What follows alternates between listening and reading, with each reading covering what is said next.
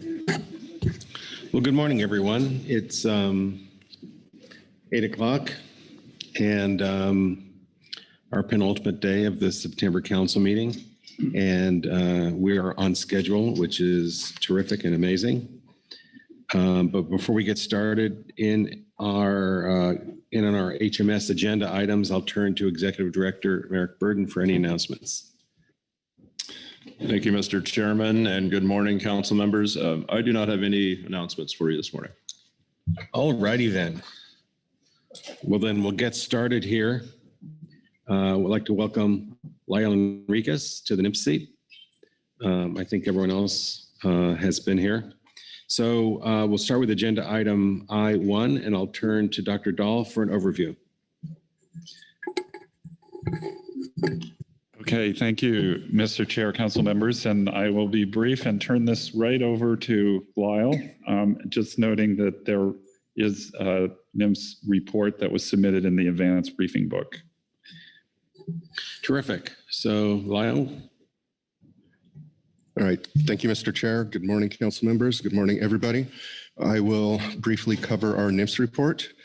Our report covers several regulatory updates since the June council meeting, which I'll summarize. First, in July, NMFS published a final rule implementing the latest IETTC resolutions on tropical tunas and silky shark conservation. The final rule implements fishing management measures for big eye, yellowfin, and skipjack tuna in the Eastern Pacific Ocean. New fishing restrictions on purse seine fishing vessels fishing for tropical tunas include additional closure days for vessels that exceed an annual catch level of 1,200 metric tons for big eye tuna, amendments to provisions related to force majeure exemptions, a gradual reduction in the number of active fish aggregating devices per vessel, controls on FAD satellite buoy activations and deactivations, and FAD data reporting requirements. The final rule also implements data reporting requirements for canneries, and in 2023, reporting of vessel monitoring system data to the IETTC. Regarding silky shark, the final rule extends the previous IETTC resolution on silky shark for 2 years. The existing regulations on silky shark will remain in effect with no proposed amendments. So that is the final rule for tropical tunas and silky sharks. Second, in August, we published a final rule implementing new catch limits on Pacific bluefin tuna. Each year, NOAA Fisheries will impose an initial trip limit, an intermediate trip limit, and a lower trip limit on individual fishing vessels that reduce as catch thresholds are met throughout the year. Our report links to the Federal Register notice and Pacific bluefin tuna harvest webpage, which includes details on the catch limits and procedures for reducing limits and closing the fishery based on catch rates throughout the season. Next, in August, NMFS published a Federal Register notice regarding the Council's June 22 recommendations on eight deep set buoy gear exempted fishing permit applications. We accepted public comment on those applications through August 31st, and we received no comments. And finally, NMFS recently completed a 12-month finding on a petition to list the shortfin mako shark under the ESA. After reviewing the best scientific and commercial data available, including a status review report, NMFS determined that listing the shortfin mako shark under the ESA is not warranted. And that concludes my report. Thank you. All right, thank you very much. Let's see if there are any questions on the NMFS report. John Uritz. Thank you. Good morning, Mr. Chair, and thanks, Lyle, for the report. Could you give us a little status update on buoy gear authorization? And I'm sorry if that's not in this or in somewhere else. Yes, I can. Thank you, Chair. Thank you, John. Right now, we are working on a proposed rule package on deep set buoy gear. So we have that in regional clearance. So we expect to publish that shortly, and we're hoping for a final rule by the end of the year. One other step that we are working with council staff on is getting the proposed amendment language and regulations from the council. So that is ongoing right now. We have also published a draft environmental impact statement. We will have to finalize that before the final rule. And we have initiated ESA consultation with our Protected Resources Division. Great, thank you. Any further questions? On the NIMS report, Krista Svensson.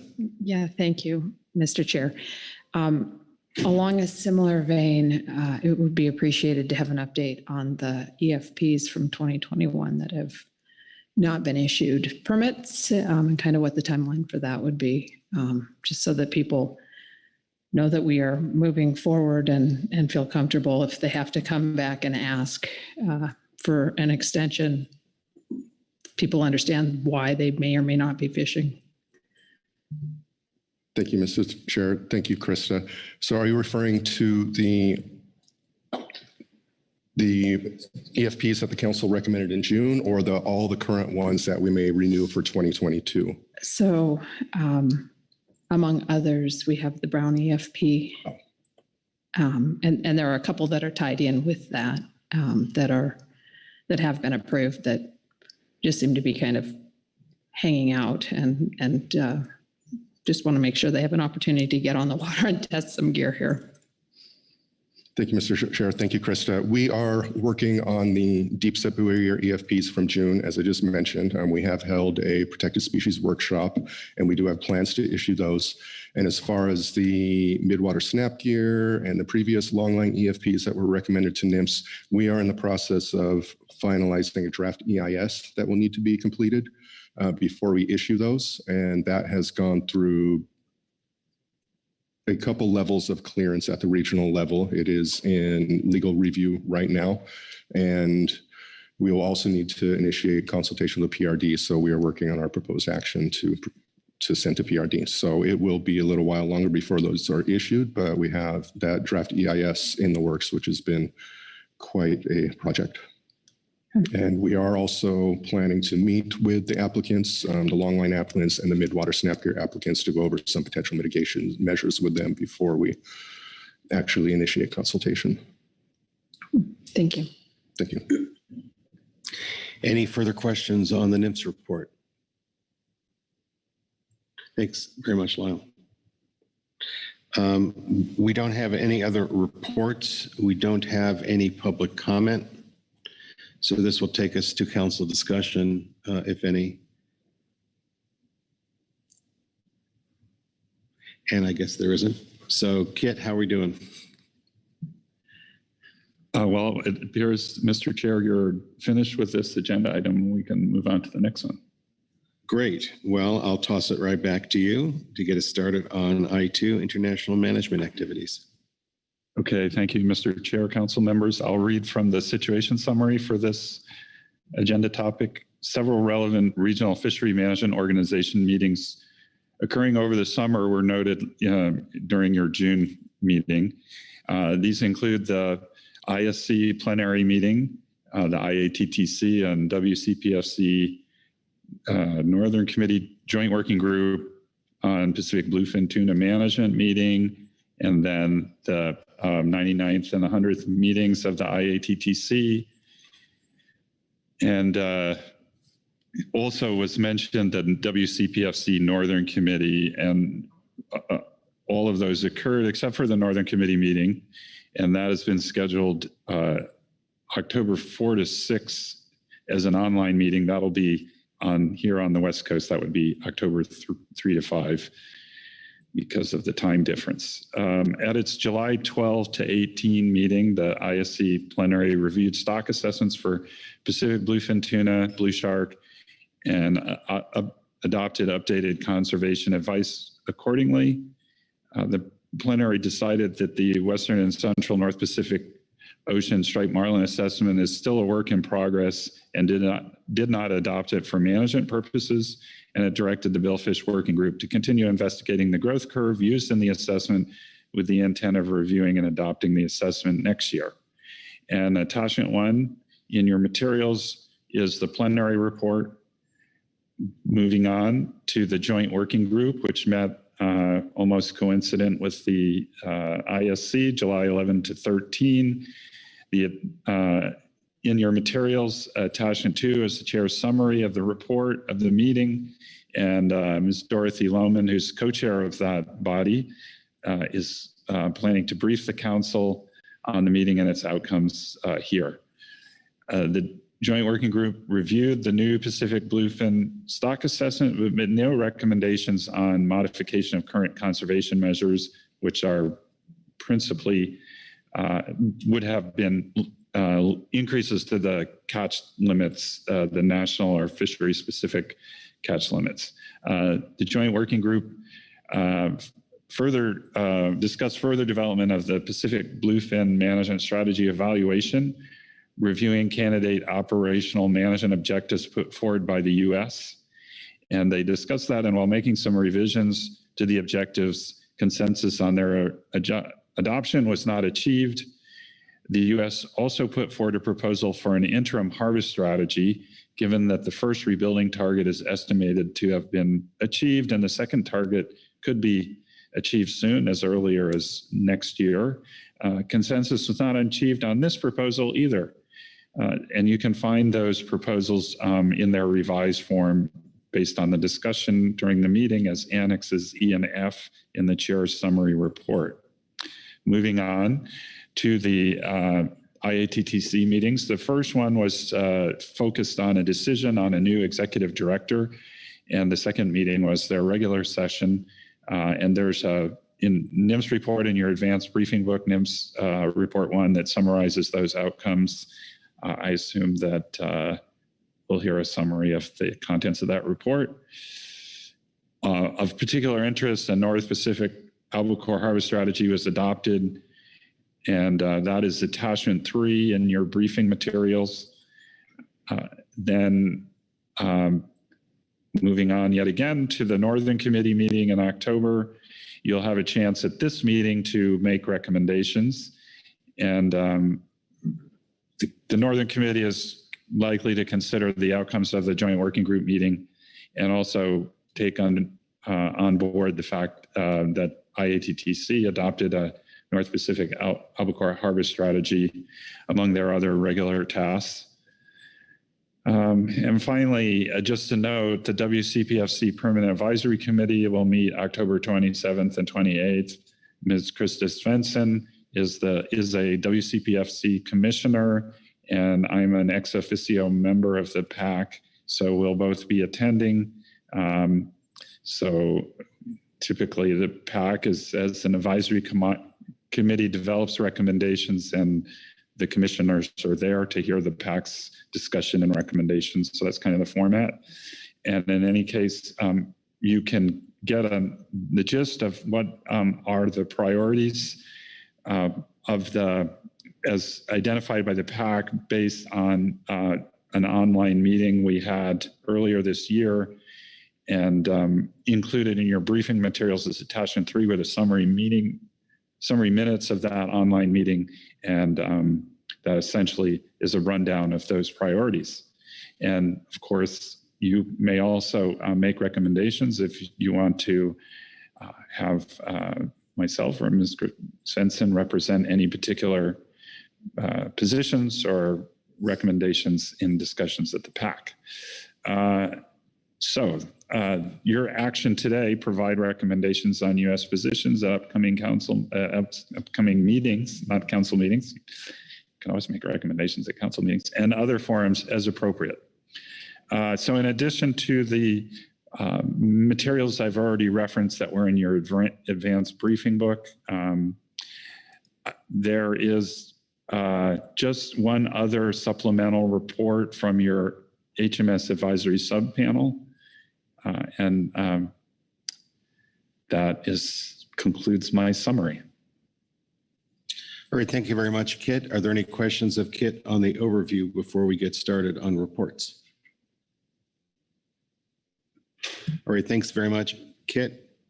I'm going to turn now to our WCPFC Commissioner, Krista Svensson, to provide a report or offer any comments she wants under this agenda item. Yeah, thank you, Mr. Chair. I don't have a tremendous number of comments because I think we have a number of reports that highlight the majority of what's gone on since our last meeting. I did want to note a couple of additional WCPFC meetings that have gone on that may be of interest and are touched on in a number of other reports throughout HMS. We had a labor standards for crew working in the WCPFC workshop on July 27th.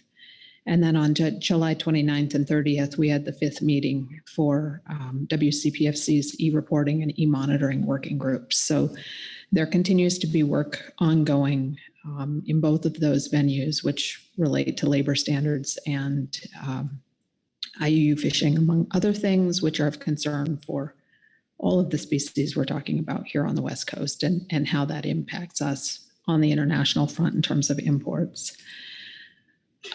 In addition, I just wanted to note in terms of the PAC, Dr. Dahl mentioned that he and I will be attending. We also have Dorothy Lohman, and I think it is worth noting that we have a number of PAC members from the representative states. We've got Josh Madeira out of California, Teresa Labriola out of Oregon, and Mike Kornman with Westport Seafoods in Washington. So if there are issues that people read in the reports or want to talk to representatives beforehand, those are additional points of contact for getting their information in. And those would be my primaries before the November meeting when we really want to think about what's going on for WCPFC 19. Thank you. All right, thank you. Any questions for Krista? Though I'm sure during council discussion we'll be returning. All right, we also have with us Dorothy Lohman, co-chair of the Joint Working Group, and I'd like to give Dorothy an opportunity to address the council and provide any report or suggestions or input or questions or anything else. Welcome, Dorothy. Thank you, Chair Gorenlek, and good morning to all. Kit covered a lot of what I was going to go over with in his situation summary, but we did have a good joint working group meeting. Notably, there were no recommendations for any changes to management in either the EPO or the WCPFC to recommend to IATC or WCFC in terms of Pacific bluefin for the coming year. As Kit said, a lot of the discussion was around the fact that we have with a 60% probability, the ISC projects us under current management that we will reach the second rebuilding target by 2023, which is great news as it's way up ahead of schedule. But it does mean that we need to make some decisions and move forward on long-term harvest strategy, of which an important piece of input for that is the MSE, which has been a little behind schedule, but has now got, I'm happy to report, has the funding needed, and some good work has been made on operating models for doing the MSE that makes it feasible to have a target date of 2023 for the completion of that analysis. However, that is the caveats on that is that the managers need to provide some key inputs, and as Kit noted, we were not able to come to consensus on operational management objectives, but we did. One of the key outcomes was that we did come to consensus on a work plan for the next few years. And in that work plan, we have made a commitment, the Joint Working Group made the commitment for coming to consensus on operational objectives to provide for the MSC, as well as to narrow down the already approved list of potential reference points and harvest control rules. We also did have a robust discussion on potential operating management objectives, aided by all the work that, significantly by all the work that the U.S. did with stakeholders prior to the meeting. And we have asked that the ISC kind of look at that and gives any general ideas and comments as we do complete the job next year to reach consensus on those, so that MSC can, progress expeditiously. In addition, Kit noted that we were obviously we won't get to the final long-term harvest strategy before we've reached the second rebuilding target. So we need a new interim harvest strategy. That again is on the there's commitment to complete that next year at next year's joint working group meeting. Finally, I did want to note that we spent some time, hearing the reports on the management activities and harvest of each member nation in the joint working group. And there was a lot of discussion about the need to include from all members their recreational data. And so there's been a request that be included in all members and that so we can get a handle on not only the commercial catch, but the recreational catch throughout the Pacific. So that's going to be also on our agenda.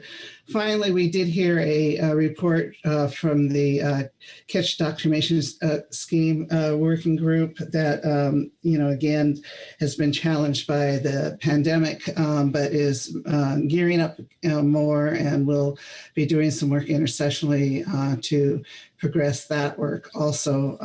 And I will say that I believe that the issue of compliance as we move forward will become a greater issue. And, there were some, and there was, I'm sure that Ryan Wolf will discuss a little bit in the IATTC meeting that this came up there. And there was an encouragement, again, for everyone to bring issues like that are important to have be harmonized throughout the Pacific through and develop proposals through the joint working group.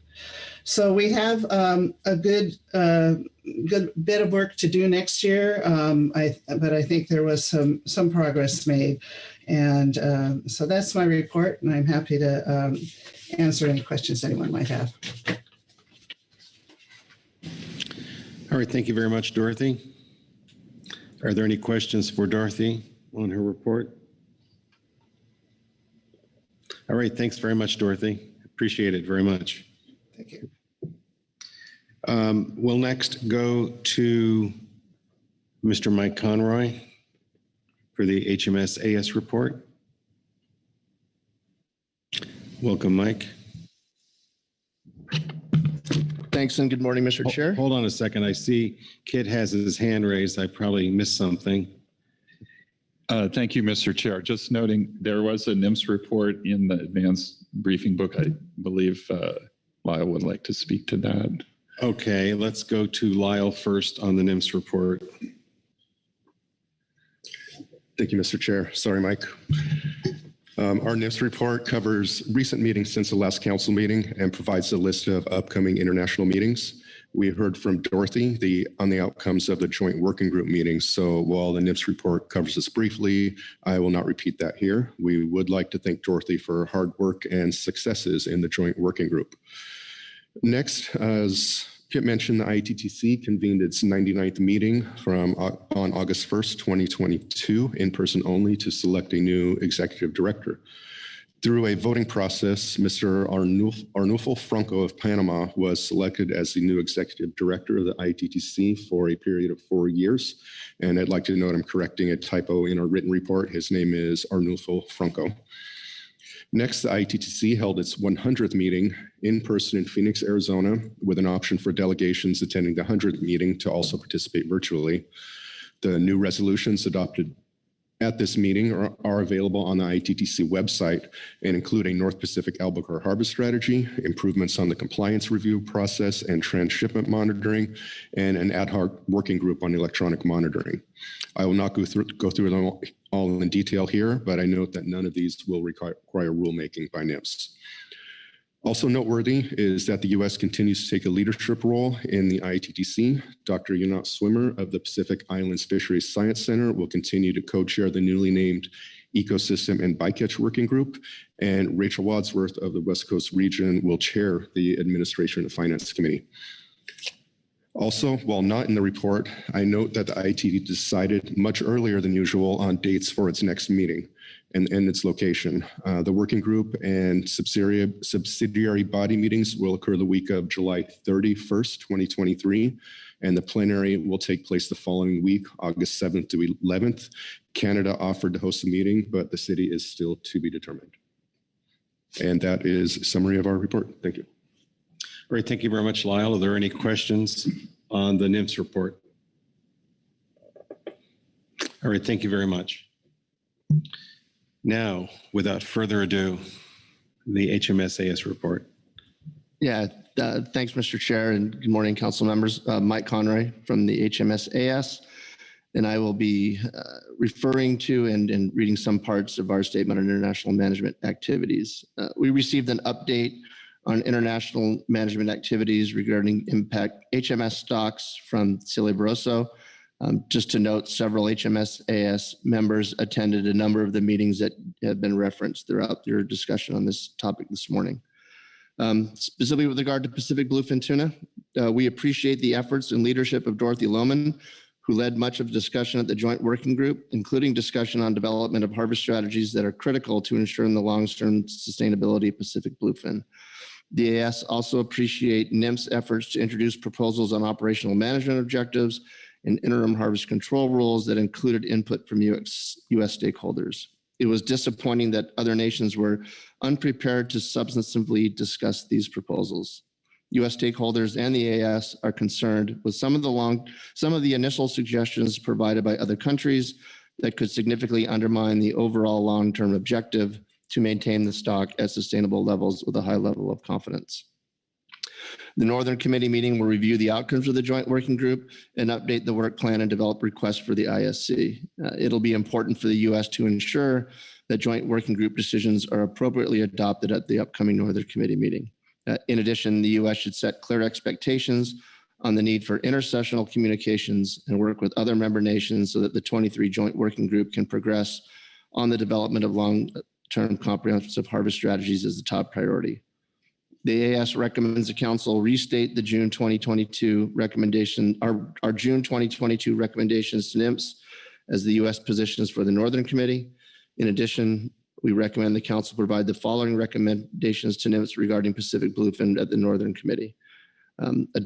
Set a clear expectations that other countries need to consult with their stakeholders and come prepared to adopt proposals on elements of a precautionary and comprehensive long-term harvest strategy in 2023, particularly management objectives, performance indicators, reference points, and harvest control rules. Adopt a clear work plan for the ISC that prioritizes development of elements of the MSC in 2023. Request that NMFS provide information and solicit informal input from US stakeholders regarding MSC development that'll be discussed at the upcoming November ISC Pacific Bluefin Working Group meeting. In addition, you should request an update from NMFS at the November Council meeting on their plans to provide science analyst capacity necessary for bluefin MSC development. Switching on to North Pacific albacore, we appreciate NMFS leadership, in particular Celia, Valerie, and Ryan, in ensuring that there was a resolution creating a harvest strategy for North Pacific albacore was adopted during the most recent IATTC meeting. We appreciate the delegation furthering the U.S. industry priority that all fisheries be included in management of the North Pacific albacore fishery. Industry goal is to avoid adoption of a resolution or a conservation and management measure that does not cover all harvest of albacore. During your June meeting, the council supported our recommendations regarding the exclusion of harvest control rules from the harvest strategy conversation. The aforementioned IATTC resolution included a commitment to adopt harvest control rules in 2023. We reiterate those concerns in asking the council recommend to NMFS that potential discussions on a harvest strategy during the upcoming Northern Committee meeting not include any formal harvest control rules to be in alignment with the IATTC. We encourage NMFS to schedule a workshop to engage with the albacore industry and stakeholders early in 2023 in anticipation of proposing harvest control rules for albacore later that year. We are encouraged by progress at the IATTC, including adoption of a number of measures that you've heard of from Lyle, Dorothy, and from Krista as well. We do have one last comment about the UN's efforts with regard to establishing an agreement on biodiversity beyond national jurisdiction. Costa Rica introduced a proposal at the last minute, which was in effect designed to protect the autonomy and the authority of the RFMOs to manage and control fisheries on the high seas. There was some debate over that. It did not cross the finish line at that meeting, but the perception from our member who was at that meeting is that IATTC membership was generally supportive of the motion that Costa Rica proposed, and it may come back in future efforts. And the majority of the AS supports the intent of the proposal submitted by Costa Rica. And that concludes my report. Thanks. Thank you very much, Mike. Questions of the AS? Krista Svensson. Thank you, Mr. Chair. I have one kind of long question here. So wondering if you can elaborate a bit on the reason for asking for a restatement of the recommendations in June, as opposed to focusing just on current recommendations, since we already made those. And also if there was discussion about recommendations for the PAC, which are not specifically called out in this report, but as we're meeting prior to our November meeting, just wondering if that came up in discussion at all in the AS. Through the chair, thanks for the questions. Second question first, we did not discuss the PAC. So we didn't, yeah, that answers that. With regard to your second question, there is a new head of delegation for the U.S. to the Northern Committee. We believe that it would be helpful if the council reiterated its recommendations and NMFS that went forth at the IATTC, since it's a different delegation team that's headed to the Northern Committee, and just to ensure that the U.S. position pushed at the Northern Committee matches what was presented at the IATTC, so we don't have the Northern Committee getting ahead of the IATTC. Thank you. Further questions of the AS? All right, thanks very much, Mike. That, I believe, completes all our reports. Takes us to public comment. We have apparently one public comment. Douglas Fricky, welcome. Come on up.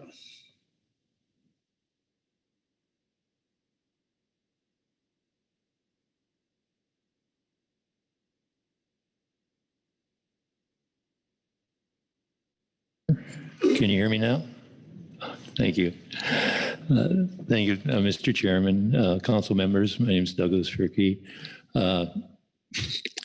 Look around the table, there's a few people that have been here longer than I have, but I basically started in 1976 going to these meetings as a salmon guy, and have changed into the albacore. So I've followed the politics pretty close through the years.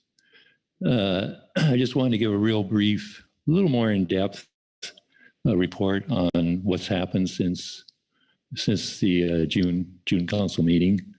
As has been reported, we got a resolution through the IATTC that is going to cover the EPO management measures eventually for our fishery here along the West Coast.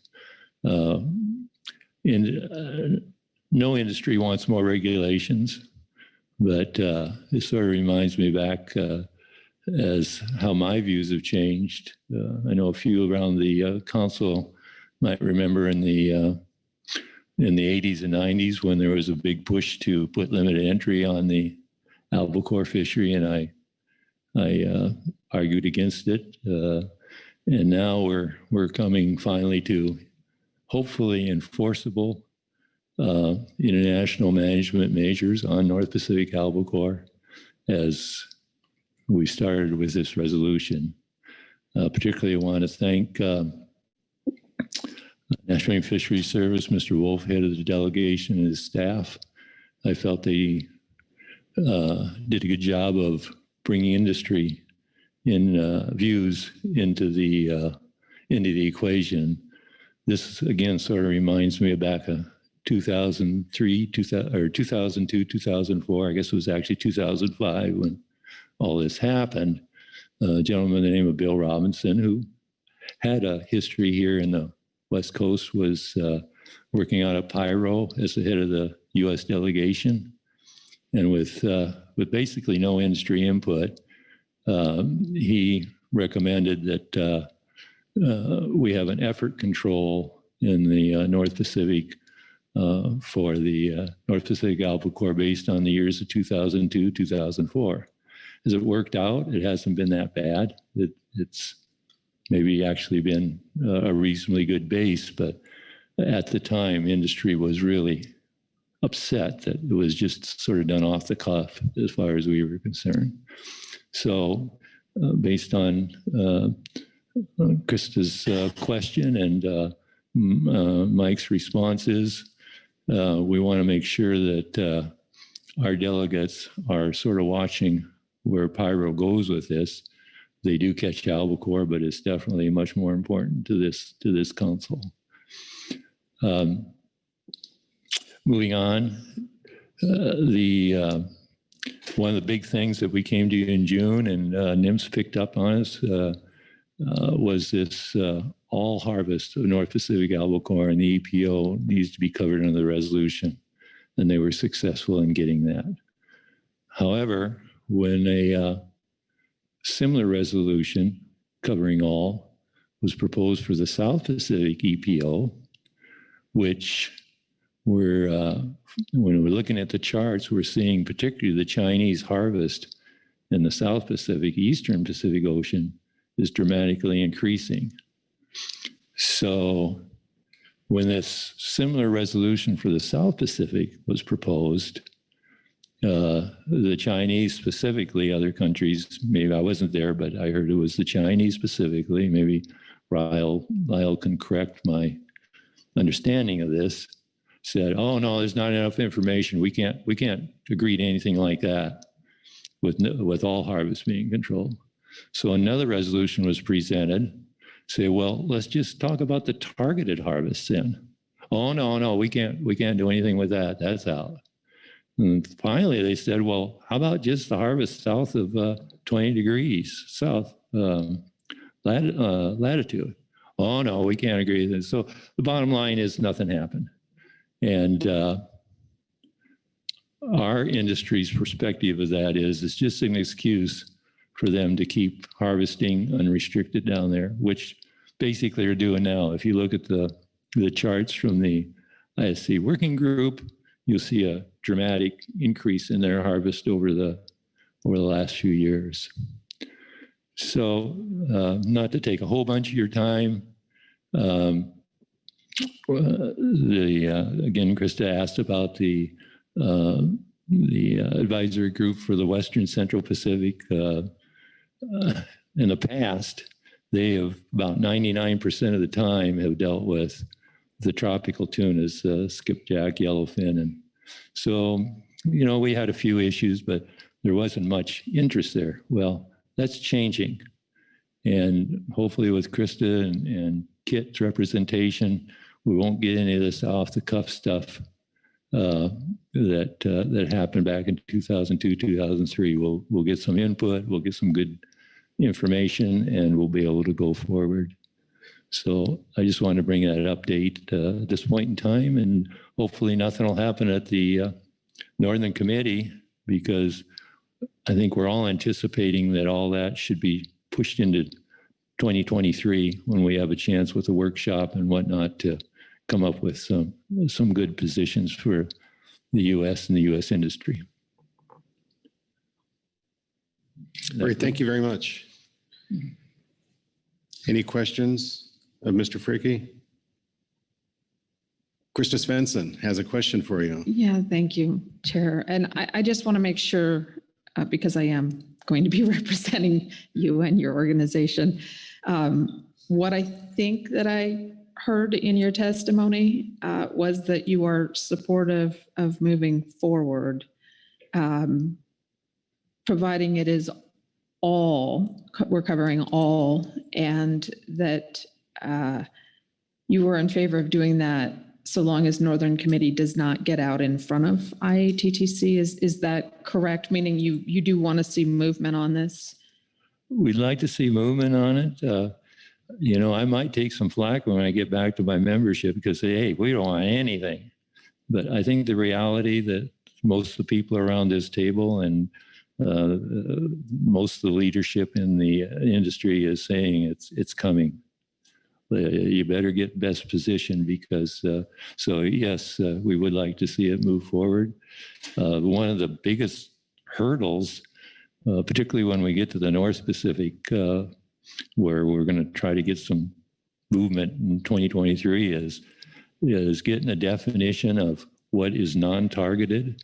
Right now, there's sort of the perception that if it's a non-targeted North Pacific albacore fishery, like on the spawning grounds off the Asian coast, and it's less than half of their catch, if they get 30 ton of big eye or yellowfin, then they can have 14 ton of albacore, and you don't have to worry about it. It's just a non-targeted catch, and it won't count. And obviously that would not be good. Thank you. All right. Any further questions? Thank you very much for your testimony. Well, that completes reports and public comment. We have on the screen there our task here, which is council discussion and guidance as appropriate. We've received some very specific recommendations from the AS as well as in public comments. So let's commence our council discussion. Krista, thank you. Yeah, I'd be happy to start the discussion. I think we heard a lot of good conversation already from our advisory panel and from the public about the need for making some recommendations, including supporting the recommendations we've already made at prior meetings, simply because we do have new leadership in the WCPFC, which I think is exciting. I know we don't typically do motions. Normally we just make the recommendations, and I guess I'm looking for other people's input. I would be in favor of moving these recommendations forward as our own, and then just because it's a little out of the ordinary in terms of recommending, if we need to make a motion, I will work on that if there's support for the direction I'm proposing, which is to support our AB and the public that is asking for us to weigh in. All right, thanks very much, Krista. Further discussion? So we have recommendations in the AS report. I believe the public testimony was consistent with that. There also were in the AS statement some recommendations to NMFS as opposed to, so I think we're talking now about, under this agenda item, recommendations for these international meetings. So let me see if there's any disagreement on our adoption of the recommendations in the AS report. And I'm not seeing any. Let me ask if there's any further discussion or guidance to come from this council. And if I don't see any hands, I'm going to turn to Dr. Dahl and see how we're doing. Thank you, Mr. Chair. Well, I think you've summed it up. Essentially, you're endorsing the recommendations that were made by your advisory subpanel, and also that includes reiterating those that came up at the June meeting under this topic. So we can communicate those to NMFS. I think perhaps that doesn't need to be any more formal than that NMFS is here at the table, but if you have a different view in terms of how to communicate those, I'm certainly glad to follow your direction. I guess I would suggest I would leave it to council staff and NMFS to determine the appropriate method of that communication. Thank you, Mr. Chair. Sure. And I'd like to acknowledge again and thank Dorothy Lohman for her long-term participation and representation on these important international matters. So if there's nothing else under this agenda item, we will move on to our next agenda item. And this has to do with exempted fishing permits. And Dr. Dahl, you're back on. Thank you, Mr. Chair. Again, reading from the situation summary, this is final action on HMS exempted fishing permits this year. And there is an annual June to September schedule for reviewing EFP applications laid out in Council Operating Procedure 20. And that basically just says after initial review in June, you take final action on EFPs in September, and that only applications that were considered in June may be considered for final action in September. Just a note, in recent years, you have been following a one-meeting expedited process for the review and approval of sort of standard configuration of deep set buoy gear. So at your June meeting, you all reviewed 14 applications, and you approved 8 of those for use of deep set buoy gear using the standard configuration and methods. And so those applications are now under consideration by NMFS for issuance. And then the council deferred action on the remaining 6 applications that were not kind of focused on that standard configuration. And these applications and the requested changes are listed here. So we have G. Harold, he, excuse me, had included a request to fish within state waters. The council asked that be removed. So a revised application was in your materials for this meeting. Then Kay Honings was to limit the number of pieces of gear to 15 and the current 5 nautical mile footprints. So his original application had asked to be able to use more than 15 pieces of gear. So the council basically put a cap on that. Then there's Kent Jacobs and Gomez, and you didn't request changes there. Again, this application was a request to increase the number of pieces that could be used up to 15. Mintz, similar, he wanted, I believe, an increase in the number of pieces being used, but he also asked to be able to set the gear earlier before sunrise and haul it up later. And that component of the proposal was you asked to be removed from the proposal. And so there's a revised application with those aspects removed. And then Perez, same situation. The original application had asked for an increase of the number of gears, pieces of gear, but to a number higher than 15. And again, the council is limiting that to just 15 pieces. And then finally, the Flagler Institute of Environmental Research has a proposal for a kind of extended configuration, extended deep set buoy gear. It's a larger scale concept, more pieces of gear in the water to make it a more viable configuration for larger vessels. No changes requested in that application, but obviously because it's not, it's a new kind of gear, you wanted to check back at this meeting. And so already noted those that where there are no changes from what you saw in June, and then those 4 who submitted revised applications. And so all of those applications were in the advanced briefing materials numbered attachments 1 through 6. And your action here, adopt final exempted fishing permit applications. And in addition to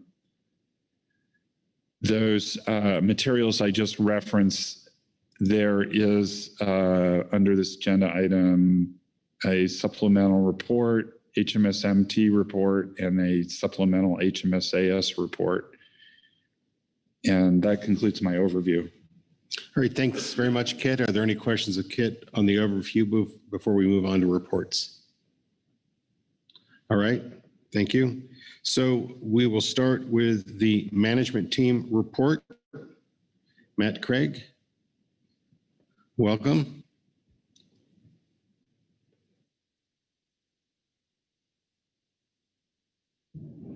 Good morning. Thank you, Mr. Chair, members of the council, Dr. Matthew Craig, Southwest Fisheries Science Center, and member of the HMS management team. I'll be reading our supplemental HMS management team report on agenda item I3.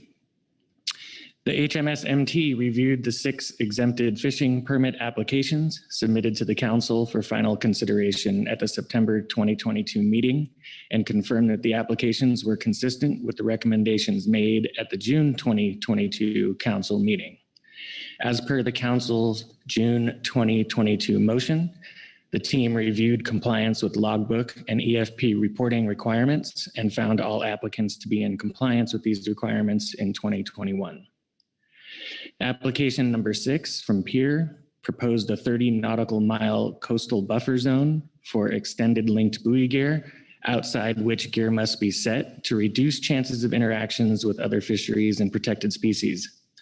The team supports this proposed XLBG exclusion zone, interpreting it as 30 nautical miles from the mainland shore, as it excludes the area where most DSBG effort has been conducted to date.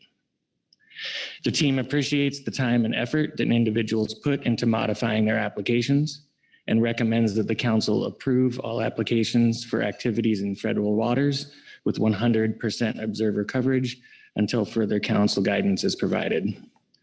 And that concludes our rather lengthy report. Thank you. Thank you, Matt. Are there any questions of the MT? A very clear, concise report. Thank you very much. We'll now hear from the advisory subpanel and Mr. Conroy. Good morning again. Thanks, Mr. Chair. Mike Conroy on behalf of the HMS-AS. And since our statement is relatively short, I will be reading it for your consideration. We received an update on EFP applications from Matt Craig. We appreciate the efforts of the applicants who submitted revised applications. As we have stated, and as evidenced by recent activity reports, there are significant concerns about the economic viability of a deep set buoy gear fishery. To date, there have been less than 20 fish harvested in 2022 using deep set and linked buoy gear. This has resulted in swordfish buyers becoming more dependent on imports that are utilizing gear types not allowed off the West Coast. This dependence has caused the price for domestically harvested swordfish to drop despite the lack of domestically harvested supply. This boutique fishery provides a small contribution to optimum yield and is yet to be shown to be financially viable. We are supportive of testing types and or configurations which could increase the harvest of swordfish and other marketable species off the U.S. West Coast. To that end, we are recommending the council approve the Herald and P EFPs at this meeting. Concern was expressed that approving EFPs to fish with 15 pieces of gear creates a fairness and equity issue for current EFP holders who are limited to 10 pieces of gear. We understand the benefit of determining whether allowing additional gear will improve the viability of the fishery. However, we are concerned about the competitive advantage this provides those applicants. Below, we provide 2 options we believe will address the fairness and equity issue. Each of these would allow current EFP holders with a history of participation in the fishery to submit applications to fish up to 15 pieces of gear in advance of the March 2023 council meeting.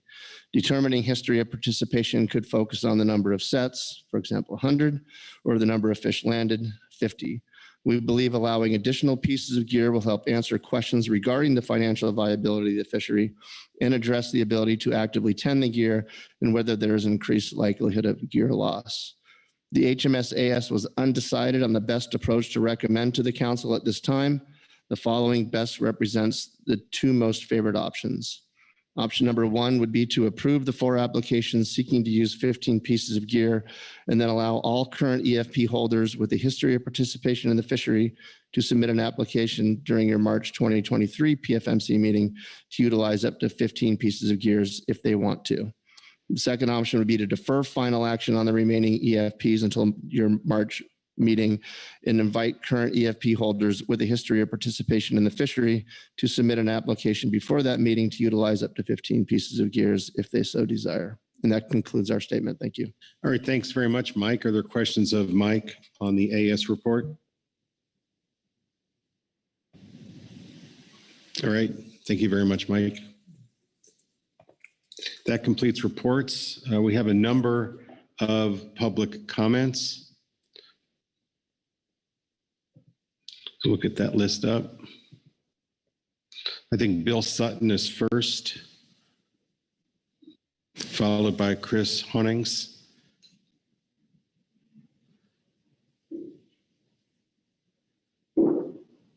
So if you're online and you're on this list, please raise your hand. It'll make it easier for staff to find you. I don't see Bill Sutton on the list.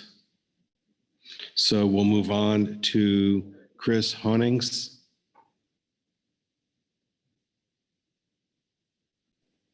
Who I also don't see. Oh, I'm here. Oh, you Can are? hear me? Okay, I'm sorry. So please go ahead. All right, thank you very much. Good morning, members of the council. I'd like to thank you for the opportunity to provide public comment on my revised deep set buoy gear EFP application. In response to council recommendations regarding my June application and the understandable council caution on fishing more buoys, I scaled my request down to a total allowable of 15 buoys, 5 more than is currently allowed under the existing authorized standard EFPs, but still far short of the 30 pieces of gear allowed in the East Coast sword fishery. My overall goal is to potentially increase catch of swordfish and HMS and add to the overall economic viability of the fishery, especially for larger scale vessels, in other words, displaced drift gillnet vessels. In order to transition our present DSBG enterprise from a boutique or supplemental fishery into one that renews the catch rate and market share once brought in by drift gillnet, I'm sure everyone can agree that 10 pieces of gear simply isn't enough. Data obtained from this proposed EFP would prove useful in evaluating if the flexibility of the increased quantity of gear could increase catch, while also minimizing the perceived risk for the entire West Coast swordfish fleet. By incrementally increasing the amount of gear fished, my hope is that when the council is presented with the new information gathered, that they will then see fit to adopt these changes fleet-wide, thereby benefiting all commercial sword fishermen, not just the ones who applied for an EFP presently. Many of the DSBG EFP end-of-year activity reports have proposed that more gear will equate with more fish and add to the viability of the fishery. I propose to make the investment in gear, time, and fuel to test this assertion. I propose adhering to the currently authorized gear footprint of a maximum of 5 miles, the minimum depth of 90 meters for baited hooks, and all other existing DSBG EFP terms and conditions. My experience with the DSBG EFP fishing and my methods of GPS tracking of the gear will continue to minimize risk of protected species and bycatch while also minimizing the risk of lost gear and gear conflicts with other vessels. I've noted the HMSMT report in support of testing my and the other expanded DSBG EFP requests for additional gear. I also note the comments and concerns in the HMSAS report and would be more than happy to address these concerns directly.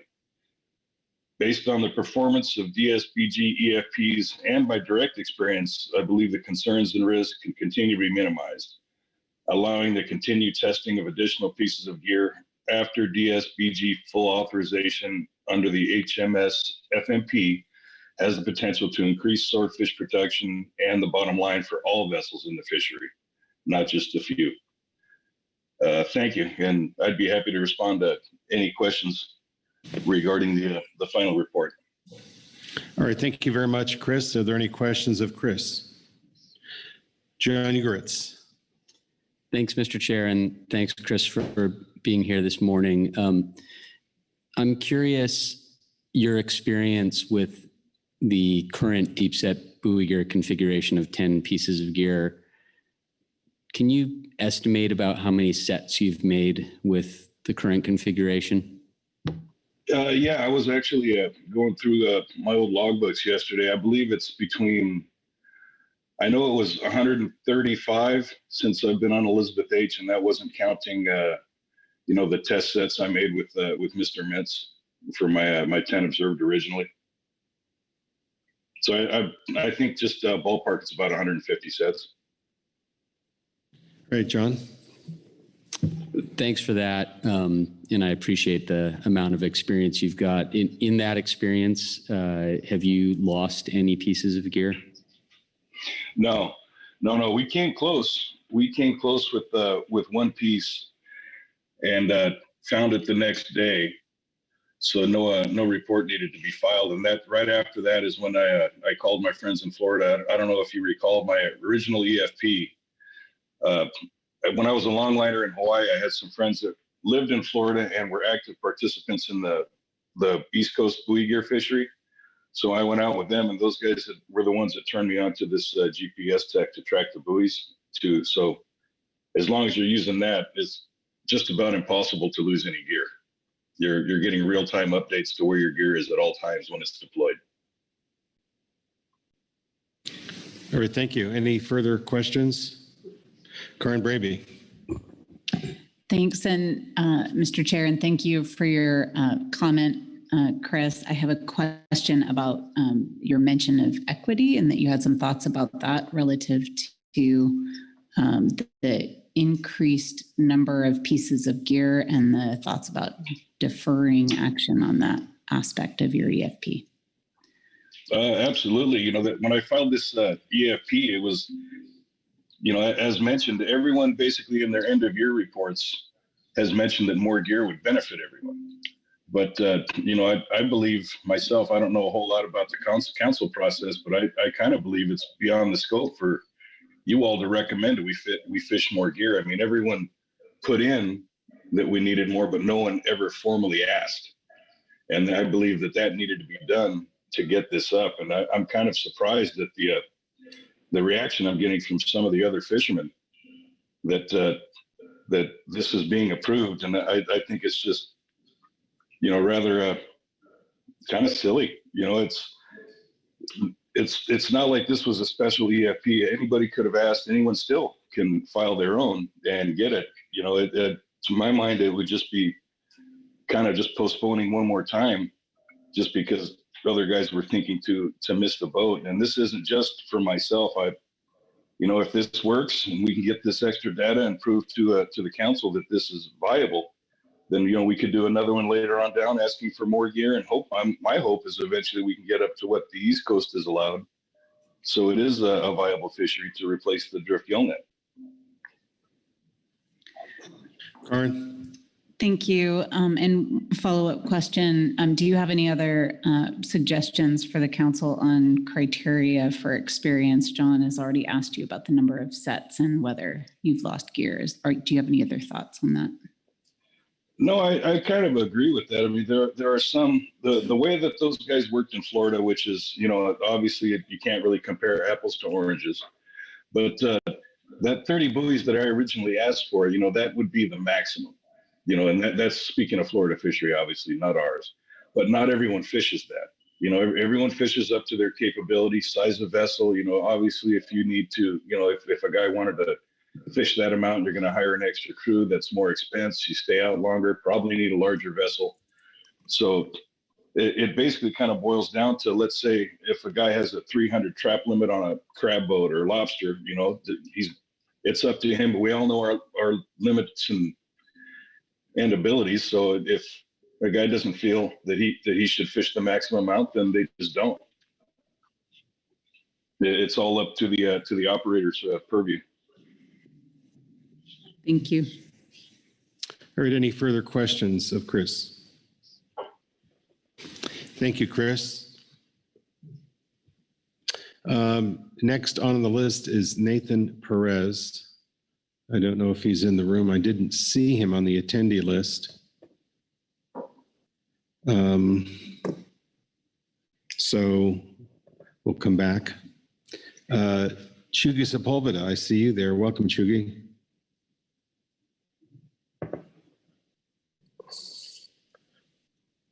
Good morning, everyone. Can everyone hear me? Yes, good morning. Fantastic. I was a little worried there.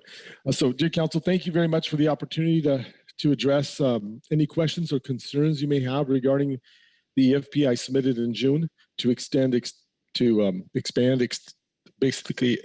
linked buoy gear. I also applaud the efforts of the other EFP applicants to help expand the developing deep set buoy gear fishery. I'm hopeful that some of the efforts will focus on areas outside of the existing fishery footprint. Unfortunately, the inshore waters of the Bight the last couple of years have not seen much volume of swordfish. This can be reflected in both buoy gear as well as harpoon, as well as drift gillnet catches. They've all been suppressed. And as we know, the gillnet is a very good tool for sampling what's there. I believe this year is going to be the same situation. Especially we have some really warm water in Southern California Bight. We have a lot of species that are not normally here in high volume, like Dorado. And we don't see the deep forage that usually keeps the swordfish in the Bight. So I do think we're going to have another slow year. And it takes vessels looking outside of our existing fishery footprint to increase the productivity of the fishery. Because right now, it doesn't matter how many buoys you deploy, you're not going to have enough catch. And I think that that's the case for many fisheries that target pelagic species. At times, they're not present, and other times you need to make hay when they are. I also believe that the council will receive many more applications to expand to 15 if this is the direction that the council chooses to follow. I believe everyone on my team has voiced concerns, but if that's going to be allowed, you will see many applications in March. I do believe that this may provide the council with an opportunity to help expand the fishery by really focusing on those areas outside of the existing fishery footprint. May just be an option or a carrot that can be used to help explore expansion, and also the use of more gear by more vessels.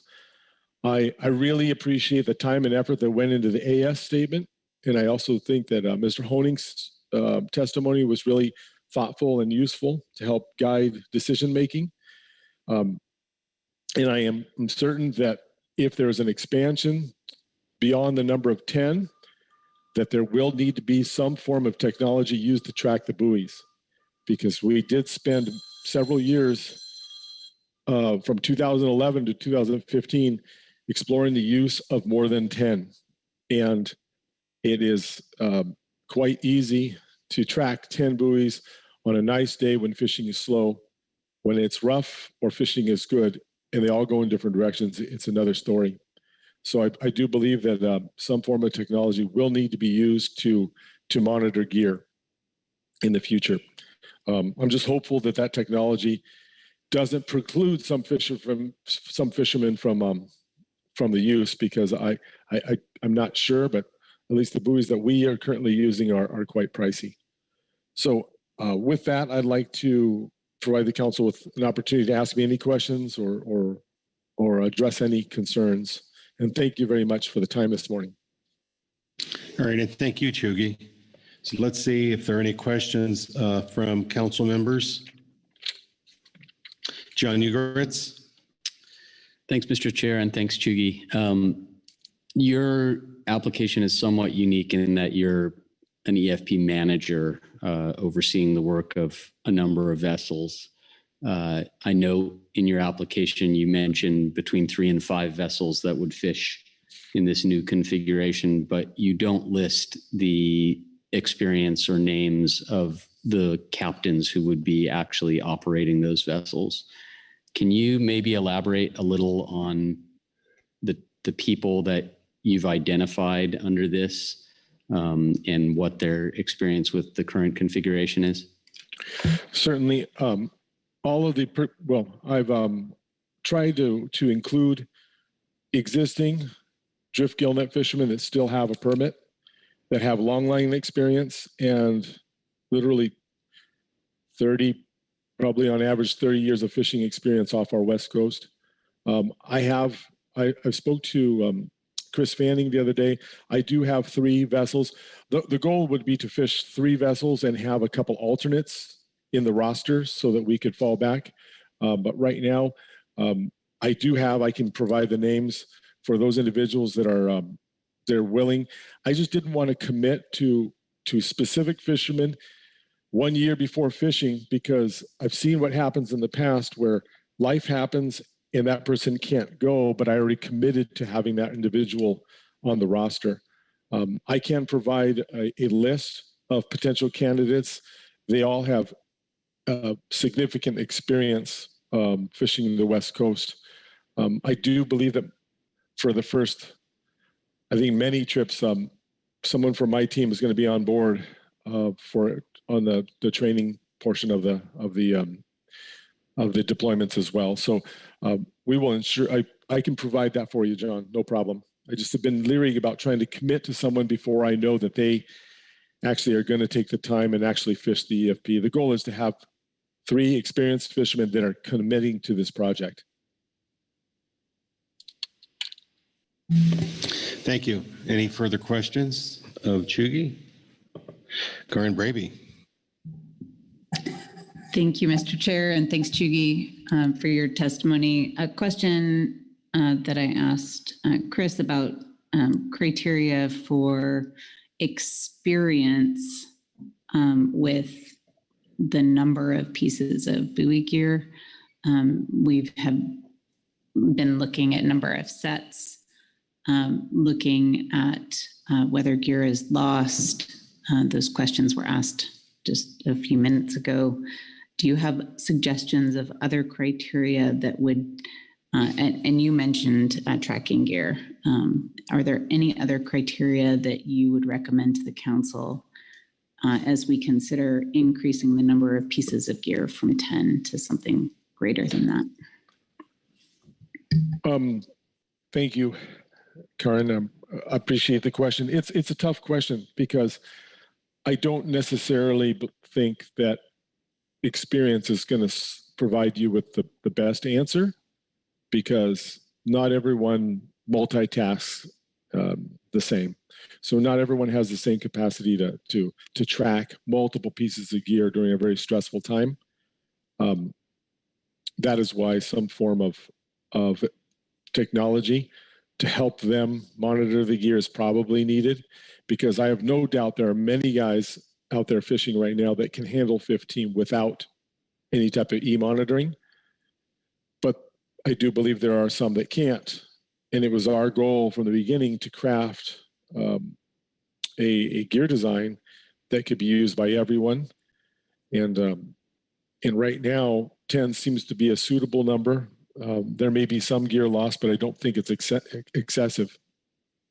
But expanding, so I don't think that solely looking at experience is going to provide us with the right answer.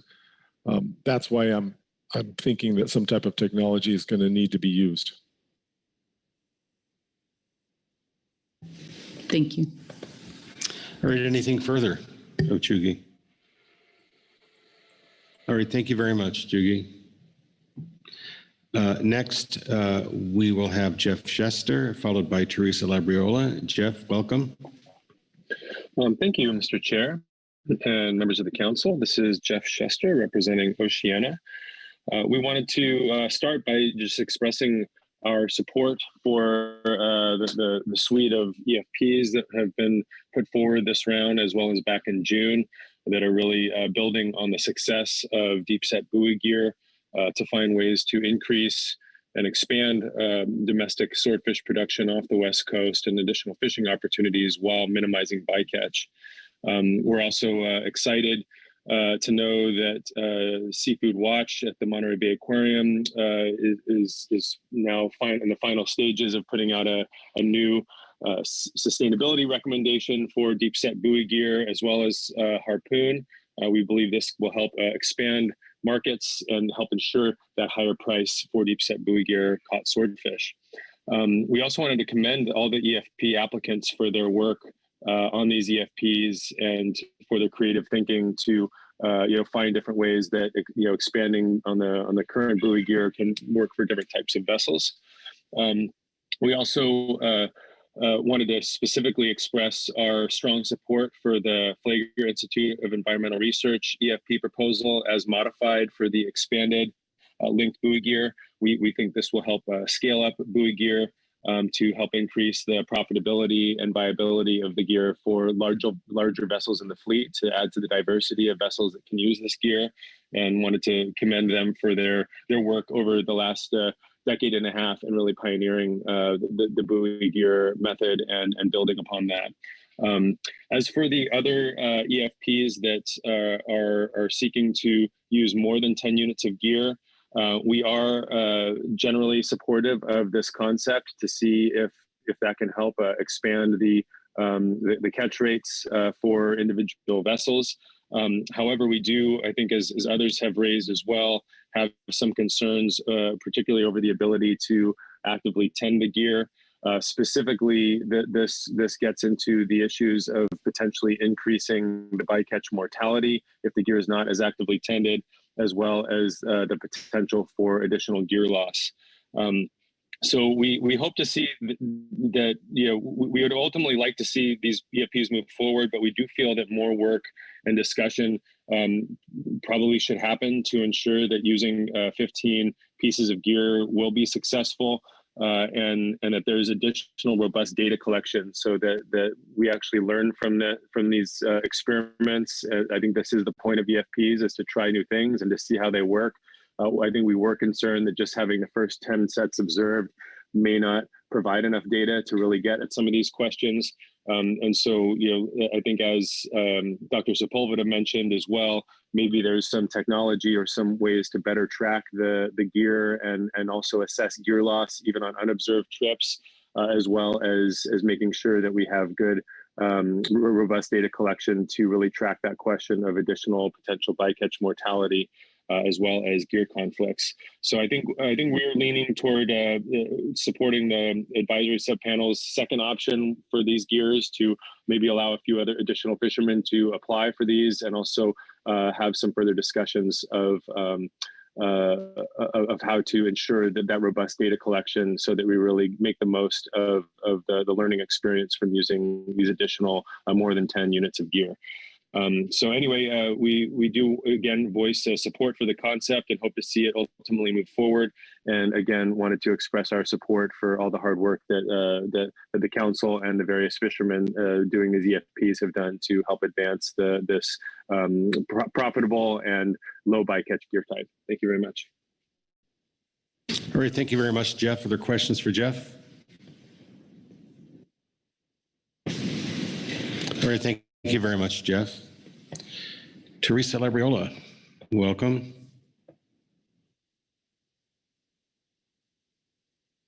Good morning, Chair Gorelnik and members of the council. I'm Teresa Labriola with Wild Oceans. And you've heard me speak a lot in support of continued testing of alternative gear that begins with deep set buoy gear and linked buoy gear for swordfish.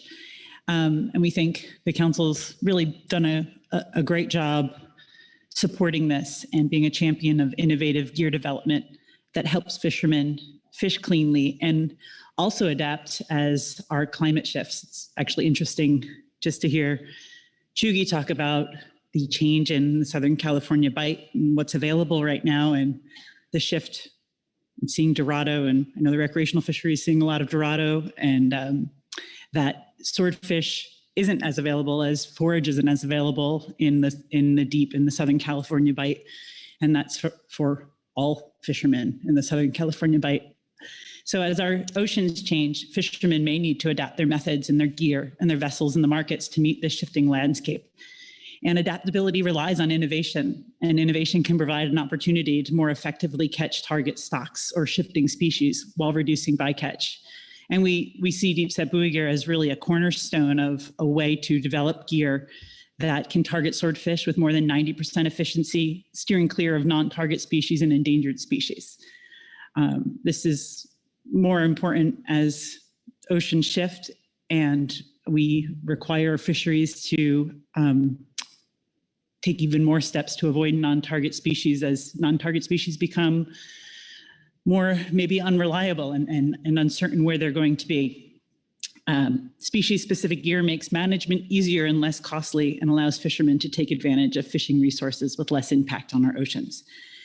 Of course, we think that exempted fishing permits need guardrails, and we are very supportive of the council's recommendation from June to ask the EFP participants to come back and cap the deep set buoy gear EFPs at 15 pieces. This will help us develop this in a responsible manner. We think there should be precautions to track gear and track lost gear. As you heard Dr. Sepulveda say, they did do research initially onto what is the number of buoys that can be managed by an average fisherman, and they came up with 10. And if we're going to look for expansion beyond that, then how are we going to ensure that gear isn't lost? And it sounds like experience might not be the only factor there, that there might need to be some technology on the buoy to ensure that people experimenting with more buoys can keep track of those. Also for guardrails, we would have the council look a little further beyond, I think initially in June you recommended 10 observed days. And if that's all within 1 month, say the month of August, that's going to be a different environment than if the fisherman fishes in September or in another area. And so observer coverage should be representative of different fishing environments. The HMSAS proposed to approve, they gave you 2 ideas for the deep set buoy gear applications, and to allow EFP holders with a history of participation to return in June with an application for 15 pieces of gear. So I have a couple of concerns about that I think are good for council discussion. One would be, what does history of participation mean? And that may not be, again, the only criteria. And then second, I support sort of the iterative process here, that there are 4 deep set buoy gear EFPs for 15 pieces. And that seemed like, okay, if we go forward with those, we get some data, we can see if that makes sense for other people. If you go the route of the HMSAS, you are going to, I would guess, have a large pile come June, and you will need some very clear criteria of how you're now going to sort through that pile. And we would not be supportive of having 15, 20 boats go and fish 15 pieces of gear. We just don't know what that looks like. It makes sense to take this step by step. I guess just in closing, I was trying to think of additional alternatives to authorize. An additional way to move forward would be to authorize these EFPs with some conditions given to NMFS.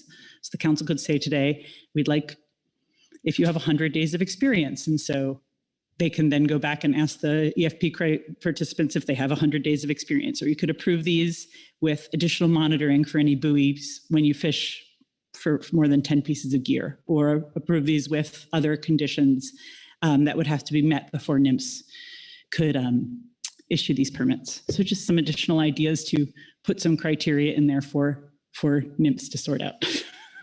Thank you, and I'll take any questions.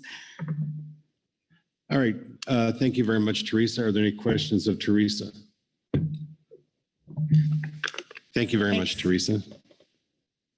We'll come back to a couple of folks who were not able to reach earlier. I still don't see Bill Sutton, but I see Nathan. Oh, Bill is here. Wait. That's why I didn't see Bill online.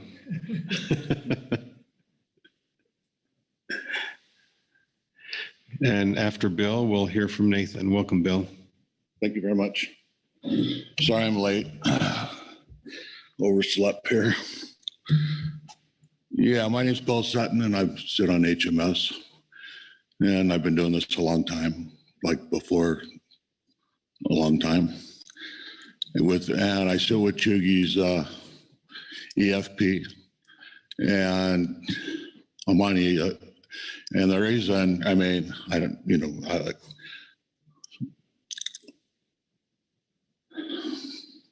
I don't know if we were asleep at the wheel on the, but I never thought it would come to that this, to add more gear would be an EFP.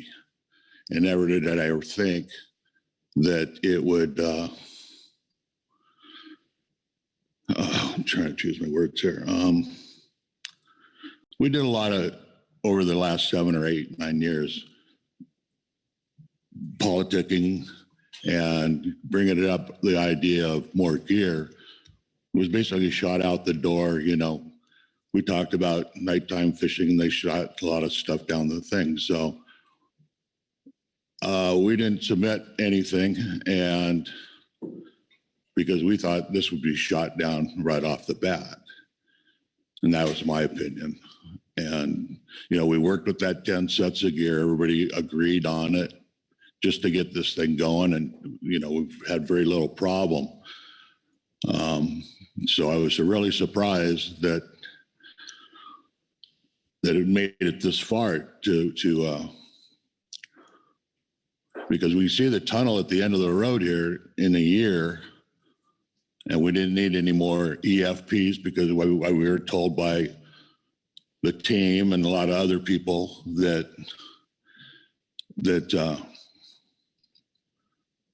we don't want to manage this fishery with EFPs. So now we're really close to making this a final fishery. And then we get a breath of fresh air, you know, that light's at the end of the tunnel here in another year. And we didn't even know when that was going to be until kind of yesterday. Everybody's just looking at each other going, when's this going to happen? When's it going to happen? So to throw no more EFP on there, and then, you know, with the application form, we're not guaranteed that with the application that we're going to be, because there might be problems if this goes through with these 4 boats that we still might be left out. So, you know, I just want to be on a plane, you know, like I think I just, like I said, I just walked in here and Teresa said something about, oh man, I can't even think. I'm so riled up here.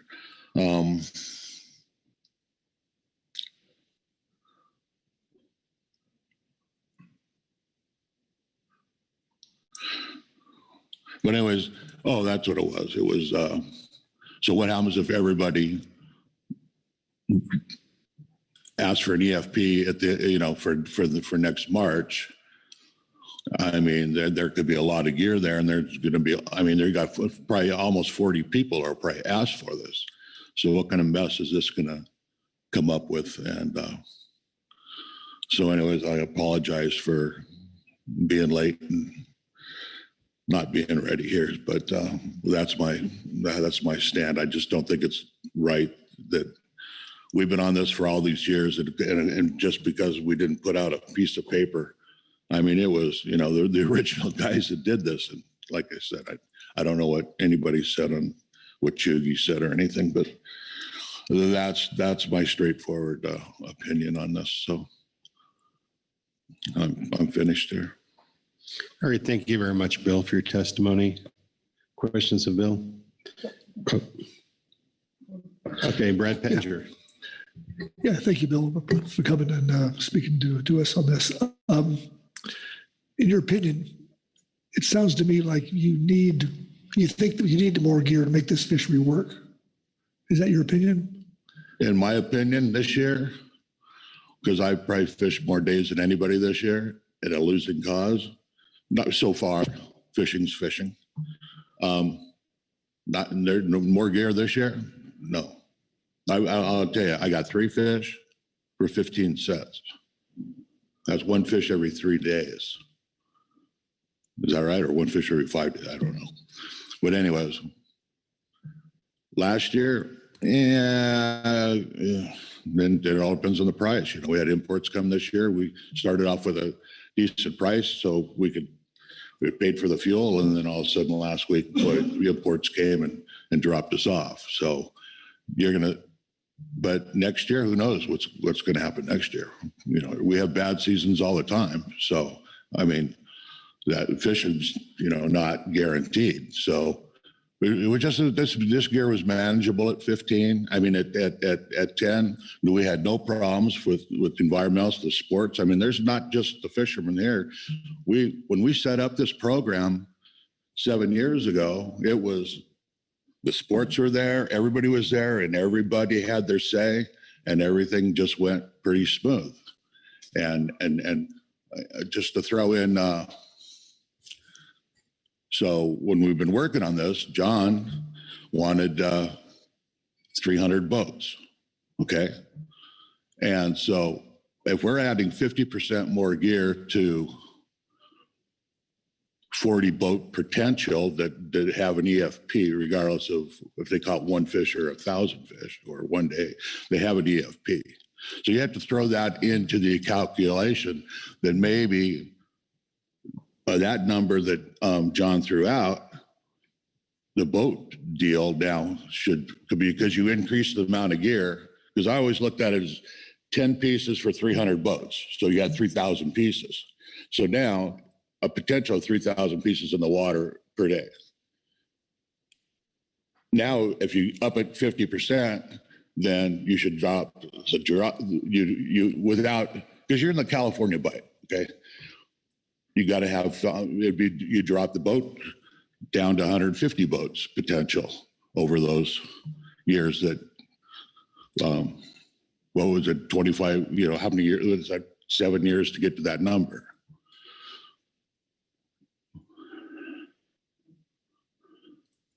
Go ahead, Brad. Yep. Well, this is an EFP, and so eventually it's going to go to regulation. So what do you think is the right number amount of buoys you're going to have when it goes into regulation? What do you think the fishery needs to make it profitable? Well, it was profitable the first couple. I mean, it was profitable for the guys that, so there's, the more successful guys were older fellows that fished harpoon, and that's what this fishery was supposed to be, just to augment the harpoon. It was supposed to help the harpooners. That's how this fishery started. That's how, but this is before getting rid of gill nets and everything else. So it's funny because all those guys that fished on harpoon boats or net boats that went into this fishery, they're pretty darn successful. I mean, to a point, but you have bad seasons. So this year you can't. But in a history lesson, I'm just kind of curious, what do you think the number should be when it goes into regulation? I don't think that's up to me. I would like to make a statement about, in my opinion, that whole area above Point Conception and up, that needs to be, that's where most of the fish are, but nobody fishes it because it's you can't fish that many days. But up there, and you need that, you'd like to have that study up there. There could be a lot of gear up there. I mean, 20 pieces maybe, but still, we got the fog factor. You got the loss. I don't know. I don't know that answer. So I'm not saying no to more gear. I'm just saying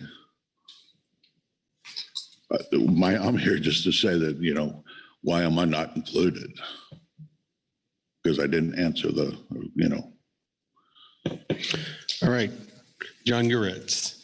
Thanks, Bill. And that actually gets right to my question, which is if you had the opportunity to apply for and receive an EFP for 15 pieces in the mix with everybody else, would you want that opportunity? Oh, sure. Yeah. Okay, thank you. I just want to be on an equal basis, that's all. All right, further questions? Krista Svensson. Yeah, I guess I have one further question, which I know you're one of the early buoy gear developers. Have you, or are you aware of any of the others ever putting in for more than 10 pieces and being told no? Or is this a new, I guess that's the part, I wasn't here for the first, so I'm just wondering if you've ever put in for before, and that was a reason why you did not put in for 15 pieces this time?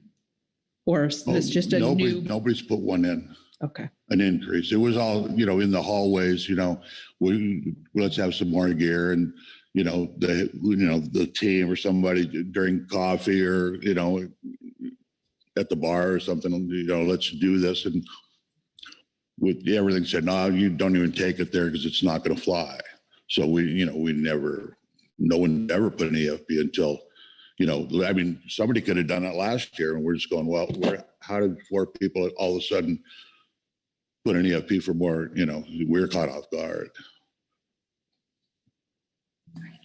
Further questions? Corey Runnings. Thank you, Mr. Chair. Thanks, Bill, for being here and providing your thoughts. You said that you would be left out if these 4 EFPs went through and that you're feeling not included. Based on what the AS noted, that the market, there's not a good market right now and that we need more fish to build a market there. It seems like the ability to bring more fish in would stimulate the market and would benefit everyone. Yeah, that's true. But if everybody understands the California bites where all this fish is coming from, and that's where all this pressure is coming from, but up from Point Conception up, which is the best, most swordfish caught starting right now till February 1st.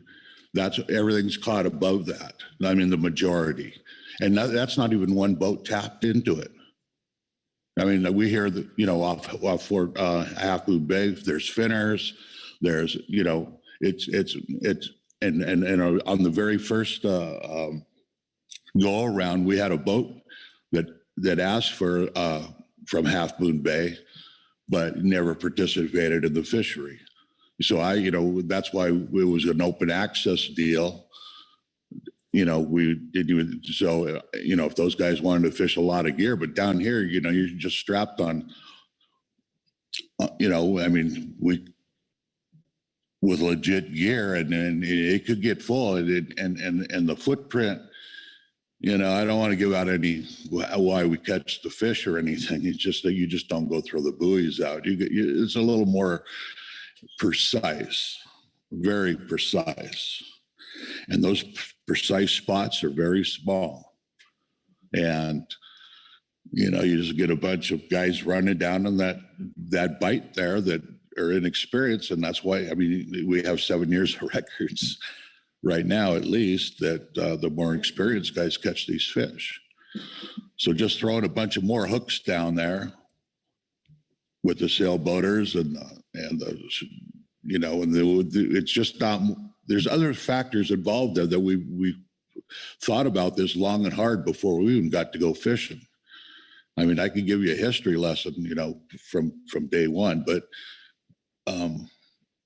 we need the more fish. And yeah, I'd like to see the shallow set longline get put in for the up north, because I have 2 fish restaurants and once this stuff's the local stuff, we have to get imports, but we'd sure like to get, because that area is untapped from Conception to Canada.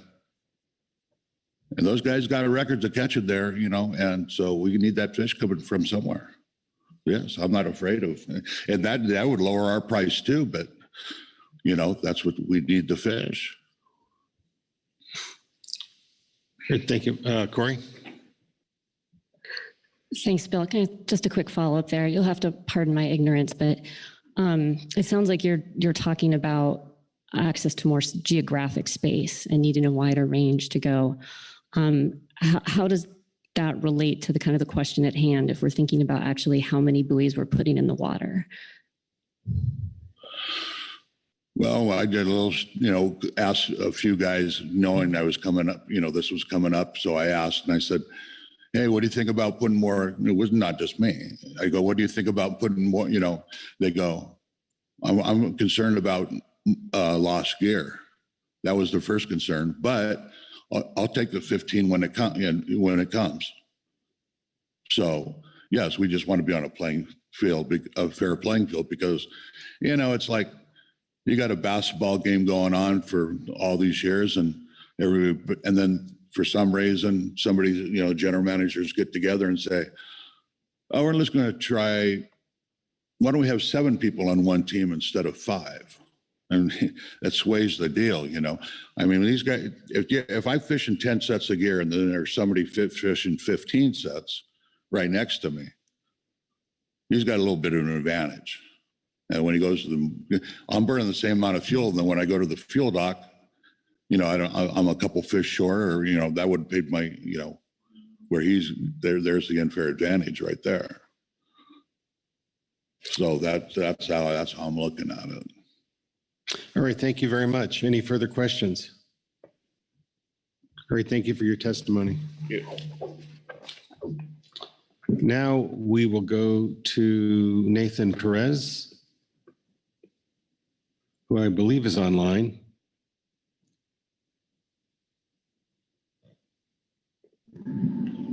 Can you guys hear me? You bet. Go ahead. Sorry, guys, I'm out fishing. Yeah, so as far as this EFP and fishery goes, I'll just be brief and straight to the point. We've all asked for more gear and never formally submitted to ask for more gear. Bill and everybody's all asked. We've all said we wanted it. And finally, a few guys went and submitted it and did it the proper way and did the right steps to ask for more gear. And for us to get it a little bit further advanced, or you know, before everybody else does, is not the end of the world. These guys can ask for it next year, and we shouldn't postpone or penalize the guys that went through this process the right way. The reason you guys set up a process with deadlines and having it so you guys can get the paperwork together and get your teams to get everything done and whatever goes behind closed doors to get this thing operational, and not having guys jump in mid application is just slows you guys down. And I totally understand why you have deadlines. For you to slow this one down, you guys can do what you want, but I would suggest not doing it. And I think it's going to be fair and equal to everybody, because everybody can apply for an application. Bill can apply for an application in March. He just missed the deadline on this one, so we shouldn't be punished for someone not doing their due diligence and not doing their work. You know, if he wanted night fishing, he never applied for it. So, you know, it's not that he's asking for a level playing field. Level playing field, you want all the tools to catch swordfish. You want to fish at night. You want to fish more gear. You want to fish mid-level snap gear. You want to fish all these different tools to fish this gear. You're going to have to apply for them. You can't just see that someone else does the hard work and puts in all the energy and effort and then basically say, oh, I want to do that too, but I want to hold them back so I can do it when they're doing it. I just don't think that's right and that's fair. There's a reason we have deadlines. There's a reason we got to go through this process and not just say, hey, I want that, give me that. It's just not the way it goes. And it's unfortunate that people haven't been paying attention, but the guys that are going to be the ones who are going to be the first ones to do it. And they'll reap the benefits for about a year or 6 months, not much further ahead. And everybody else will have the same opportunity. It is a fair level playing field for everybody. You just got to do your homework, and you got to do it the right way. And you can't take shortcuts and have loopholes and, you know, try to influence people to allow you to skip this process. There's a reason we have this process. And that's basically my only concern, is that we don't need to slow us down. Everybody else can join. It's just a matter of time. And 15 buoys isn't the right amount. I think it's more about 20, but that's just my personal opinion. If more guys get buoys, that's fine. The bigger boats that can handle it and then can maintain it are going to be able to fish 15 to 20 buoys, no problem. There's already guys that have 10 buoys that only fish 5 because their boats are too small. It's going to be the ability and the size of the boat that's going to allow these guys to fish more gear. You're not going to have 40 people trying to fish 15 buoys. Even if they have the 15 buoy permit, they'll probably only fish 5, a lot of those smaller boats. The bigger boats that can handle it, maintain it, will handle it. The smaller to mid-range boats will be stuck at 5 or 10 and won't be able to even carry 15 sets of buoys. And I think that's what's going to dictate who fishes 15 or 20, maybe eventually one day. And, you know, we got to catch more fish to make this more viable. We got to have different styles of fishing at night, maybe longer lines or whatever we got to do to get this, you know, fishery to harvest swordfish, tuna, and opah and shark to pay these bills to, you know, keep these fishermen successful. But that's basically my concern. Hold on, I'm gonna hook up. That's basically my concern. So, you have any questions? All right, thank you very much, Nathan. Let's see if there are any questions of Nathan. Karen Braby?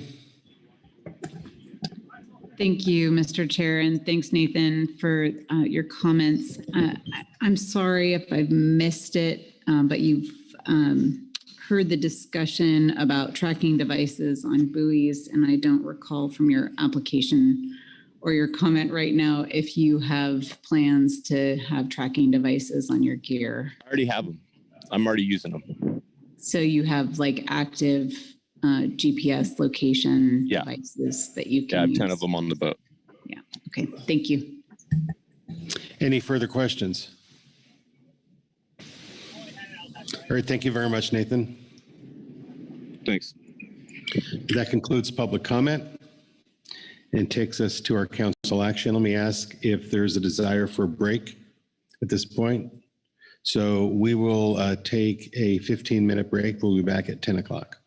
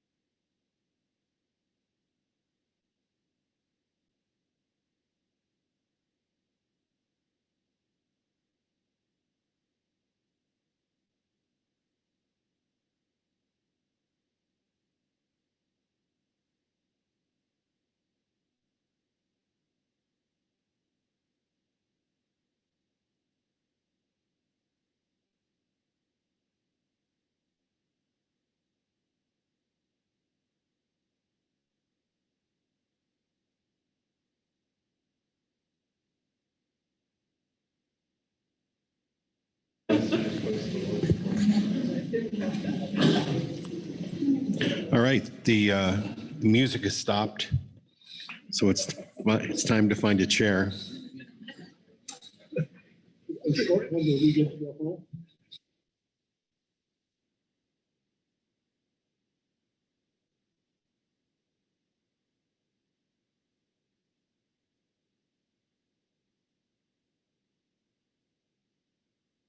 All right.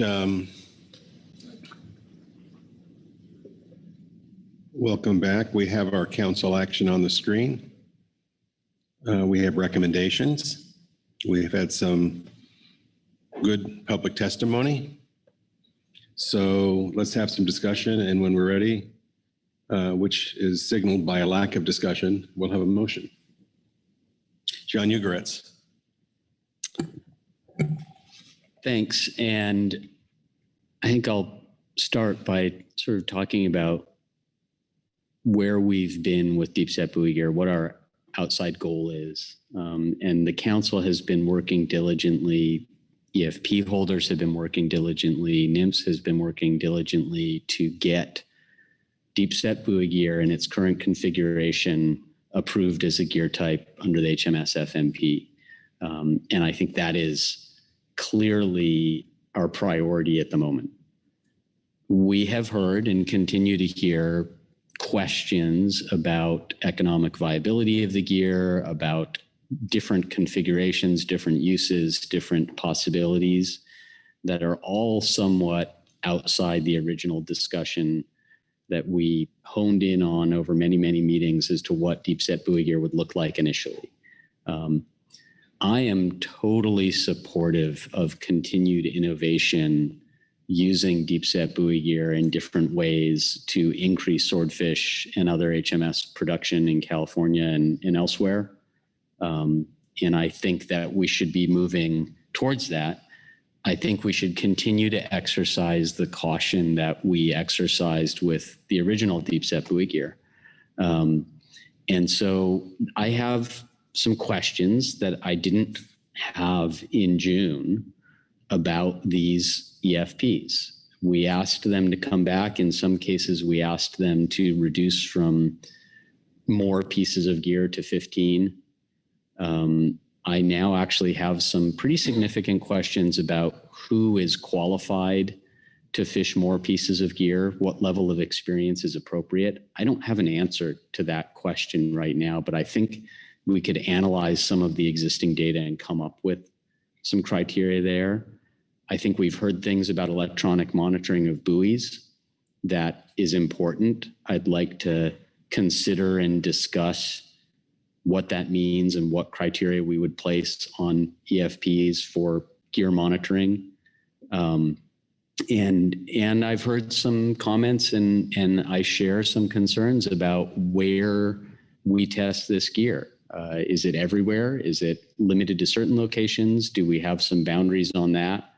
All of those things are going to take time.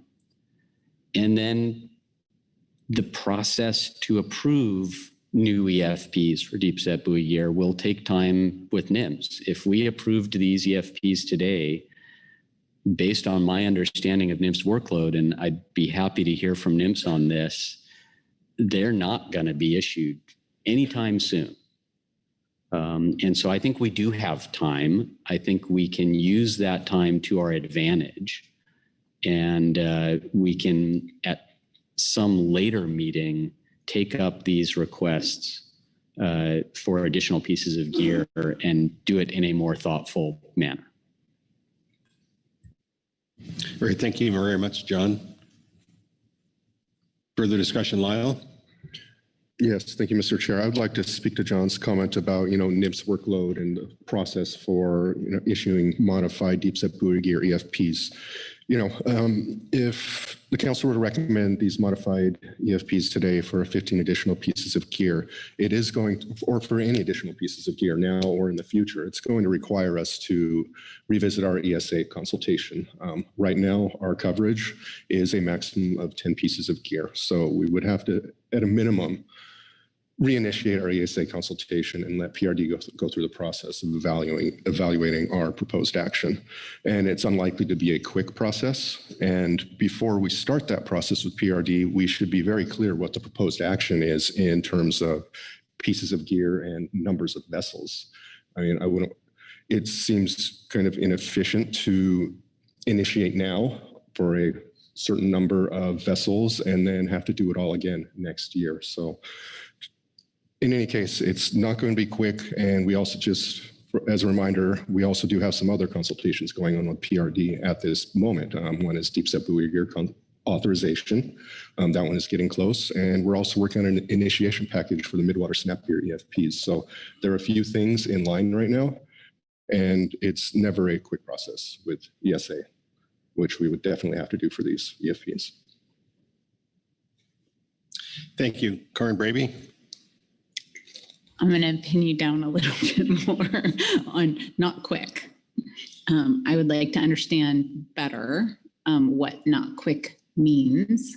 And, if we as a council decide to ask for further analysis to inform this decision, like the criteria that John is asking about or just mentioned, and we asked some of the applicants about, and we made a decision in March or made a decision in June about those permits. If we tell you today that we are interested in this, can you get more specific about the ability to issue EFP permits in 2023? Thank you, Karin. Thank you, Mr. Chair. I can't be more specific on an exact timeline, but I can mention that we do these other consultations we have going on right now. We would like to get those complete. And, whether the council makes recommendations early next year or today, I mean, we may be beginning consultation on modified EFPs at the same date. It may not make a difference whether we get the recommendation early next year because we're still working on these other ones. We'll be done soon with deep set buoy gear authorization. And then next in line is the midwater snap gear.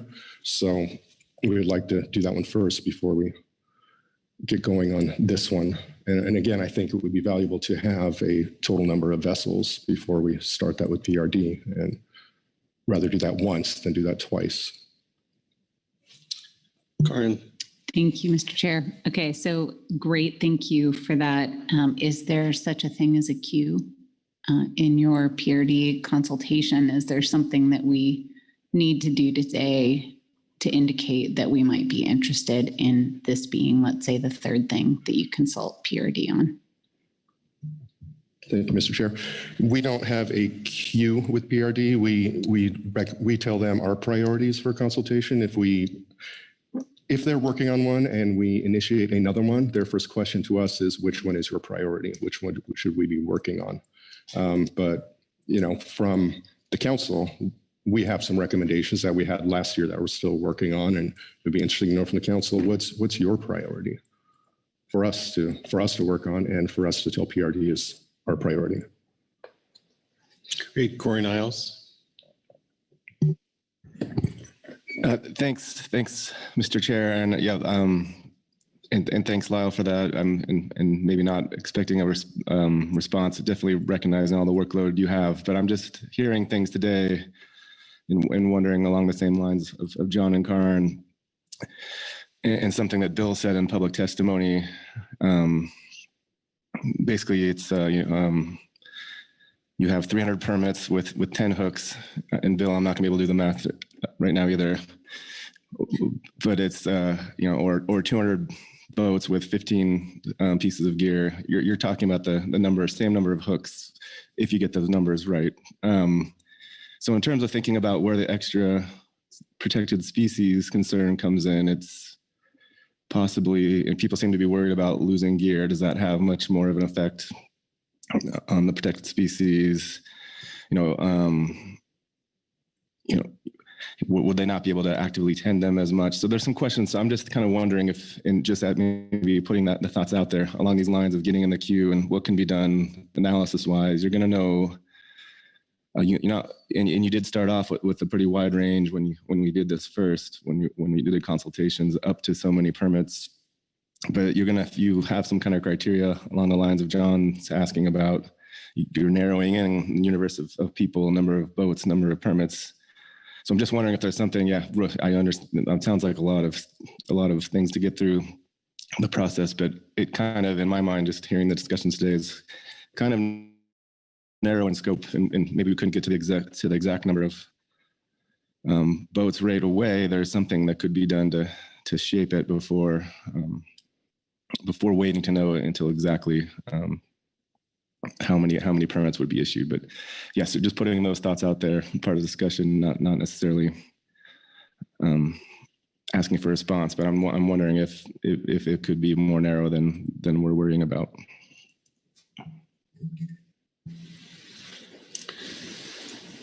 John Ugoretz, and then Karen Braby. I think following on what Corey just said, I would really like to see some analysis of the level of experience in current deep set buoy gear 10-piece configuration holders, and an understanding of, what the range of experience is from no sets to X number of sets. I think we heard this morning, well over 100 for one individual. I suspect with some analysis of that, maybe from the management team, that we could come to some agreement as a council on what the level of experience needed is, and then we can let the applicants know that in advance, so that when we do consider applications for this expanded gear, that people understand, okay, well, you're going to need X amount of experience. We're going to require perhaps electronic monitoring of your buoys. We may be asking you to fish specific areas, and we will be asking for a certain level of observer coverage. I think all of those things could be developed. We could get some recommendations from the team on all of those things.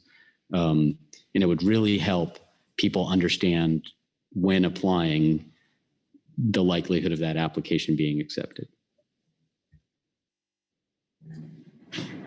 Thank you, Mr. Chair. And an additional element that occurs to me is that, EFPs, as we all know, are meant to be for informational purposes to our management. And so the number of vessels is partly a quantitative exercise and partly us deciding how many vessels should be out testing expanded gear to inform the council's management decisions.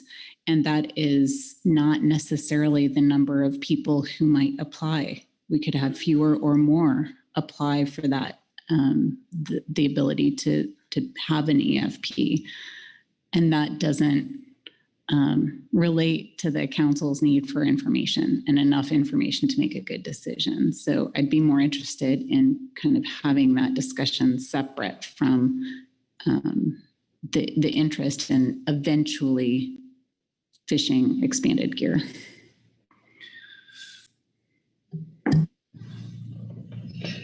John Ugoretz. I'm just going to shift gears a tad for a moment to make sure we don't lose this. There are actually a couple EFP requests in here, one for the standard buoy gear that was somewhat overlooked at our last meeting, and then one who has asked for both expanding the number of buoys, but also a request for night set gear, which we are currently testing, and I think want to continue testing. I'm supportive of those ones, but just wanted to flag it as separate from this issue of the expanded gear. Thank you, John. Further discussion? Phil Anderson. Thanks, Mr. Chairman. So just thinking about what I've heard during the discussion here and leading up to the council discussion, it sounds to me like if we were to move forward with a recommendation for a certain number of EFPs to use an expanded number of a number of units, that it would result in a requirement to reconsult on the environmental impact statement. And I heard that that a couple of pieces of information would be very helpful in ensuring we don't have to do it several different times. One was getting an understanding of how many additional pieces of gear we're talking about and the number of vessels is what I heard, among other things, but those were two of them. I find myself in agreement with John's thinking around developing some criteria or conditions that include some consideration of experience, consideration of a requirement of electronic monitoring of the gear, and further consideration of potential geographic restrictions where we might either not want or want the expanded number of unit gears to be used. And I heard John say, can we do some analysis of what we know about the level of experience that participants currently have, or the holders of EFPs currently have, to help inform that criteria, should we want to have that as a piece of it. I think it would be helpful to understand what the costs are associated with requirement of electronic monitoring of the gear, and then some consideration of the geographic scope of where we would want this to occur. It seems to me that, and I'm thinking about how do we leave here with and have some elements in place that would help advance the consideration of adding the additional gear to a certain number of the EFPs. And it seems like those three areas is some places where we could get some work going, so that we would have a more informed deliberation and discussion next time we take this up.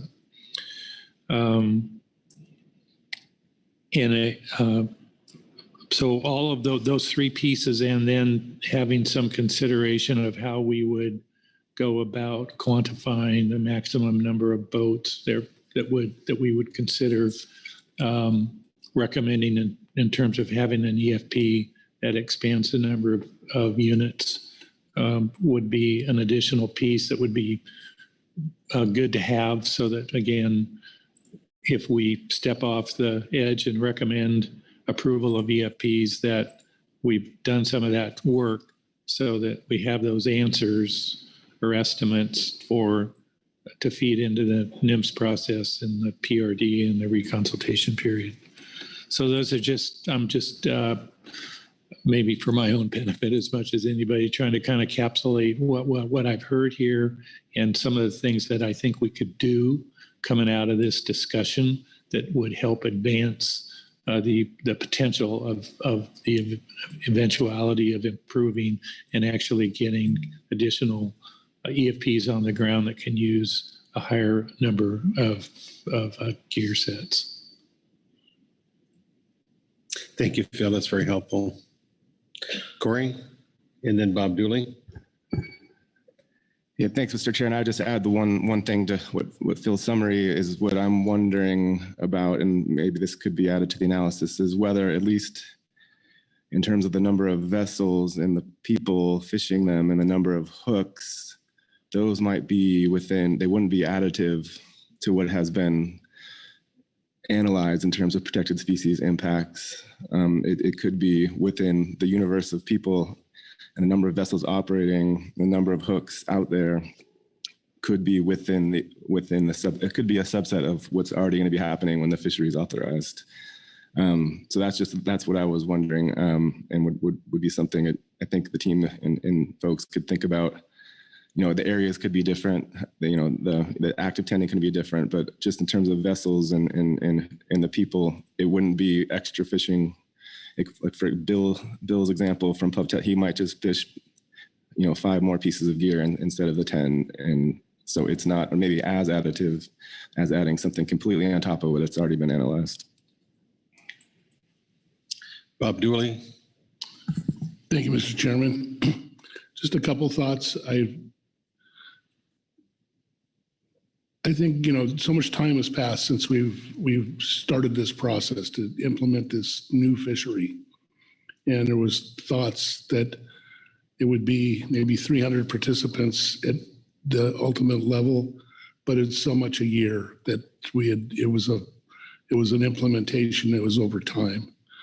And understanding this is a new fishery, we're going to have EFPs until we think we get it right. Right now, we've had some EFPs that proved that the base program can get done. And I'm worried about keeping, maybe delaying final implementation of the gear type and getting on with going forward. We're always going to have EFPs that want to learn something new, and they will continue on. But if they're tied to the initial implementation, this could go on a long time. And I heard loud and clear that we need swordfish. This fishery needs to be,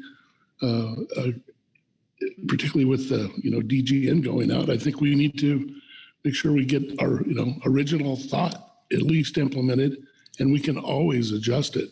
And we can continue to adjust it while we go forward. But I'm worried about that a bit. And maybe I have it all wrong because it's been a long time. And I'm drawing on bits and pieces of past information that we've decided on. And I worry that if we keep convoluting what the end result is because of new information, that we may not get to the original part is implementing this fishery. This fishery is new. It's going to change over time. Another thought I had, and this is a little separate, is this thought of GPS trackers. I don't know a lot about them, but I would assume they're kind of expensive. And so I'm thinking, at least my understanding, please correct me if I'm wrong, the problem lies when you start expanding the amount of gear in the water. And so you don't have this ability to tend it as closely because it's obviously farther away. And I can see that for sure. But maybe we ought to think about steps where you're required to have this, because we also heard about different levels of operators, smaller boats that can't take this large amount of gear. And that just intuitively to me might create a burden for them to participate if we require them to have this when they really don't need it for maybe the smaller amounts of gear. So just something to consider as we do the analysis. I just wanted to throw that in there. So thank you. Krista. Yeah, thank you, Mr. Chair. I share some concerns, I think, with Mr. Dooley. I do want to see the buoy gear fishery as it stands move forward. And I think I heard that it's already in the queue and likely to move forward early in the year. Maybe I'm hallucinating on that one. It certainly has been known to happen, but it sounded like it was at the top of the queue. So I'm going to be ambitious on that statement. We've also heard testimony from Nathan Perez today saying, hey, I think it might actually be 20. And if we are going to take the time and the effort to look at 15 pieces, I think we may want to do the due diligence to think about whether it's 20 or 30 as part of that and have some discussion around that, simply because I don't want to have to come back to NMFS and say, okay, we did it for 15. Now next year we want to redo the whole thing for 20. So if we're going to take a pause on these EFPs, having heard from the applicants that potentially it might actually need to be more, we probably should look at what the ramifications of that are, both in terms of workload and in terms of environmental impact. Thank you, Krista.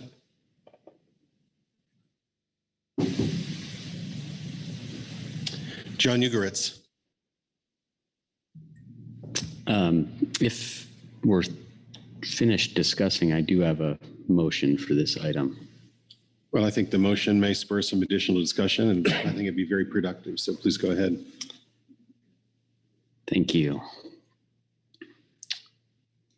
I move that the council approve the exempted fishing permit applications submitted by G. Harold, Attachment 1, for standard buoy gear, 10 pieces in federal waters, and the applications submitted by K. Honigs, Attachment 2, for night set buoy gear, 10 pieces, both standard and linked configurations in federal waters. And the screen is missing an in federal waters at the end there. Thank you. All right, John, the language on the screen is accurate and complete? Yes. Look for a second. Seconded by Krista Svensson. Thank you. Please speak to your motion. Thank you, Mr. Chair. I think we've had some very good discussion around the table here.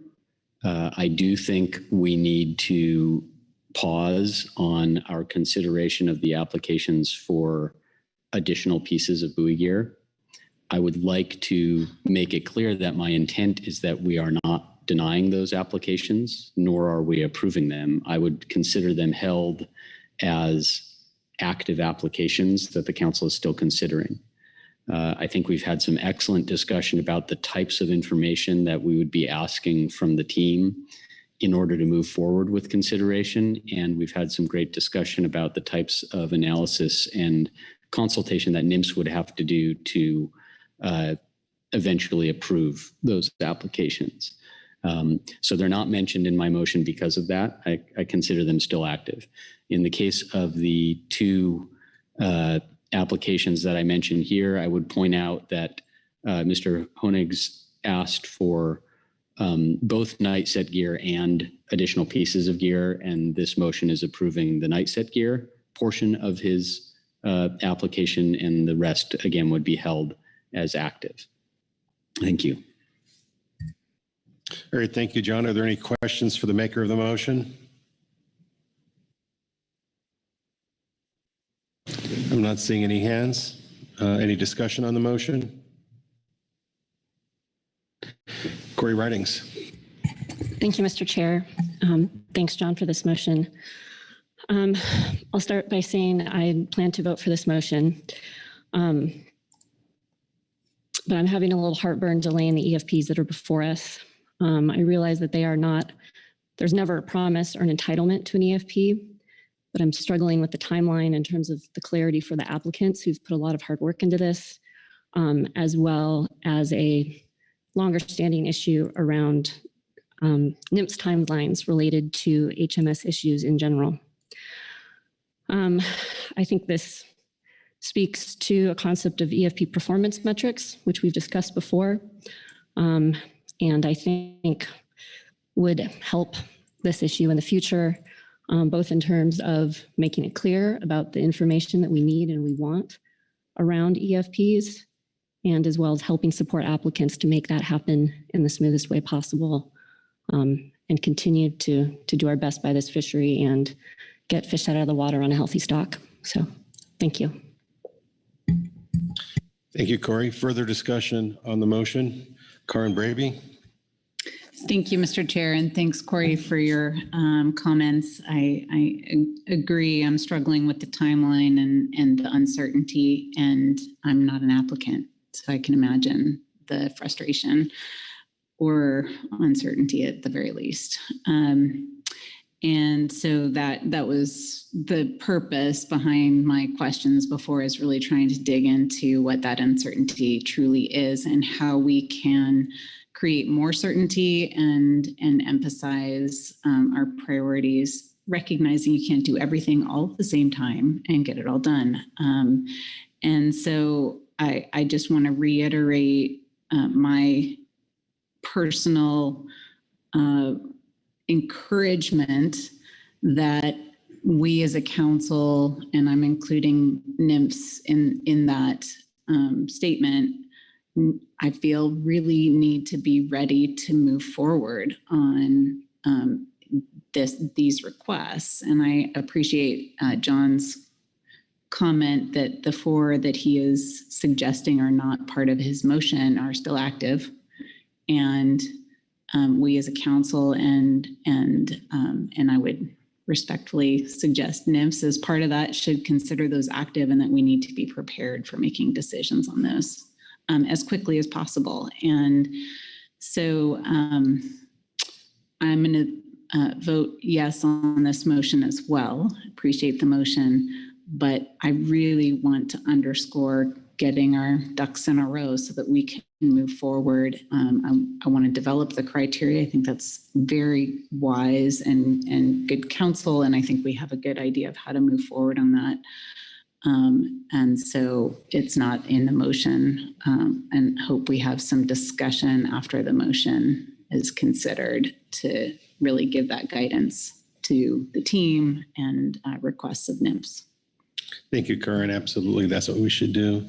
Krista Svensson. Thank you, Mr. Chair. I am also going to support the motion. I have the same concerns as Ms. Riding and Dr. Raby, and I'm not going to elaborate on that, but I do want to say I appreciate that Honing's application has been moved forward for the 10 pieces and night setting, so that we really are moving forward quickly on at least the piece that we are certain about, rather than holding back the entire application. So I do think from my perspective that does show some intent that we do want to move quickly. And I would wholeheartedly be behind doing that, and being very clear to the public in terms of what that timeline is moving forward for when they will get these permits, should we decide to issue them. Thank you, Krista. Further discussion on this motion? Virgil Moore. Obviously, Idaho doesn't have a dog in this fight, but from a council standpoint, I have a tendency to say no to this motion because I don't think it's inclusive enough. I don't think we're doing our job to consider all the information we have before us based on the testimony I've heard, based on the discussion that's here. I think there's general concurrence that we can do more, but we're reluctant because some may not be comfortable with it. I just add that to this discussion as an observer that we need to get things done. And this is an opportunity to get a huge amount of information on some new fishery methods that could help us in the future with real serious decisions. So I mentioned that. I will support this motion because it does incrementally move us forward, but I'd love to see another motion that did more. Thank you. Thank you very much, Virgil. Butch Smith. I tend to agree with Councilman Moore. I came into this, supporting of it because some of the public testimony and possibly leaving out fishermen. I just right now am going to abstain. I just don't, because of the information that we received in public testimony and stuff. I just am not comfortable with the yes vote, but I don't want to be the dissenting vote because I think that, the information and continuing to let people fish on this fisheries is important, but I am going to abstain on this vote. Thank you. All right, thank you very much. Further discussion on this motion? Brad Pettinger. Thank you, Chair Gorelnik, and really appreciate that, Virgil. Ultimately, a commercial fishery has to be economically viable, or it's not a commercial fishery at all. And we've heard a lot of people saying that the gear we have isn't going to do it. But I understand what Lyle has laid out. They probably wouldn't get to it anyway for a while. So, if we approved it, we wouldn't necessarily be approved in a timely manner. But I think that ultimately we need to find out what that right amount of gear is, and whether this fishery is truly economically viable or not. Because from what I've seen, I've been a vessel, fisherman vessel owner for 40 years, and commercial fishing operation is you don't make it on $1,000 a day. I'll guarantee you that. So if that. So, but I will support the motion, and And hopefully we'll get there sooner than later, but we need to find out.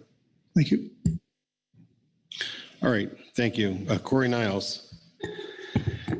Yeah, thanks, Mr. Chair. And I think Brad got to a little bit I was going to say, and John, and speaking to the motion is we've asked a lot of NMFS and the management team and everyone else on the analysis of the approach we've taken with the EFPs for deep set buoy gear. And I think that was based on, a belief that the gear is low risk to the protected species. And we've had other EFPs that Lyle mentioned that protected resources in them are also continuing to work on. So, and yeah, I think when we do these, and we've done this in a slightly different way, there are these fairness issues that the AES and others have brought up about it's basically an allocation of who gets to participate. So there are some complex pieces here. We have asked quite a bit of NMFS in the last however many years it's been, and so I think, yeah, I'm probably repeating kind of what Brad's spirit of what Brad is saying, but yeah, appreciative of all the efforts and support the motion, and yeah, wish all these questions could be. People were feeling, better about it, but yeah, this has been a lot of work and effort, and this is a good way forward. Lyle. Thank you, Mr. Chair. I'd just like to speak to one part of this motion and make note that the night set buoy gear component of it, we are currently covered under ESA for one vessel. This will also require us to reconsult to add an additional vessel. Following on Karin's comments that NIN should be prepared to work on this and the applicant should be aware of potential timelines. I just want everyone to be aware that this will require a new consultation, but I expect this to be a whole different beast than we would have had for recommendations for multiple vessels fishing with 15 or more pieces of gear. So we'll be prepared to work on this. Corinne Braby. That makes me ask a different question, which is if this were limited to authorization for a single vessel and night set buoy gear and day set buoy gear, would it go forward immediately? If I can clarify, our current coverage is for one vessel that is fishing right now. This would add to that. Different vessel, got it. Yes. Thank you. Different question to the maker of the motion. Does that change anything in your motion? Thanks for the question, Karin. No, I still stand by the motion. I think it does highlight something Krista said regarding the analysis of additional pieces of deep set buoy gear. When the time comes for that, we should probably consider being inclusive enough in that consultation that it covers potential future EFP fishing so that we're not circling back every time we have an EFP. And it's something I think we should probably discuss with NMFS, again, as we move forward on these other applications that we're not yet acting on. Because I do think, as several people have said, we need to be moving forward on this, and our own processes and NMFS's processes have a tendency to slow us down.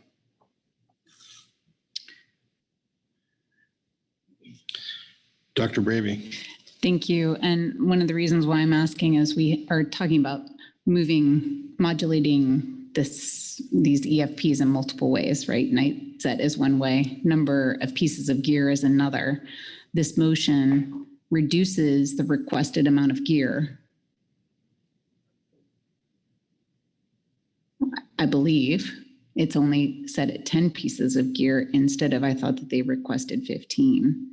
And if the desire is to fish 15 at night and it's going to require consultation regardless, do we move this forward now or do we hold it as an active application and reconsider it as both an expansion of gear and night set? And please correct me if I'm wrong. So I think what you're saying is this is going to open the door to reconsultation based on nighttime. So if we're going to open it on that basis, then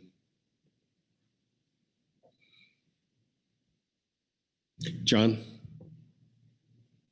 I'd have to look back at the request specifically to see if they were asking for 15 pieces at night. So they are an existing EFP holder and can fish 10 pieces during the day. Frankly, I'm not ready to approve extra pieces of gear at night before we've seen more than one vessel even fishing at night. So no, it doesn't change my motion. And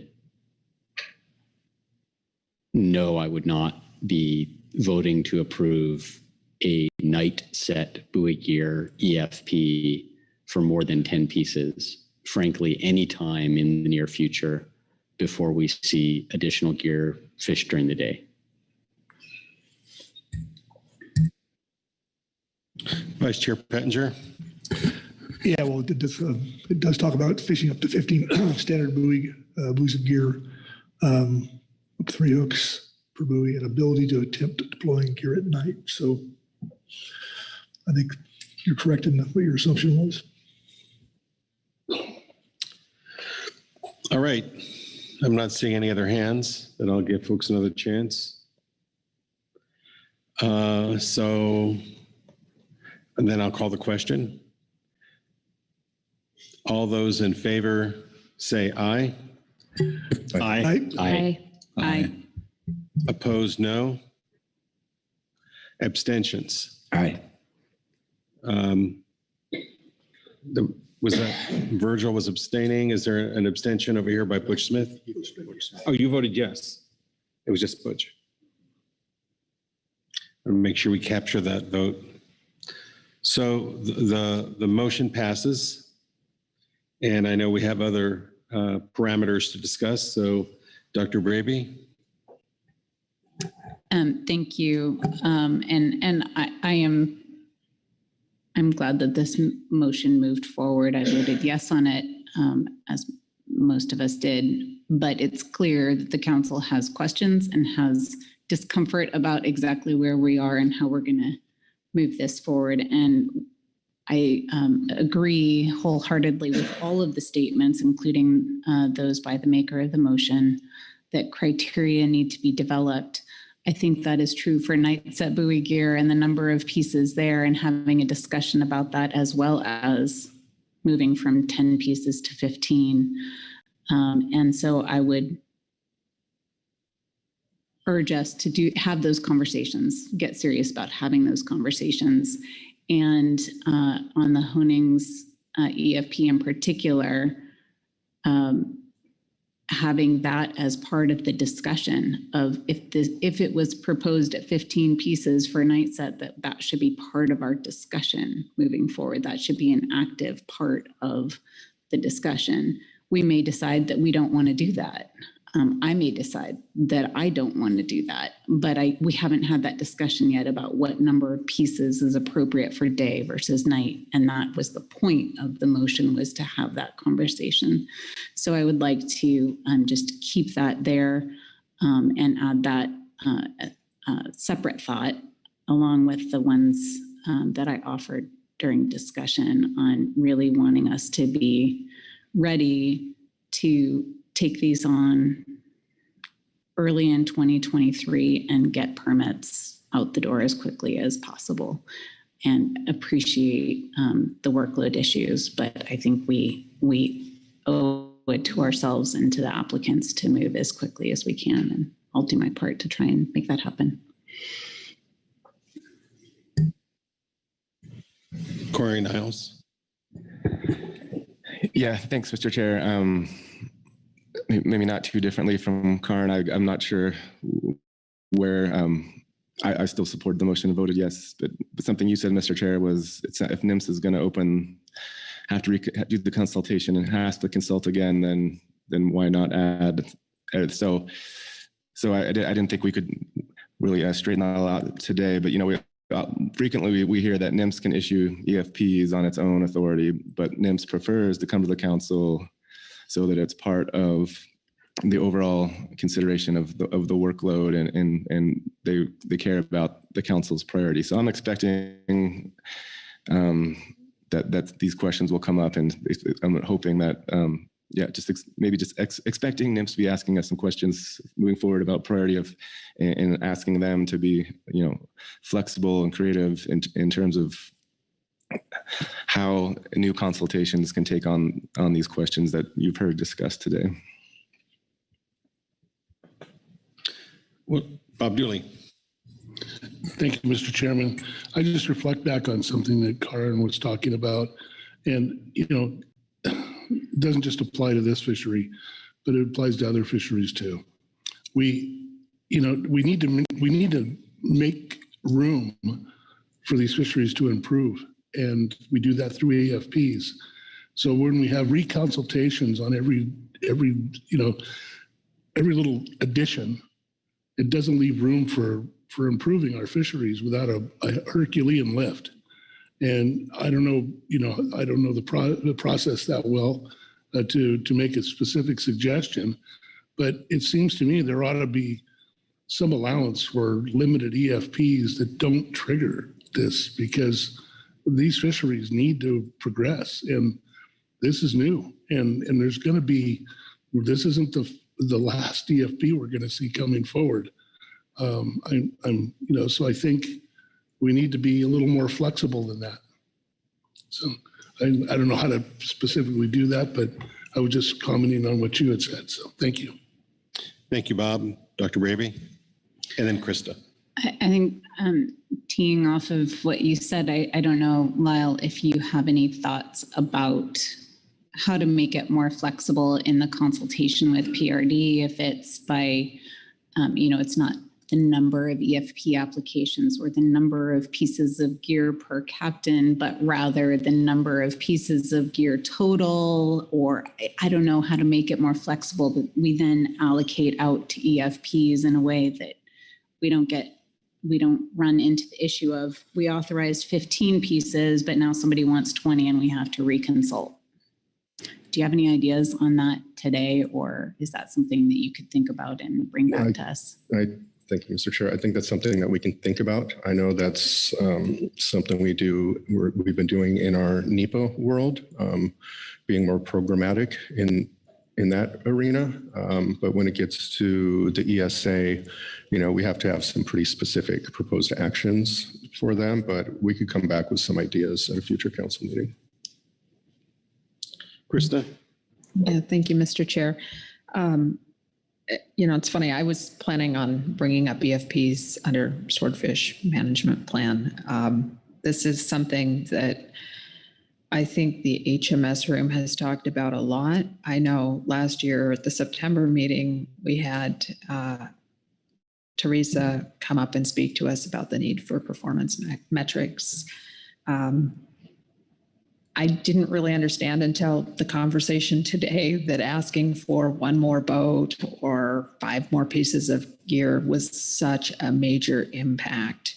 And I think when we're thinking about council efficiency, which we had a major conversation about, as well as hearing from our groundfish participants earlier in the week about the EFP process, this is probably a bigger issue than Swordfish Monitoring and Management Plan.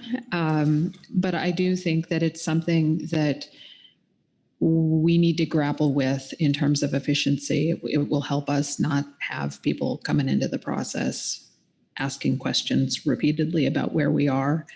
And it will help us really streamline that process for them. So not asking for us to make a decision to put it on future workload right now, but maybe we can have some conversations about how we want to fold this in to really tackle the issue and get what we need, whether that's analysis and some feedback from NIMS at the next meeting, but just really clear on a path forward to provide some insight and give people more opportunity than they may be feeling at the moment. All right, thank you, Krista. John Ugoretz. So something to consider here, and I'll put this to NIMS to think about. I don't expect a response, but one of the things that is causing these additional consultations every time we make a change is that they are ESA consultations.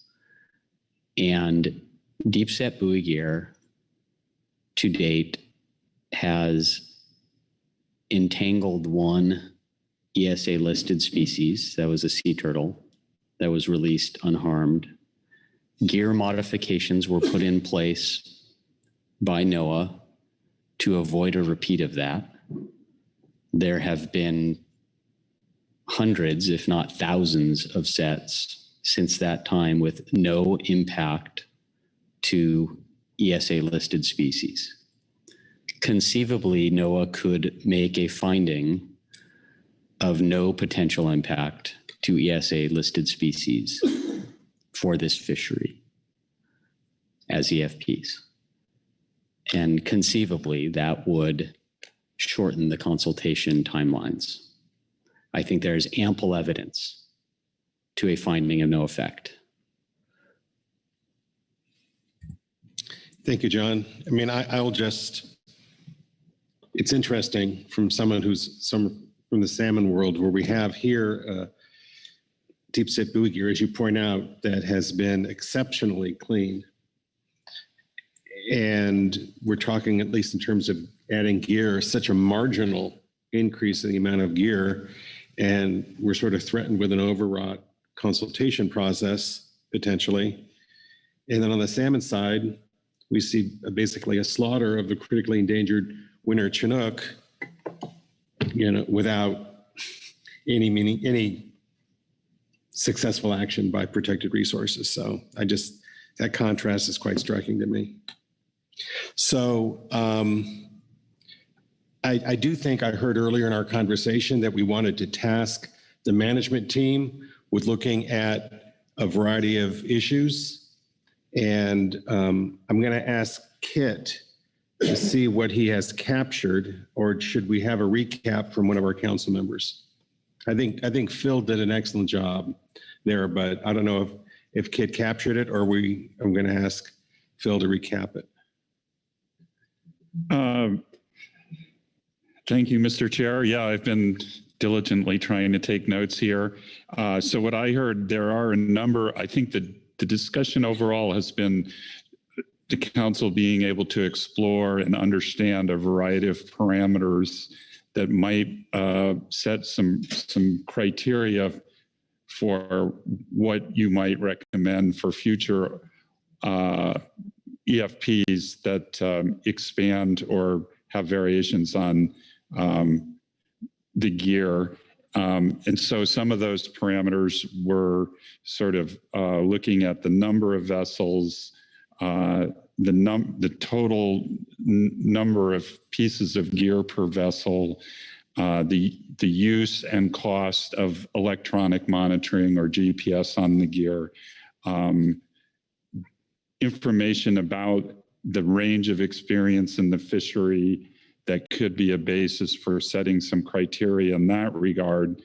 So I think those are all the things that I can remember from without rereading my notes. So those would be all kinds of questions for the management team to explore. You also had this very fulsome discussion about the ESA consultation process and what are sort of the parameters that trigger that, and are there possibilities to make that more flexible and not need to have as lengthy a process if the changes are modest and well understood. So I would guess that would be a request for NMFS to return with more information about kind of what those parameters are in terms of triggering consultation for these variations on gear configurations. So that's kind of what I heard. So I'm sure I missed some points, and happy to hear as additional clarification. John Ugaritz. Thank you, Kit. And I think that was a very good overview. I'm not sure I heard analysis of observer coverage rates requirements, but that's something else I think we should be considering when we approve these EFPs.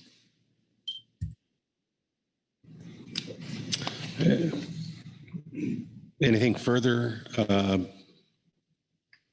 to add to that summary, Mr. Anderson? Well, I'm just thinking, along the lines of wanting, as we've, I think, been trying to figure out a way to make progress here in terms of hopefully expediting the further consideration of the EFP applications that are requesting more gear. And I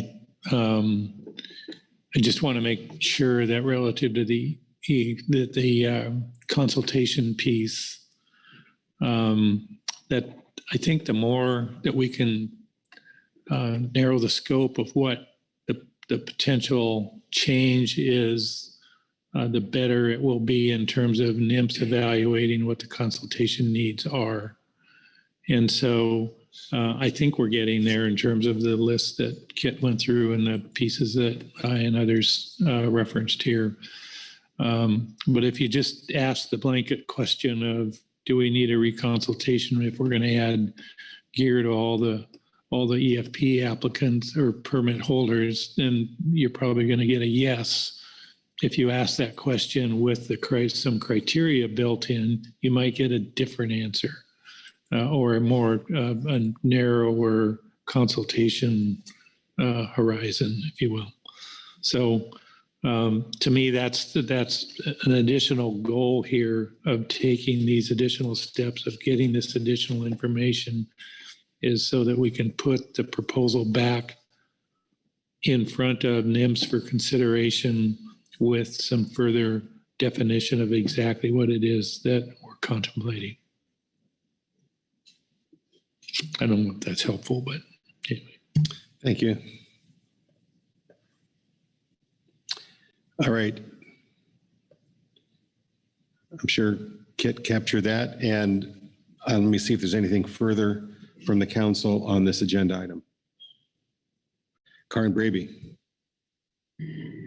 One more question about timeline for Kit, and not that we're going to have a workload planning discussion here, but just wondering if we already have this teed up in our November or YAG.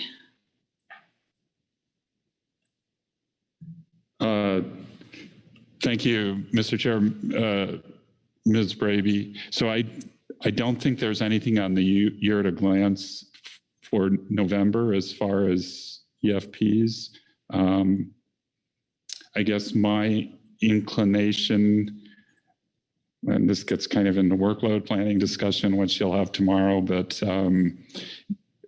given the other tasks before the management team, it seems like it would be appropriate to ask them to come back in March with the information you're asking for around kind of these criteria for modifications to gear and, and EFPs for those. And then you could kind of use that in March to put out a call for proposals or something like that. And then it would feed into our standard June, November process next year. But that's just an idea. It may be that's not expedited enough for you, but just given workload considerations and so on, that was kind of what I was thinking of.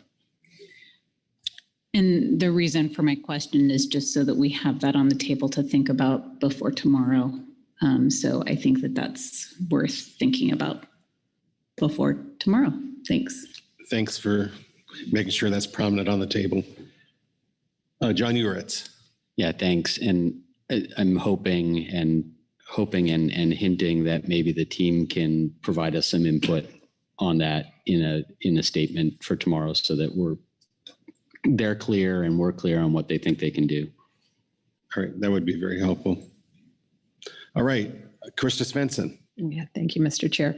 I'm just going to resurface EFP metrics as a topic specifically, and I don't think we need to make a decision right now, meaning originally it said, hey, I'll bring it up under Swordfish.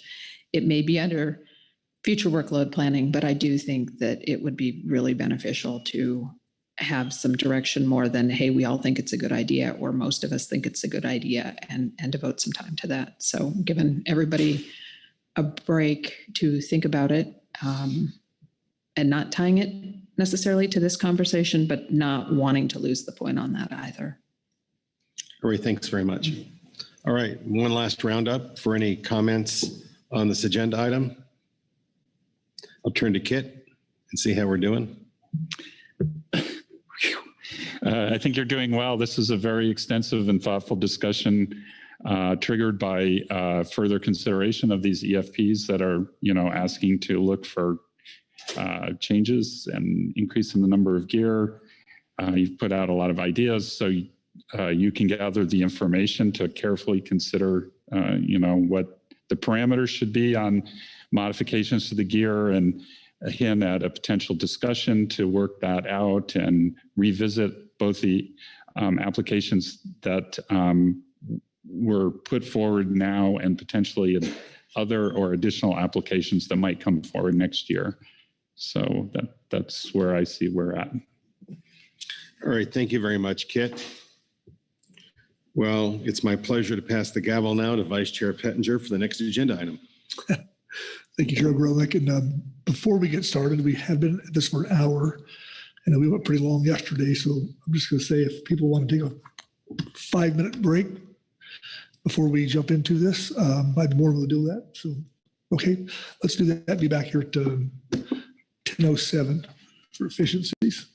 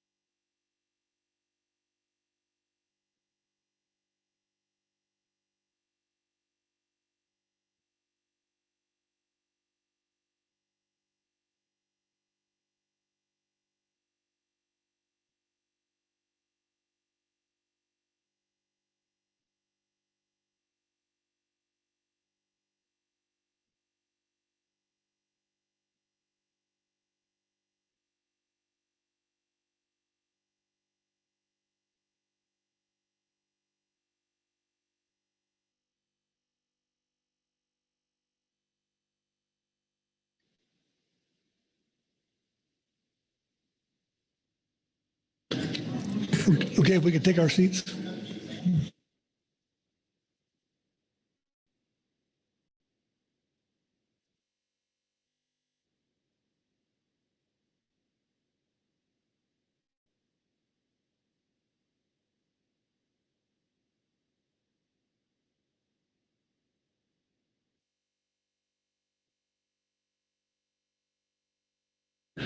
Okay, we're back at I-4, and I'm looking to Kit to start us off. Kit?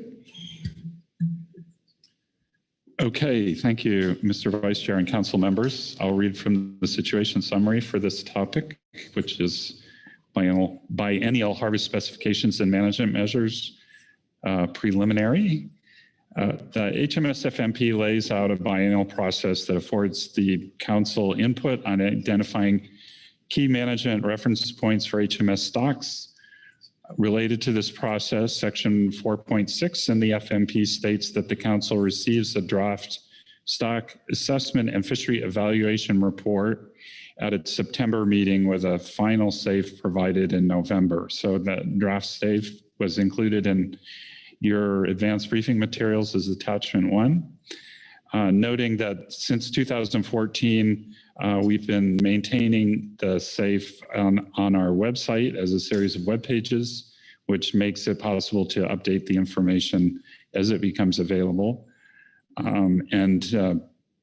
In previous years, I've created an archive copy, if you will, of the SAFE, essentially compiling the content of the website into a hard copy document and doing that at the beginning of the year, posting that onto the website so it can be downloaded. But starting this year, we'll be doing that and according to the schedule in the FMP. So that's why the draft version is in the briefing book for this meeting, and can expect a final version in November. Chapter 6 in the SAFE contains information related to status determination criteria for HMS stocks, including a listing of the most recent stock assessments upon which status determinations are based. There's a footnote just that for virtually all of those stocks, the assessments are conducted by international regional fishery management organizations, IATTC, the ISC, which is the science provider to the Northern Committee, and the SPC, which is the science provider to the Commission for other non-Northern stocks. So then NMFS will use this updated information from the stock assessments to determine whether a stock is subject to overfishing. That is, current fishing mortality exceeds the maximum fishing mortality threshold, or it's overfished. That is, current stock spawning biomass is less than the minimum stock size threshold. Excuse me. The council then has an opportunity to provide input on identifying these management reference points. HMS are subject to MSA section 304I when overfishing or overfish status of the stock is primarily a result of quote unquote excessive international fishing pressure. While the council may propose management measures to address the relative impact of fishing vessels of the United States on the stock, the broader charge is for the council to develop recommendations for international actions. This differs from stocks fully subject to domestic management, where determinations lead to remedial action by the council, such as developing a rebuilding plan. As part of the process of estimating status determination criteria and making stock status determination, NMFS considers whether these stock assessments continue best scientific information available. This occurs once the regional fishery management organizations have adopted the assessments for management. NMFS is currently undertaking this review. Therefore, any revised SDC estimates that is otherwise would be found in the SAFE document will be provided in a supplemental NMFS report, which has been provided. So there's a supplemental NMFS report 1 that has those estimates. Is essentially a series of tables with those reference points used to determine those max MFMT and MSSD and an indication of the relative status against those thresholds. So that's there. Through 2 subsequent meetings, that is November coming up and then March of next year, the council may make recommendations to NMFS about any revised SDC estimates. It also may formulate recommendations on domestic management measures and measures that should be addressed through relevant RFMOs for dealing with stock status. The council is not obligated to set annual catch limits. In those cases where catch limits have been set for U.S. West Coast fisheries, such as Pacific bluefin and big eye tuna, those are derived from agreements reached internationally through the IATTC. At the same time, the council is not prohibited from establishing catch control measures or other measures to address management concerns through this biennial process. At this meeting, the council is getting a little repetitive, but the council has the opportunity to scope such new management measures. However, at this time, no management measures that could have been implemented through the biennial process have been identified. And it notes that, that your advisory subpanel and management team could bring forward such proposals in their supplemental reports. So I don't think they do, but you'll hear from your advisors in that regard. So council action listed here: review preliminary reference point values and make recommendations on their use in determining stock status, and consider the need to develop annual catch limits or other harvest objectives and/or management measures. And so that I'll just quickly go through the materials reports that you have under this agenda item. So I've already mentioned there's a supplemental NMFS report. And I guess if Lyle wishes to speak to that, you can turn to him. And then you have a supplemental HMSMT report and a supplemental HMSAS report. And that concludes my overview. Thank you, Kit. Questions for Kit before we get started? Okay, thanks, Kit. And with that, I'll turn to Lyle for the NMFS report. All right, thank you, Mr. Vice Chair, council members. Our NMFS report provides an update on HMS stock assessments prepared by science providers to RFMOs. And rather than read the report, I'll hit on the highlights for the council here. 3 assessments were reviewed in 2021 and to date in 2022 by respective RMFO science committees. Those assessments are Pacific bluefin tuna, blue shark in the North Pacific, and the Eastern Pacific Ocean stock of skipjack tuna. In the case of blue shark, FMSY and SSB MSY are reported in the assessment results.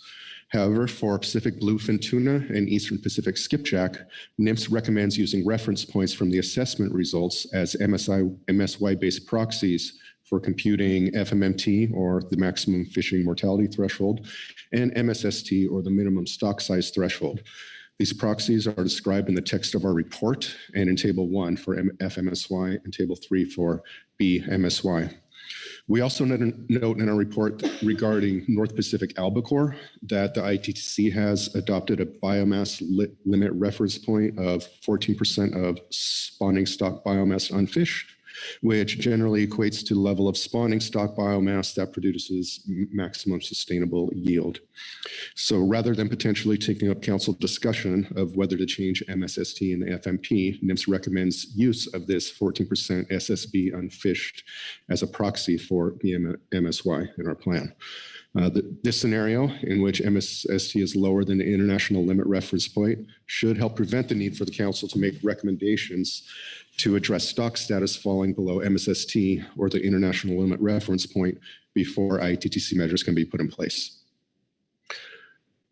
So that is a part of our report having to do with these most recent stock assessments. Now I turn to stock boundaries. Our report also includes an update on RFMO considerations for adjusting the stock boundaries and names of the Western and Central North Pacific and Eastern Pacific Ocean stocks of swordfish. As shown in a figure on our report, some of the assessment area of former Eastern Pacific Ocean stock will be combined with the Western North Pacific Ocean stock area in the North Pacific and be named a North Pacific Ocean swordfish stock. And an assessment of that stock is planned for 2023. A small portion of the EPO stock area above the equator will be included in the Southeast Pacific Ocean stock assessment. And while an assessment of that stock was completed by ITC scientific staff in 2022, it did not undergo review by the ITCC's scientific advisory body this year. And finally, our report references assessments conducted by the Secretariat to the Pacific Community, that is the science provider to the Western Central Pacific Fisheries Commission. However, we do not report reference points from these assessments because the boundaries for these stocks are both distant from the U.S. West Coast EEZ and from fishing effort by U.S. West Coast vessels. So there is a summary of our report. Thank you, Lyle. Questions for Lyle on the NMFS report? Okay, very good. With that, we'll go to Steve Stows and the HMS management team. So, Steve, welcome.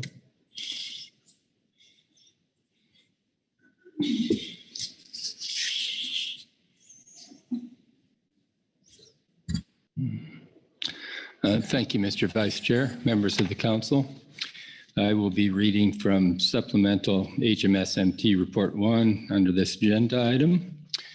And the team reviewed the latest assessment information for management unit species in the HMS Fishery Management Plan, as presented in Supplemental NMFS Report 1, and considered the workload related to updating the HMS Stock Assessment and Fisheries Evaluation, or SAFE report. 3 key discussion topics are highlighted with considerations for the council. The first pertains to reference points used for status determinations and the next steps the council may wish to consider. The second covers the proposed stock boundary changes for swordfish and the relevance to fishing for West Coast-based vessels. The third considers a potential management need for OPA caught in various HMS FMP fisheries. On reference points for stock status determinations, the team does not see a need at this time for the council to revise status determination criteria listed in the HMS FMP. The team recommends the council approve the use of proxies for maximum sustainable yield-based reference points for determining MFMT and MSST, that is maximum fishing mortality threshold and minimum stock size threshold. For this biennial management cycle, this pertains to the status determinations for Pacific bluefin tuna and skipjack in the Eastern Pacific Ocean.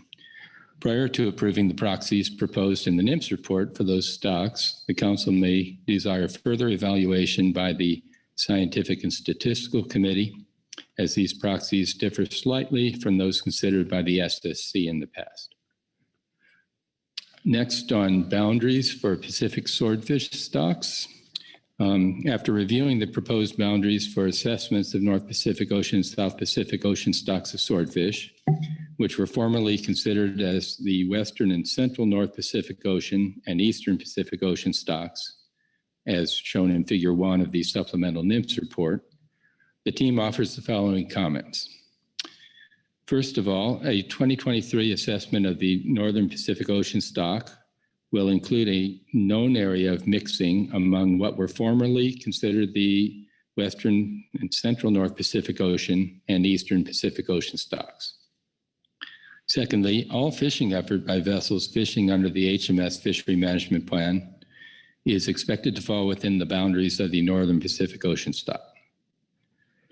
And third, the International Scientific Committee for Tuna and Tuna-like Species in the North Pacific Ocean, or ISC, took into account new movement information from tagging studies when determining stock boundaries.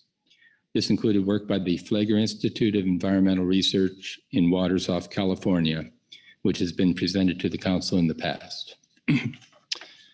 And finally, regarding a potential management need for OPA. When updating the HMS Fishery Management Plan for compliance with the revised National Standard 1 guidelines in 2011, the Council decided not to include OPA as a management unit or ecosystem component species. In the process of preparing the current SAFE report, the team noticed a significant increase in OPA landings in California beginning in 2014, including by vessels fishing under the HMS Fishery Management Plan. From 2014 to 2022, OPA landings to California ranged from roughly 145 to 400 metric tons, nearly all from pelagic longline vessels. Further, among species landed by pelagic longline to the West Coast, OPA represents the second highest source of ex-vessel revenue in recent years. The proportion of OPA landings by vessels fishing under the HMS FMP ranged from approximately 17 to 40% of total OPA landings, with the remainder landed by longline vessels fishing under the Western Pacific Fishery Management Council's Pelagic Fishery Ecosystem Plan. Considering these trends, the team sees value in taking a proactive approach to evaluate potential management needs for OPA. The team could therefore review and evaluate additional information to help inform Council consideration of whether to add OPA to the HMS Fishery Management Plan. That's the end of our report, and I will take any questions. Thank you, Steve. Questions for Steve on the HMS management team report? Oh, Karen Braby. Thank you, Mr. Vice Chair and Chair. Thank you, Mr. Vice Chair, and thanks, Steve, for the report and the team. Just a question about, sorry, I lost my train of thought, about the boundary issue and next steps for that. We have some uncertainty. Has the team talked about what the next steps might be to deal with that, or? You know, we have not got into that discussion. This was just something that was brought up as a potential issue for future consideration. I mean, the new assessment hasn't been done, so I think we were just trying to get that on the radar screen in case there are any potential management implications. So that's about where we left it. Thanks. Thank you, Karen. Krista Swinson. Yeah, thank you, Vice Chair Pettinger. Just wanting to learn a little bit more about OPA landings, and hopefully you can help me clarify on this one. So you've got a range 2014 to 2022, and the majority of that coming from pelagic longline. I believe we catch some of that in the DGN fishery as well. So, and then further on, you've got a statement of 17 to 40%. So just wondering if that range is kind of a falling range, or if it's all over the board in terms of what we're seeing. We've obviously seen less effort in some of our West Coast fisheries, partially due to COVID, but partially due to buyouts, et cetera. So just wondering kind of how that effort really sorts out in the range of dates you've provided with the range of percentage of catch. Yeah, we didn't take a real deep dive into changes in effort versus changes in catch. We did look at some data on the amount landed in recent years, and we would probably have included a figure in our report to motivate our discussion, except there were confidentiality issues that we didn't have time to address. So anyway, the short answer to your question is, well, I think I've got two parts to my answer. One is that we could show you the figure that we were looking at. You would be impressed by a rather sizable increase in the amount of OPA landed to the West Coast after 2011, after that previous council consideration of whether to include OPA as a managed species under the FMP. And then the other point is, in the figures we looked at, there was a drop off in OPA landings in the pandemic years, but we believe that that may reflect what happened during the pandemic to many fisheries. We see the same kind of drop off in landings in other fisheries as well. So we don't want to put too much emphasis on just those last 2 years worth of data. So. Thank you, Krista. Further questions for the HMS MT? Not seeing any. Thank you, Steve. You're welcome. Thanks. Okay, next up is the HMS AS and Mike Conroy. Welcome, Mike.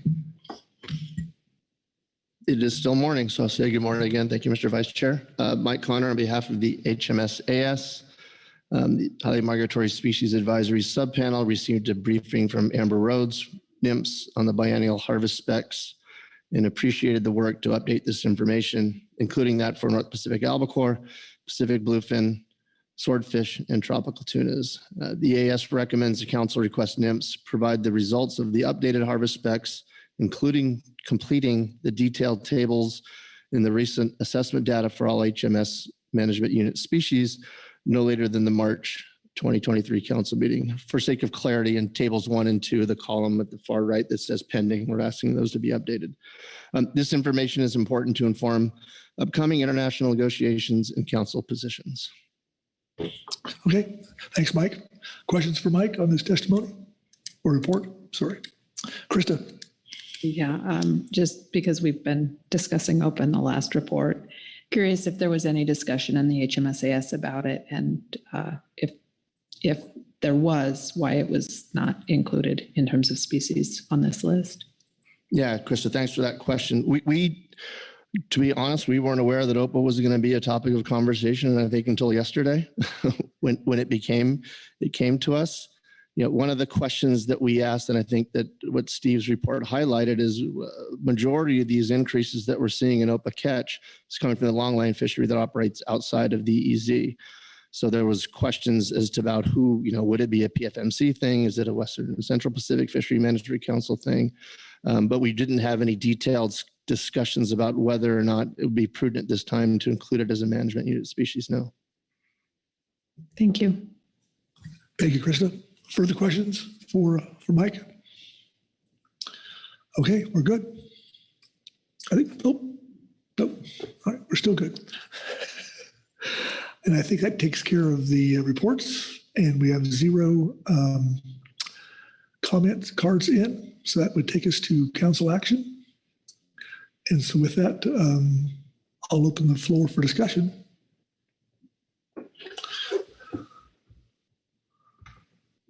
John Ugritz. Thanks, Mr. Vice Chair. And I appreciate the work that's gone into the reports. I don't really see any major action on our part. I wanted to point out one thing that's in the NMFS report regarding work towards stock determinations for bluefin tuna and Eastern Pacific skipjack. And I think we need to tee up, make sure the SSC is aware that there's an evaluation need as to whether the reference points that NMFS recommends in tables 1 and 2 in their report are suitable proxies for MSY-based reference points. So this is something that I think NMFS would want the SSC to evaluate. Okay. Thanks, John. Further discussion? Karen Braby.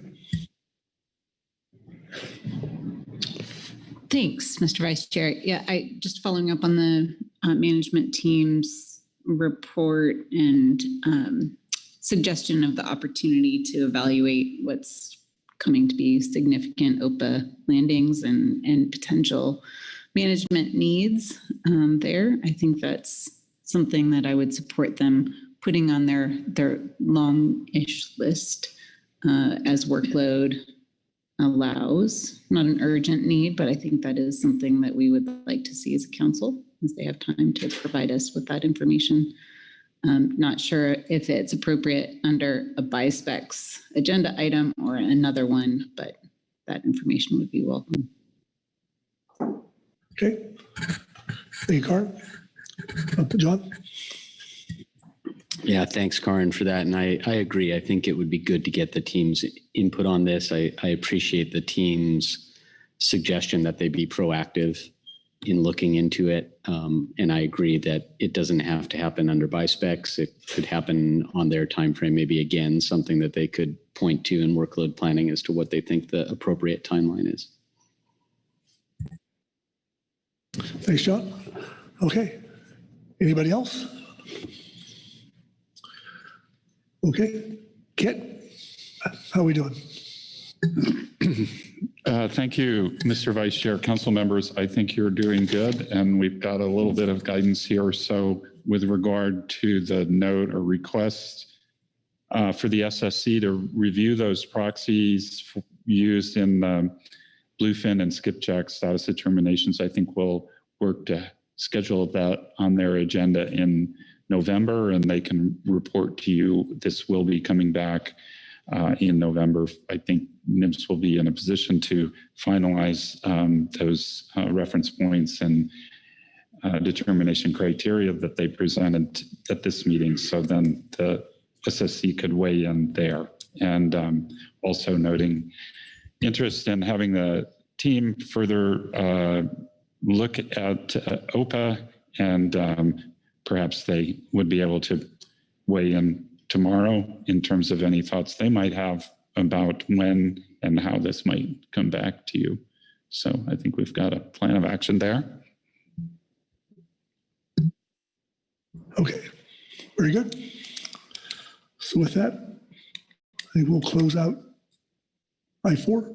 And by golly, we gained a bunch of time here today, so we're actually ahead of schedule, I think. So well done, everyone.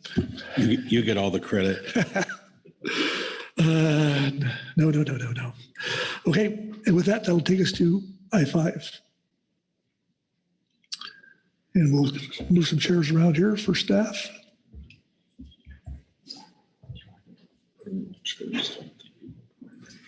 Okay, well, or we rather, second.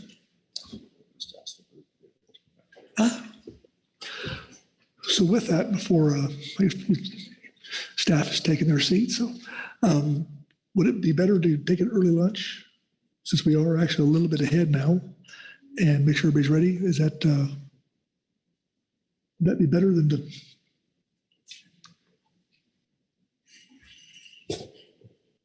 John?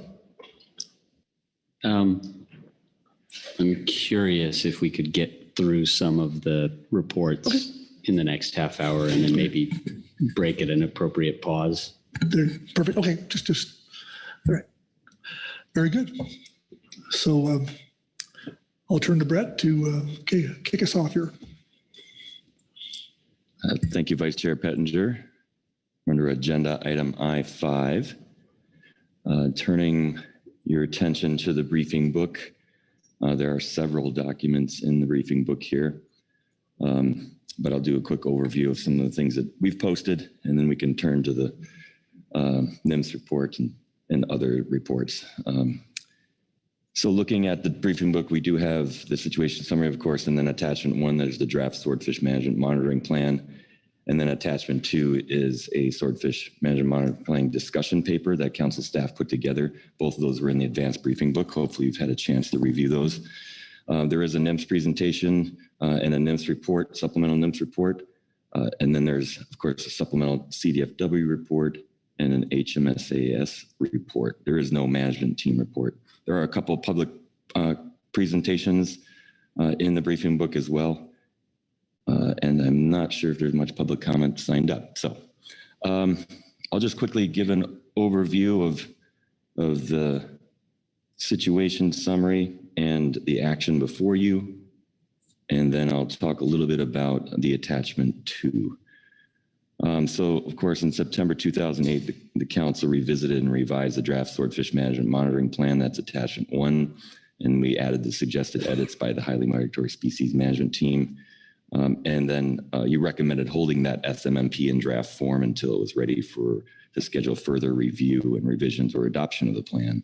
At the June 2020 meeting in council meeting in Vancouver, the council scheduled a discussion of the draft SMMP and to consider further development of that.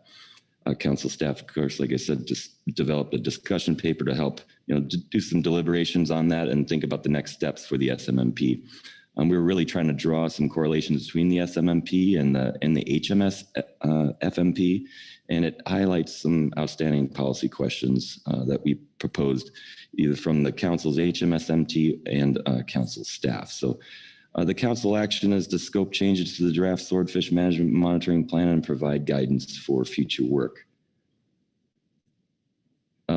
Any questions on that overview before I just kind of hit the high points of our discussion paper?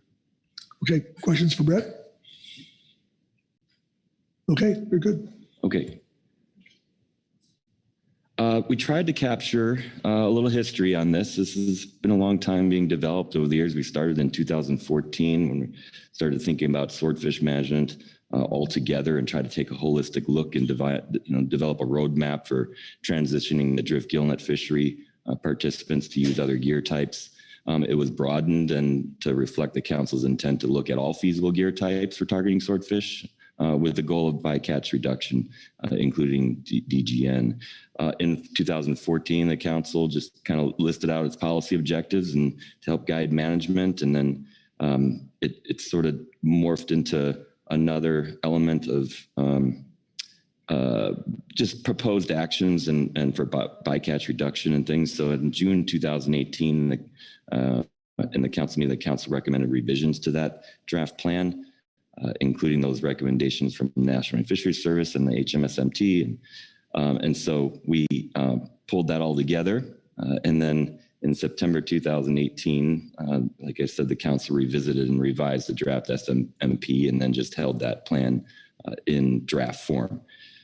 When the council adopted that, though, as a draft, SMMP was working hard on developing deep set buoy gear for the swordfish fishery and discussed DGN fishery transitions. The council also developed a draft schedule for review of the proposed DGN performance metrics and scoping the development of a shallow set longline outside the US EEZ. Basically, the schedule focused on deep set buoy gear fishery authorization, and the council finalized that in March 2021. The council also scoped an FMP amendment to authorize shallow set fishery, but it decided not to schedule further consideration and a range of alternatives for that. Instead, the council asked the HMSMT to analyze some issues. Those are documented there in the first page. You kind of took, and since then they did start that work. We know that that report is not final, it's not finished, but the HMSMT had to kind of turn their attention to other tasks in support of things that were happening in the drift gillnet fishery. As I said, in June 2022, you wanted to kind of take a larger sort of holistic look at this SMMP and kind of think about what its use is and kind of think about next steps. Like I said, we tried to outline some correlation between the HMS FMP and this document. I tried to identify some of the goals in each of those FMPs and try to look at where they might be duplicative or where they might be more refined as they are in the SMMP, and tried to sort of just see how do those two things mesh or are related to each other, and just start thinking about maybe finalizing some of these goals that are listed in the SMMP, and then what to do with that, and try to think about sort of all the other outstanding policy questions that have been remaining in the minds of some. And really in the HMSMT report, there was a few questions. So I pulled those out and put those in the paper just to sort of highlight some of these outstanding things. Council staff had some questions as well and posed some ideas, thoughts, things about, what we might want to think about for larger policy questions. But they're big, large questions, and some of them are outstanding. Some of them might be touchy subjects. But I didn't really anticipate this council to answer all those questions at this time. But I just thought maybe we should try to think about holistically some ideas and ways to move forward. So just to get the discussion started here and try to figure out the usefulness of the SMMP and what the council would like to do as a next step. So I put together some bullets down at the bottom of the paper, not wedded to them, just trying to get the discussion going. So one of them was the idea of just scheduling further scoping and discussion at a future council meeting to update and revise the SMMP to guide swordfish fishery development and management. Thought about finalize the goals of the SMMP and update the actions listed in the SMMP, because there's some things that are being worked on, some things are not being worked on. And you'll hear, of course, in the NIMS report, what they provide is a big update on where they're at with some of these actions listed. And I thought that was a very useful report. I also considered eliminating the SMMP and incorporating the goals in some portions of the SMMP into the HMS FMP to guide swordfish fishery development. But then I started thinking about a holistic look at all things that have been considered, EFPs, all kinds of things that are happening in the swordfish fishery world, but also trying to think about the scheduling and planning process. And sometimes it can be a little wonky at times. I put in there an idea of utilizing the groundfish way of workload planning. Yes, sometimes that's not the best use of time and can be challenging, but I just wanted to throw that out there as an idea. It's not, of course, not the one and only idea, but I thought considering development of a planning process to focus on the scheduling of HMS fishery management issues and policy decisions at future meetings. So that's where we were coming from. And really just wanted to get, like I said, the discussion going on how you guys want to approach all this. And so I leave the door wide open. There's other ideas out there. So at any rate, that's my overview on what we put together. I'm happy to take questions on that and then move to the National Fisheries Service report. Okay, thank you, Brett. Questions on his overview?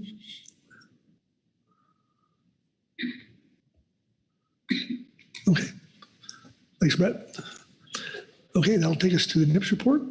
And Lyle, please. Thank you, Mr. Vice Chair. Thank you, Mr. Vice Chair. We put together this presentation to summarize our rather lengthy NIPS report. The NIPS report is a big update on the status of some measures in the SMMP and some other information, but I will just go ahead and get started on this presentation. Hopefully this explains the whole thing. Next slide, please. Thank you. An overview of the presentation. First, I'll start with NIMS perspective on the goals and utility of the SMMP. Then I will give an update on the U.S. West Coast swordfish fishery by gear type, get into landings, revenue, participation, things like that. And then I'll finish by giving a progress report on the actions to be taken that are listed in the draft SMMP and the measures listed under each of those. Next slide, please. So in NIPS view, we feel the SMMP goals are compatible, but not completely replaceable with the goals in the HMS FMP. The SMMP goals seem to be more specific. For example, they include strategic elements like reducing bycatch through mitigation, gear innovation, and individual accountability that is specific to the SMMP. And it also includes objectives like to meet demand for fresh, high quality, locally caught product, and also to reduce reliance on imported seafood. We feel the SMMP goals are also integral to some of NIPS' work to implement council recommendations. We have some ongoing work right now where we refer back to these goals of the SMMP. These goals provide a broader purpose and need for these actions individually and cumulatively. And they are these goals are particularly relevant to the EFP actions to test alternative gear. We've been relying on the SMMP a lot for that. Next slide, please. We also feel that the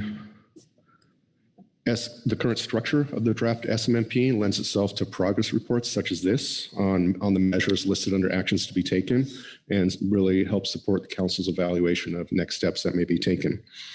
And the SMMP agenda time also provides time for the council discussion of overall fishery performance and HMS focused workload prioritization. Next slide, please. So now I'll start in with the fishery overview and update part of the presentation. I wanted to start off with this, just to give an overview of current domestic swordfish landings to the West Coast and the source of those. And these are U.S. landings, this does not include imports. And you'll see the trend here, swordfish landings have been decreasing in the past few years. The bottom part of that slide is the Hawaii shallow set longline fishery. And then the orange part of that table is West Coast based fisheries under the HMS FMP. And you'll see landings have been decreasing in both of those sectors of the swordfish fishery. Next slide, please.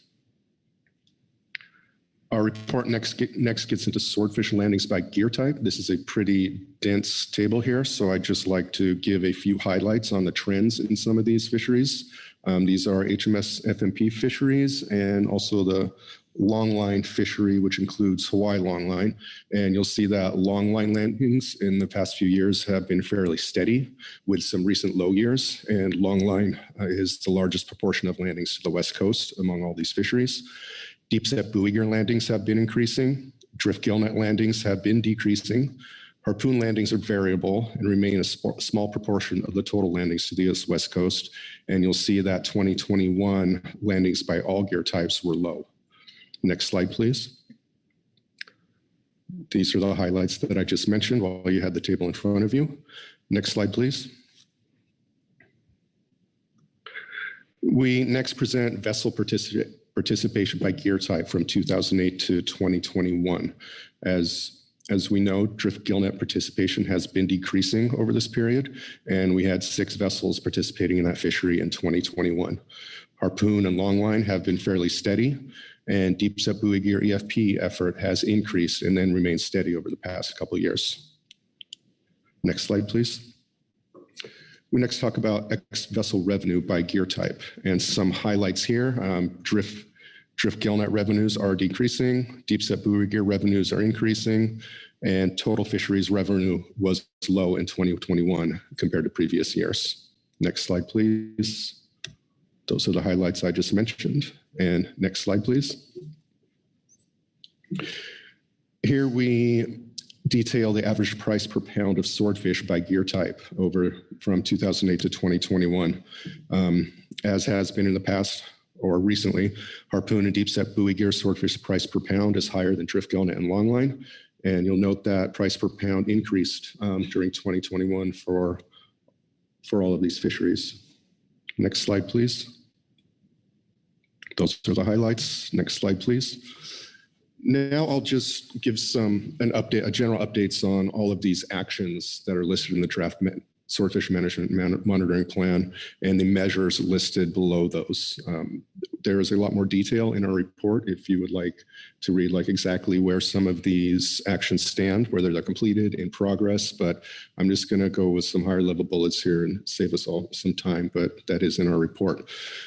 We have 5 actions in the SMMP with several measures under them. Action A is to reduce bycatch in the drift gillnet fishery through hard caps and performance standards. And some progress there.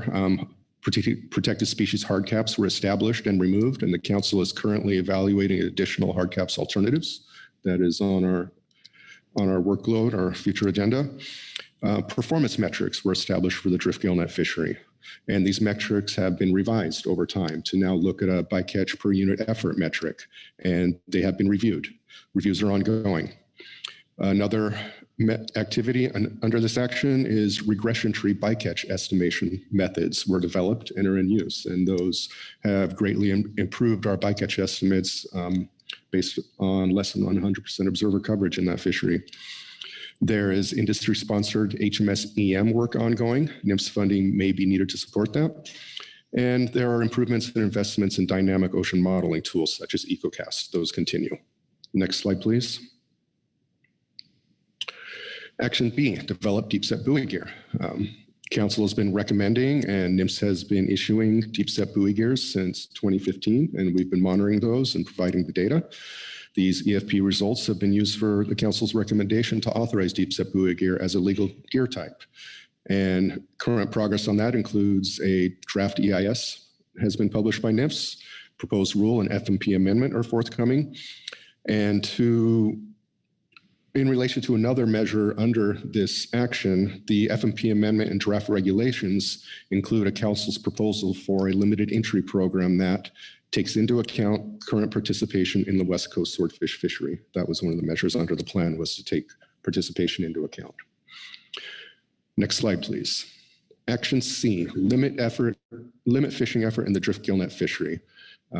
We do have a federal drift gillnet limited entry permit in place that was completed several years ago. Shortly after the plan, this draft plan was developed. And also of note is that the proposed deep set buoy gear limited entry qualifying criteria will prioritize fishermen who participate in a permit buyback program. Next slide, please. Action D, allow drift gillnet vessels to access the PLCA. We did receive an EFP application several years ago. The council recommended it, and that would use modified drift gillnet in the PLCA. That application is still pending. We're awaiting EcoCast program refinement. Next slide, please. Action E, develop longline fisheries. The council scoped shallow set longline in 2019, and at that time did not schedule a range of alternatives. They instead directed the HMS-MT to bring back additional analyses under the SMMP, which remain incomplete. And those tasks include things like looking into import info, conservation gains, and potential longline action areas. Another measure under this action is EFPs to test modified gear, and the council has recommended EFP applications to use modified longline gear and midwater snap gear, and these recommendations are undergoing federal review right now. So next slide. And that's it. That's an overview of our report. Much more detail in the posted version. Okay, thank you, Lyle. Questions for Lyle on his presentation? Krista Smithson. Yeah, my apologies. I have a lot of questions today, but it is HMS Day, so thank you. I have a question on slide 13 where you speak about EM ongoing in the DGN fishery, and just wondering how much, if I read that correctly, how much is going on, and then there's a note that says funding may be needed through NMFS. Just wondering, one, what that looks like, and two, something might be needed, but would it actually be available? So some clarification there would be helpful. Thank you. Thank you, Mr. Vice Chair. Thank you for the question, Krista. We did test EM in the drift gillnet fishery several years ago, and it's gone by in fits and starts. We've put in proposals for NMFS money recently, but those were not approved. But the current ongoing work is work by Flywire, and they have partnered with some industry members to test out EM systems on the vessel. And they've also been working with the NMFS Observer Program to look at the data that the drift gillnet fishery observer program collects, and to see if an EM system could actually collect that data. And I believe we will get a bit more information on that during public comment today. And as far as funding, this is industry sponsored right now. NMFS funding could be available in the future through, we have competitive grants, internal grants or processes like that. But I don't know if it will be available. We might have to compete for that if we get to the point where we want to go widespread with this. And this is HMS EM. It's broader than just drift gillnet. Thank you. Thank you, Krista. Karen? Thank you, Mr. Vice Chair. Thanks, Lyle. Question on the SMMP utility to NMFS. It's clear that this is a document that really is informative to workflow and helpful to frame the asks that we have of NMFS, and you bringing those back for updates to the council on how that work is going. My interpretation of its utility is that it is the information, not the format, and there are suggestions that a different type of document might be of interest, such as folding some of this into the FMP, as we're going to hear about in some of the reports. Just wanted to confirm that is true. It's the substance, not the format or the title, that is of use here. Thank you, Mr. Vice Chair. Thank you, Karen, for the question there. That is a good point. We're not so tied to the format, but the content is what we are looking at. Those goals and objectives are important. If the council's interested in changing the format of the SMMP, it could consider moving things around to different documents. But whatever the case may be, we do encourage the council to seek a path that demonstrates continuity. So we can still refer to this in the meantime if we see some change in format. Thank you, Karen. Further questions? Okay, I'm not seeing any. And before we go to the CDFW report, I think we're going to break for lunch. And a little longer lunch today because of the staff meeting lunch. that's going to happen. So an hour and 15, hour and 15. So we'll be back here at 1:15. So.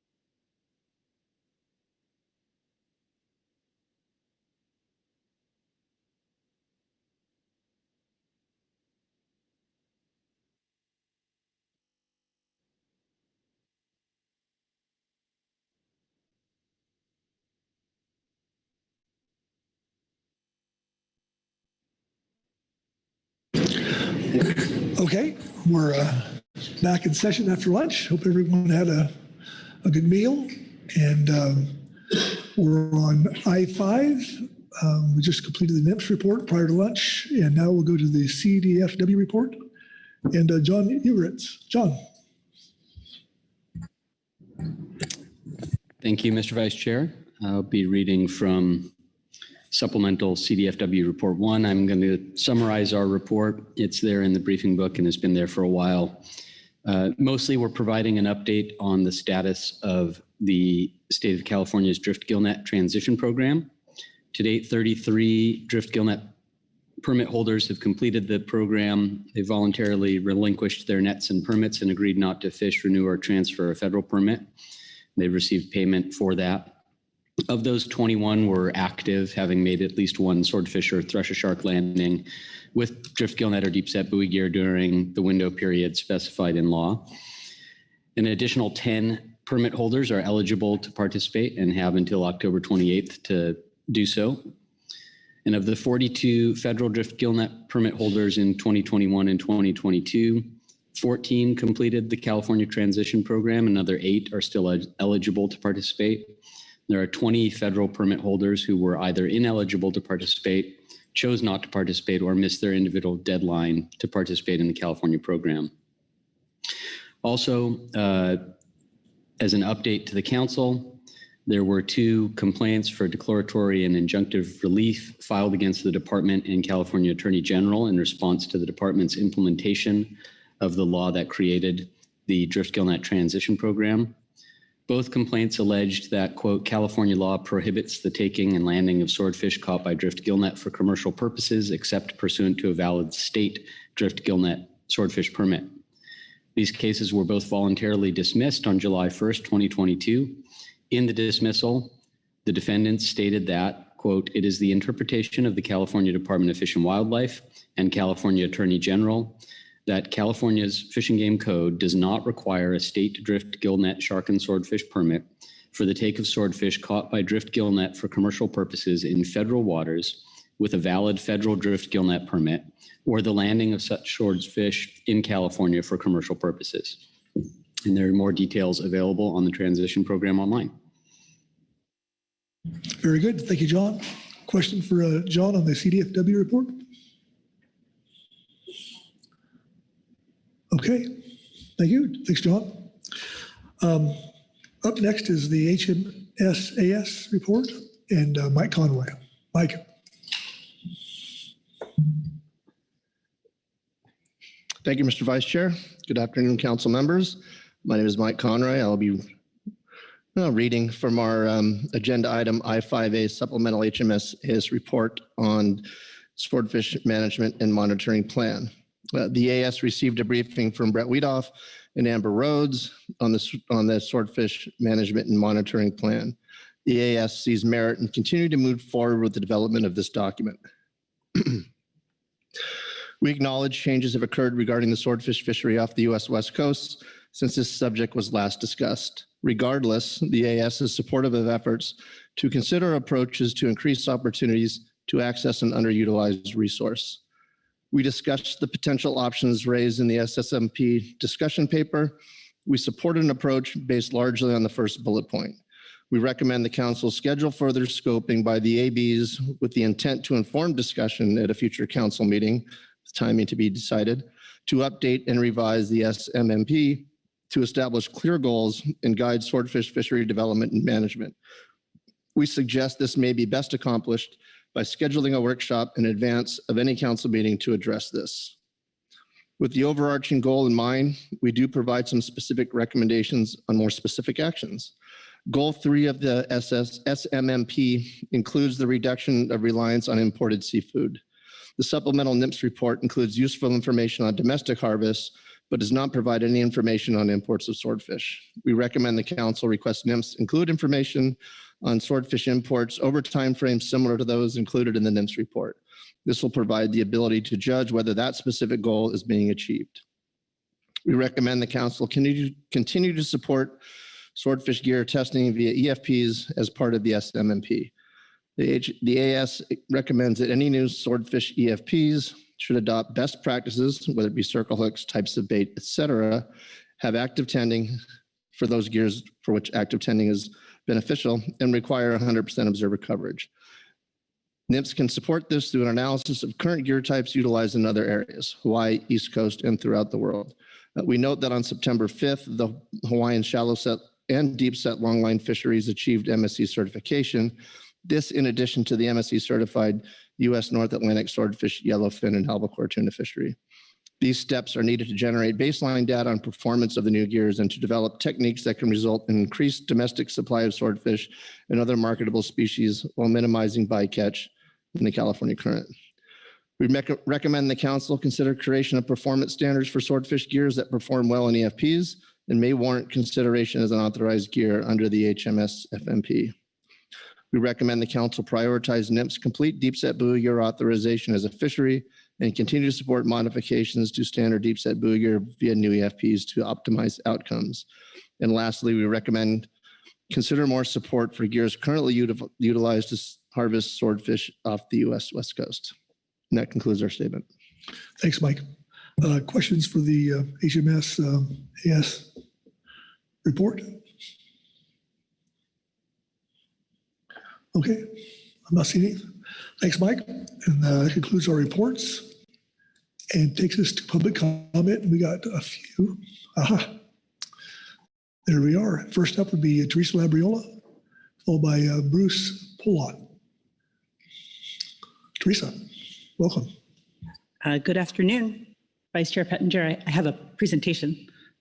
There it is. Okay. I've never done one of these before, so bear with me. I'm Teresa Labriola. I represent Wild Oceans. And thank you for the opportunity to comment today on the Swordfish Management and Monitoring Plan. Next slide. So I did provide a supplemental letter. Here's the first page of it. It should show up, I think, at the conclusion of my comments. Next slide. Wild Oceans was founded more than 50 years ago by avid recreational fishermen who are dedicated to preserving fishing opportunities for the future generations. And if in the 20th century, humanity demonstrated we can dominate and indeed overfish the ocean ecosystem and the apex as an apex predator, our challenge now in the 21st century is to prove we can coexist as a predator in the ocean and restore balance with innovation and restraint. And this is indeed part of Wild Oceans' work with fisheries management, is to accept this challenge and work with you to restore balance with innovation and restraint.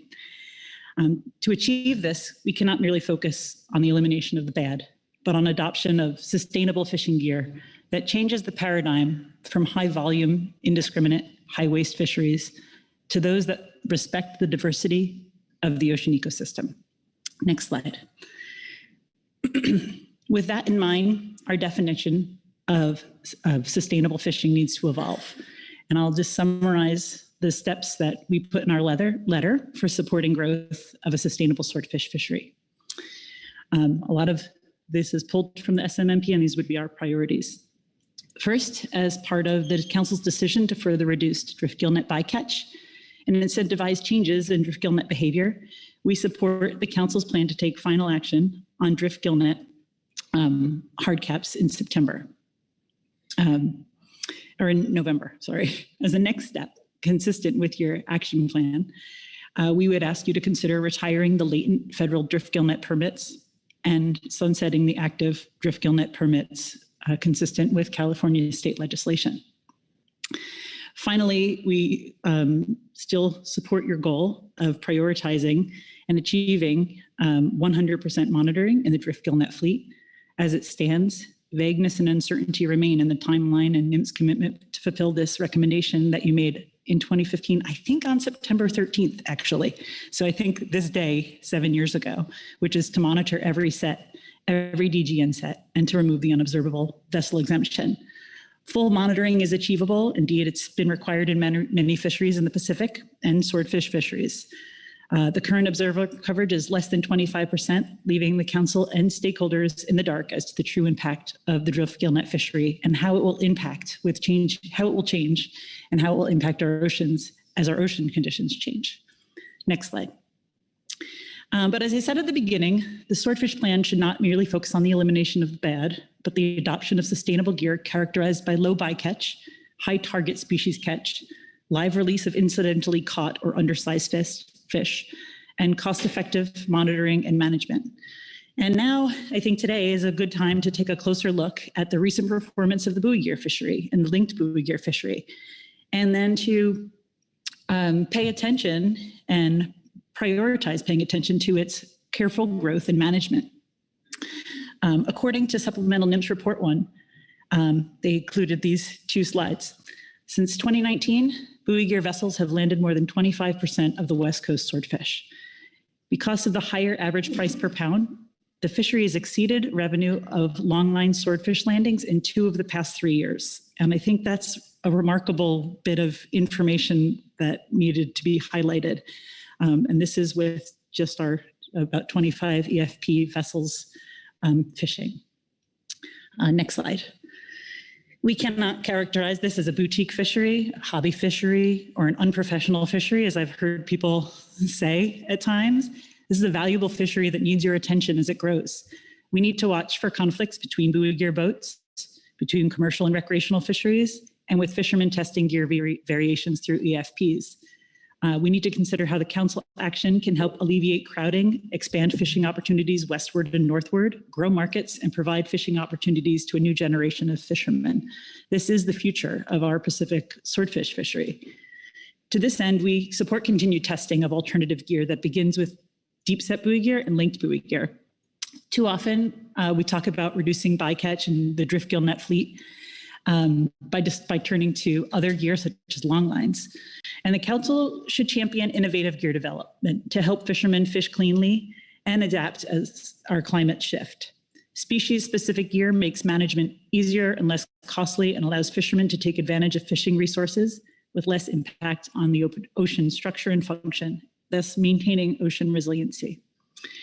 At the same time, we ask the council to prioritize development of performance indicators for highly migratory species exempted fishing permits. And I've talked about this a lot in the past and said, what do we want the results of EFPs to look like? When somebody gets an EFP, what are we looking for in terms of ecological or social indicators? And then this morning, you also kind of looked at the flip side on what EFP inputs do we want? What guardrails do we want for EFP applications? So sounds like there's 2 different bits of indicators going on. 1, what would be some good indicators for if we want an EFP to go forward? And then 2, what is the performance? How does the EFP perform?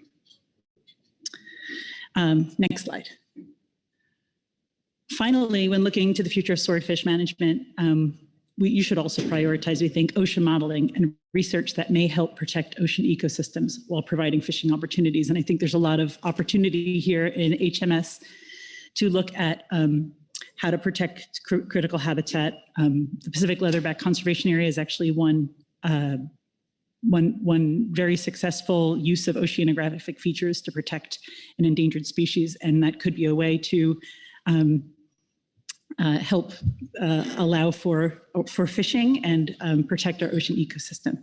Next slide. The draft SMMP also includes consideration of developing longline fisheries. And for decades, we've spoken to you opposing the authorization of pelagic longline fisheries inside or outside the West Coast EEZ. And many of our concerns still ring true for us, as well as dozens of local, national, and international fishing organizations. And in November 19, you started a discussion and we submitted this letter signed by more than 30 organizations opposing the scoping of a shallow set longline fishery. And we again urge you to end further consideration of authorizing a pelagic longline fishery inside or outside the EEZ. I think just from some of the things you talked about this morning and looking at developing the drift gill net fishery, there's a lot of on your plate and a lot of real opportunities to develop sustainable swordfish fisheries. We'd like you to focus your time and effort on alternatives to multi-mile, multi-hook pelagic longlines. We support developing smaller scale, high volume fisheries that can give consumers what they're demanding, local, sustainable seafood. And a longline fishery would hinder the development of a buoy gear fishery by flooding a market with cheaper swordfish.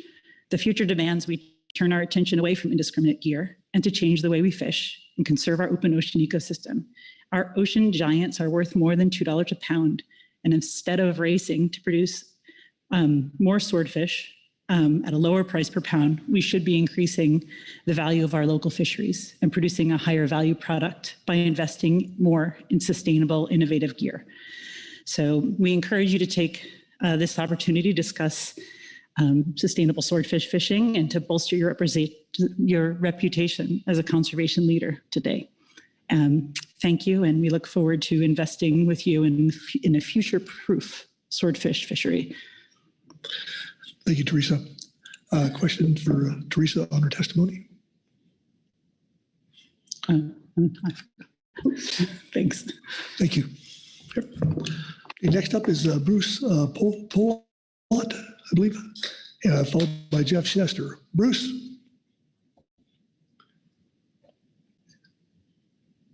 Is he there? Can you hear me? We can. Great. Thanks so much, and good afternoon, Mr. Chair and members of the council. My name is Bruce Polott, and I'm the Conservation Director for the International Game Fish Association. I'm talking to you because the council is scheduled to discuss priorities for developing a West Coast swordfish fishery, and I ask you to focus on the following priorities. First, finalizing drift gillnet hard caps. The council is scheduled to take final action on drift gillnet hard caps in November. Drift gillnets have a long history of catching threatened and endangered species. While the bycatch may seem random, it is consistent with the strategy of the gear to catch everything in its path. If a drift gillnet is in the path of a marlin, the marlin gets caught. So does the turtle or the mammal. That is why large mesh drift gillnets are not allowed in the Atlantic, the Gulf of Mexico, the Hawaii archipelago, and Alaska. Hard caps are one more way for the council to limit the impact of this indiscriminate gear.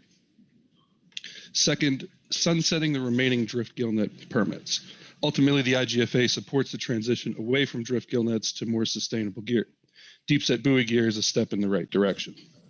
Third, carefully managing and expanding opportunities for the use of deep set buoy gear and linked buoy gear. Deep set buoy gear was developed to take advantage of swordfish behavioral patterns and movement. Swordfish tend to dive deep during the day.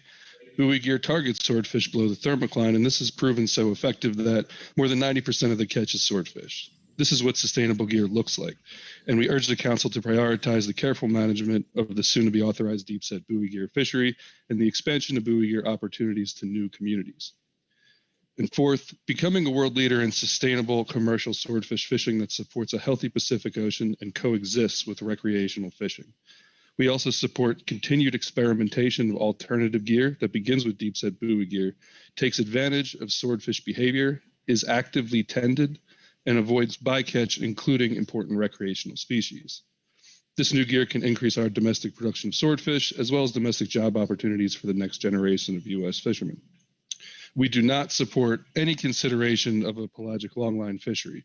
At IGFA, we understand longlines and have worked tirelessly in the Atlantic to enact meaningful conservation measures in the Atlantic shallow set longline fishery to rebuild and restore Atlantic bluefin tuna, swordfish, billfish, sharks, and other finfish. We've learned all too well how difficult it is to protect our oceans from longlines once the gear is authorized. And we ask you to take a different path and not allow longline to creep into the Pacific. Allowing a West Coast-based longline fishery to gain a foothold will complicate and delay progress towards significantly reducing bycatch in our Pacific swordfish fishery.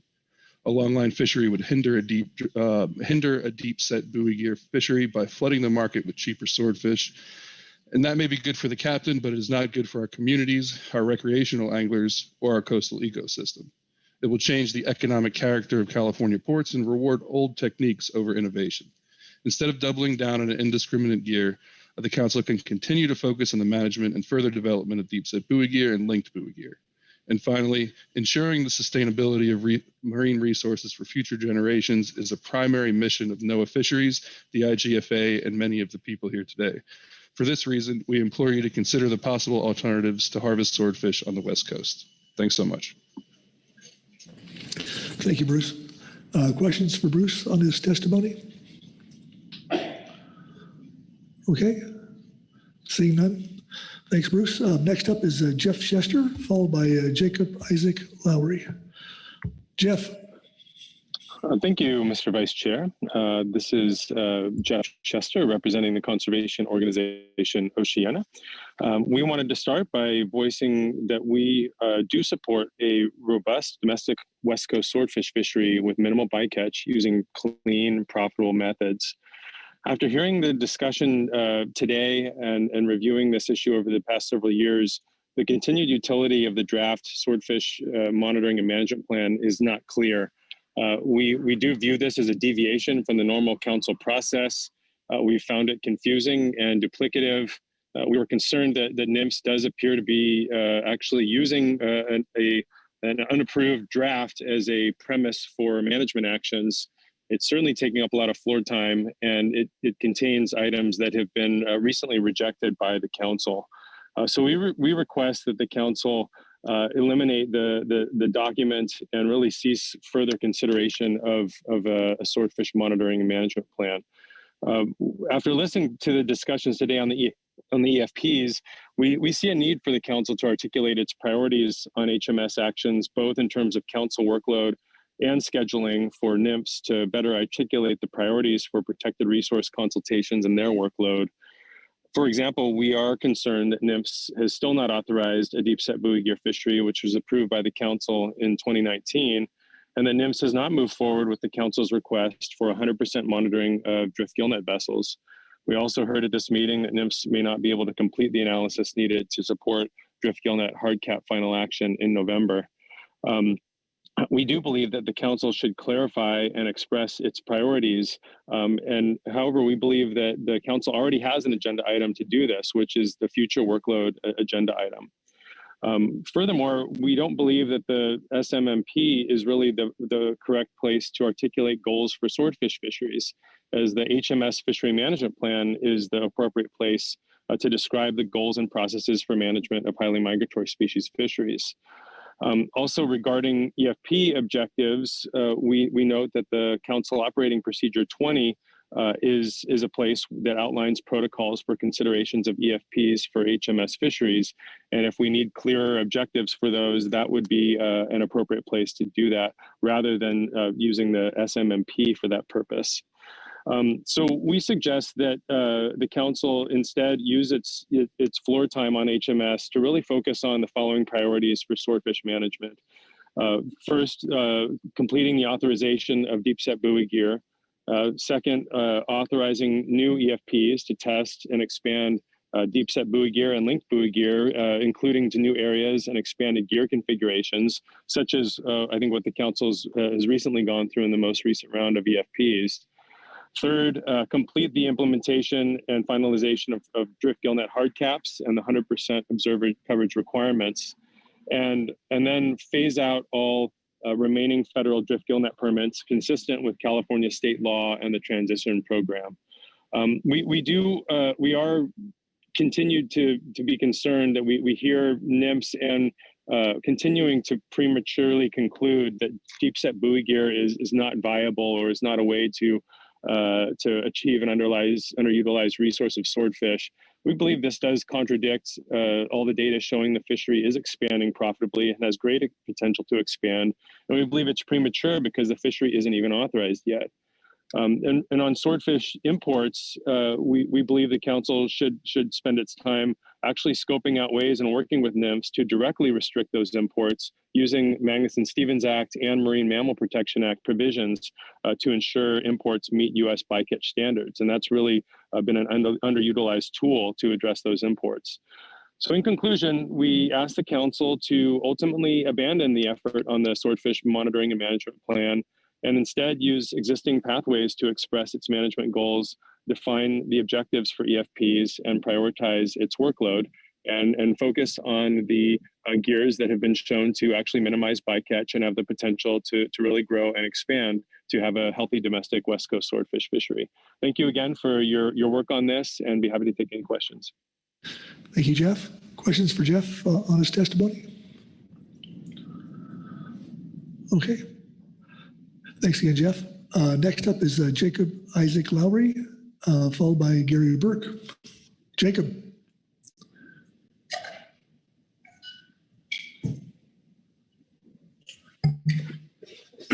All right. Good. Okay. Yeah. So I wanted to start off just with an update for the council on some of the work that we've been doing in partnership with National Marine Fisheries Service, working to implement an EM augmentation option for the West Coast Region Observer Program. This presentation, it's materially similar to one that I gave to the AS and MT earlier this week. So I wanted to thank Brett and Kit for coordinating that, and both of those committees for being gracious with their time. I would like to share, just before jumping in, I think out of that discussion we had around electronic monitoring in particular, it became pretty clear to me that everybody in that room to a T is committed to working on improving all of these fisheries across a range of gear types. And I think it was really encouraging to see that everyone in the room looks to be interested and committed to putting into the work to make this work, to be able to access this resource and monetize it appropriately and responsibly. So to that end, next slide, please. I know you guys sit around reading a lot of text off the screen all day, so I won't just read this verbatim to you guys. I'll kind of paraphrase it, and then happy to take any questions at the end.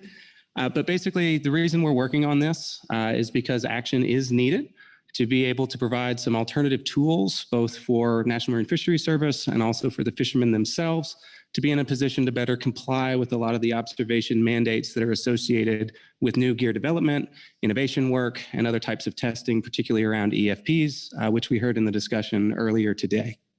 And to do all that currently with solely using human observers can range from inconvenient for the fishermen all the way to downright impractical. So that's the sense of urgency for putting something in place here.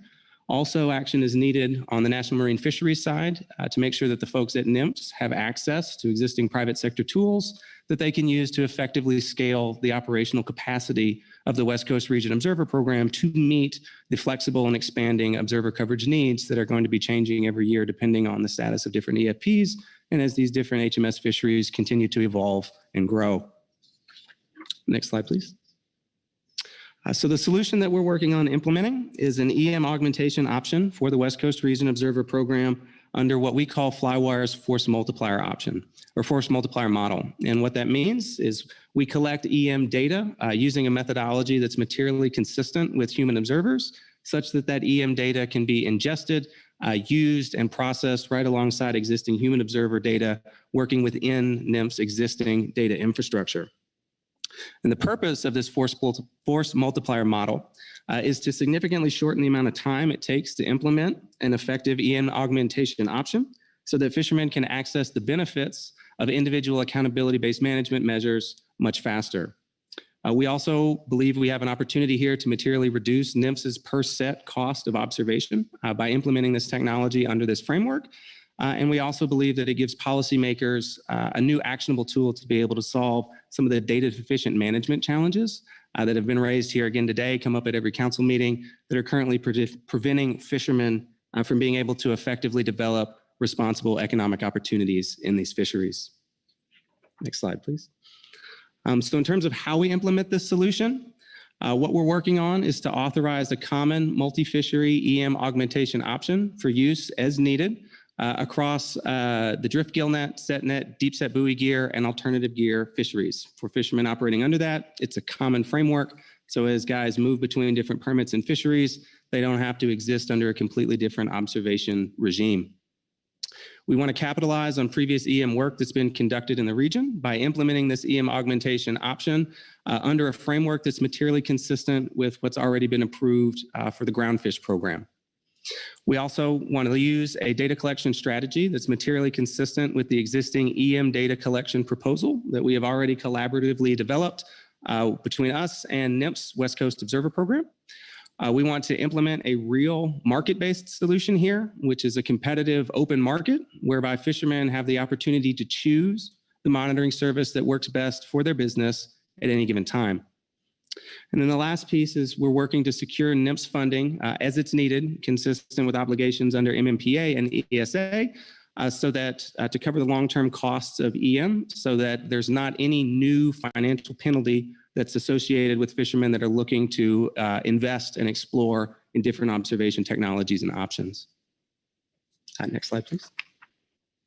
So in terms of where we've been, where we're going, for milestones achieved in 2022, As I mentioned, we have developed our EM data collection proposal, working with West Coast Region Observer Program that captures materially all of the critical management data that is currently being collected by human observers. So that's going to be your trip, set, and haul metadata, your catch characterization, your species ID measurements, all of that enumeration, as well as any ESA species-specific data elements that are required. We've also completed the initial equipment installation on the Oriana Z and expect to finish those initial shakedown runs by the end of 2022. Next slide, please. Which positions us heading into 2023 to achieve these 3 key milestones. Number 1 is to verify that the EM data collection proposal data requirements are being met in practice in the field. And then we also want to verify that Flywire's digital debrief process is an effective QA/QC option for the folks at NMFS to ensure we've got good, accurate data coming into those systems.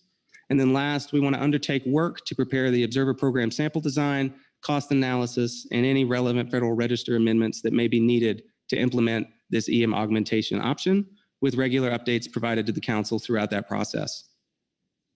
Next slide, please.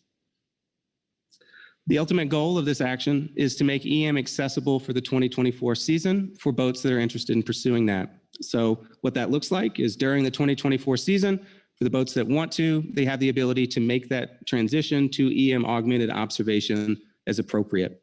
And then just to kind of point out, consistent with how most EM programs are rolled out, we do anticipate we would be using human observers basically side by side to participate initially until the National Marine Fisheries Service folks at the observer program are comfortable that these digital data systems are functioning as expected. Next slide, please.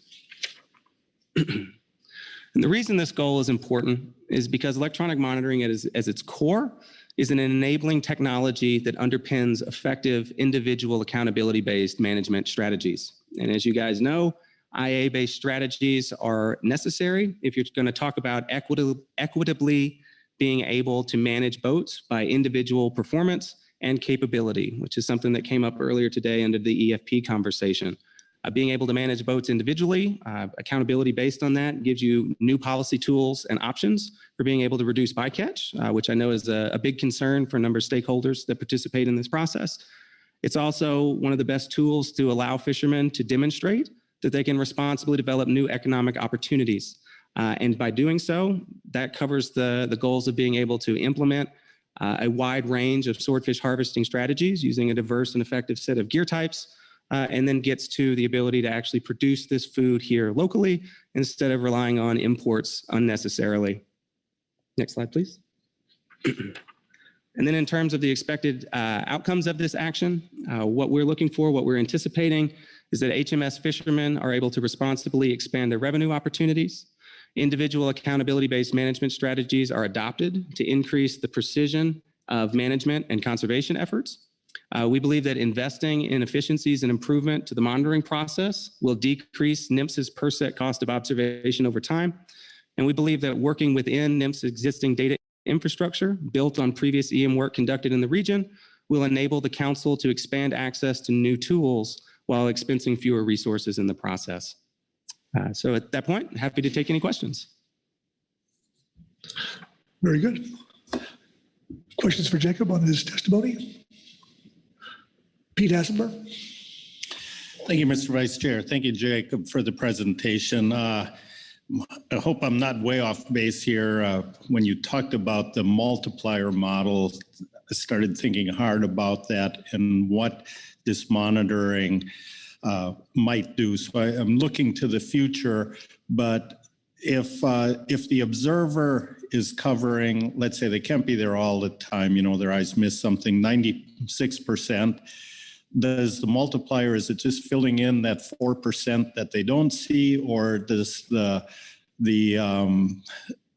camera technology provide another 98%, so you have almost 200% observer coverage, or what's the end product of the multiplier? Thank you. Sure. So there's a couple ways that I would encourage you guys to think about this.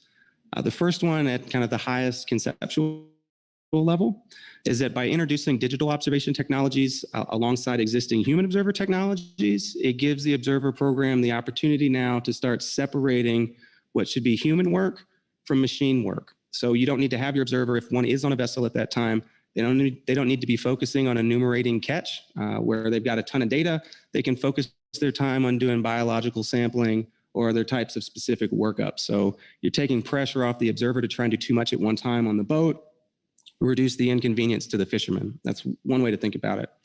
The other way to think about it is you think about electronic monitoring, these digital tools, as an extension of what the program is able to do. So EM basically at this point in time, it can do just about everything as well as a human observer outside of biological sampling. Obviously there's some other small things in there, but that's the big gap. So what we would expect in that capacity is, say you have an EFP going through that requires 100% observer coverage. You would be able to rotate some human observed trips into that, depending on what the catch data is showing. But primarily, you could use a digital alternative to make it easier for that fisherman to be able to fish under that EFP and comply with those observation requirements. And like one specific example on that, if it's helpful. I know that with EFPs, there's a lot of issues where it takes a lot of work from a lot of different people, a lot of different organizations, and a lot of different institutions to take one of those from an application to something that's actually allowable on the water. And there's a lot of frustration when guys aren't able to actually fish under those EFPs, and it can cause some consternation. So if you can imagine, if the point of an EFP is to assess the viability of a certain gear type, the economics of it, and you've got a particular boat where in order to actually test that, they need to make sure that every bunk on that boat has a crewman in it, not a human observer. This would then give them an opportunity to actually fully flesh out whether or not that gear type is going to be something that's going to work for them. So it's about giving people more options and more choices, if that answers your question. Yes, it does. Thank you. Yeah, absolutely. Thank you, Pete. Further questions for Jacob? Okay. Thank you. Yep. Oh, Bob, I'm sorry. Thank you, Mr. Vice Chair. Jacob, good presentation. Enjoyed watching that. Do have a question. Sure. You're aware of the cost policy directive by NMFS regarding EM, and that most of those costs are shifted to the industry. Mm-hmm. And you, I think it's on page 4, you talk about secure NMFS funding to cover these long-term costs of EM augmentation. Mm-hmm. How does that work and how does that fit together? Have you got a plan? Because I'd sure like to hear it. Yeah, sure. So Lyle, I'd defer to you to correct me if I mischaracterize this. But my understanding is that because the observation in HMS fisheries is required under ESA and MMPA, that obligates the National Marine Fisheries Service to cover some of those costs in a way that's different than, say, in the groundfish fishery, is my understanding of the policy distinction on the government side. Yeah, thank you. I know that applies to an EFP, but long-term coverage, I'm not sure the relationship between the policy directive and the long-term approach at that, and be interested to hear it. Thank you, Bob. Thank you, Mr. Vice Chair. I'll have to look more into that policy directive. I think some NMFS funding could be used to, develop this program, but long-term, we definitely have to look into the cost model in the EM directive and see how it applies in MSA council-driven recommendations versus versus ESA requirements or MMPA requirements. I do believe there's a difference there. Thank you. Thank you, Lyle. Thank you, Bob. Okay. Thank you, Jacob. Okay, next up is Gary Burke, followed by Jonathan Gonzalez.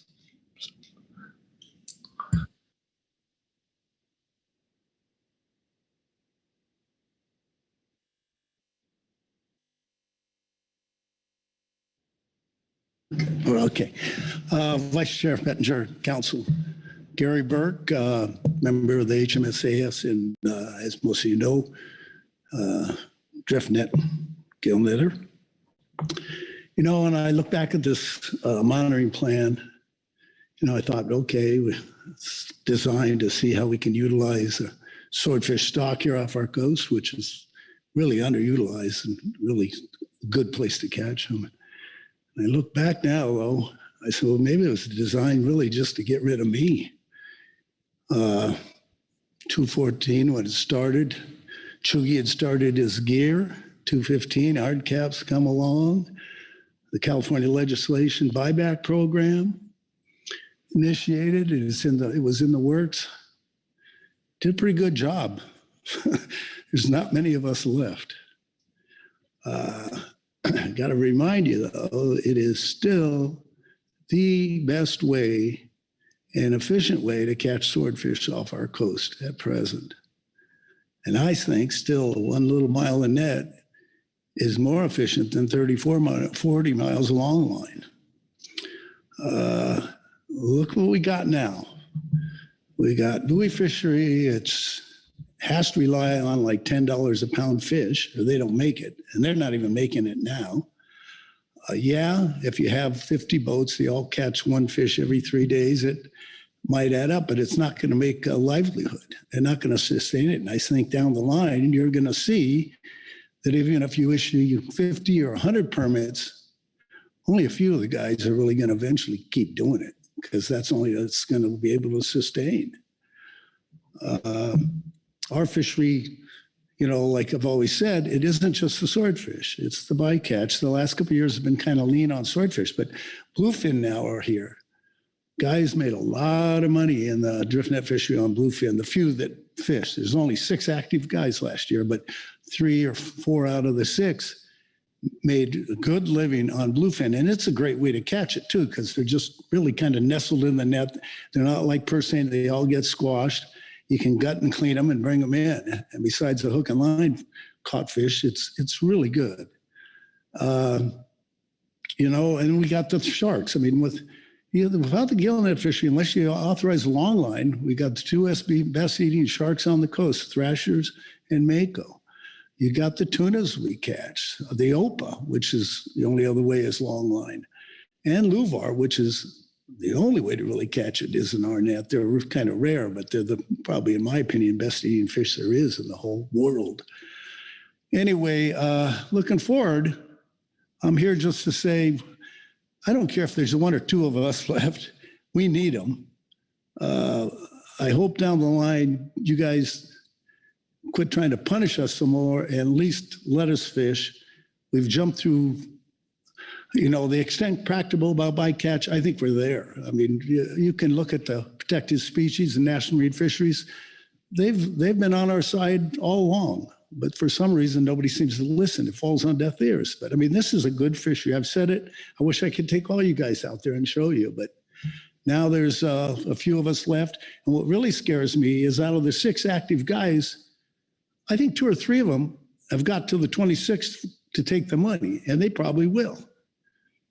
And that probably only leaves 2 or 3 of us active. Now, there is some latent permits, but like I said, too, they've sold their nets. Everybody's worried about latent permits coming back in the fishery. That isn't going to happen either. So anyway, appreciate you listening to me, and I just hope I have a fishery in the future still. So thank you very much. Answer any questions, I'm sure they're probably not, but we'll see you in November, I guess. So. Thank you, Gary. Questions for Gary on his testimony? We'll see you in November, Gary. Okay. Next up is Jonathan Gonzalez.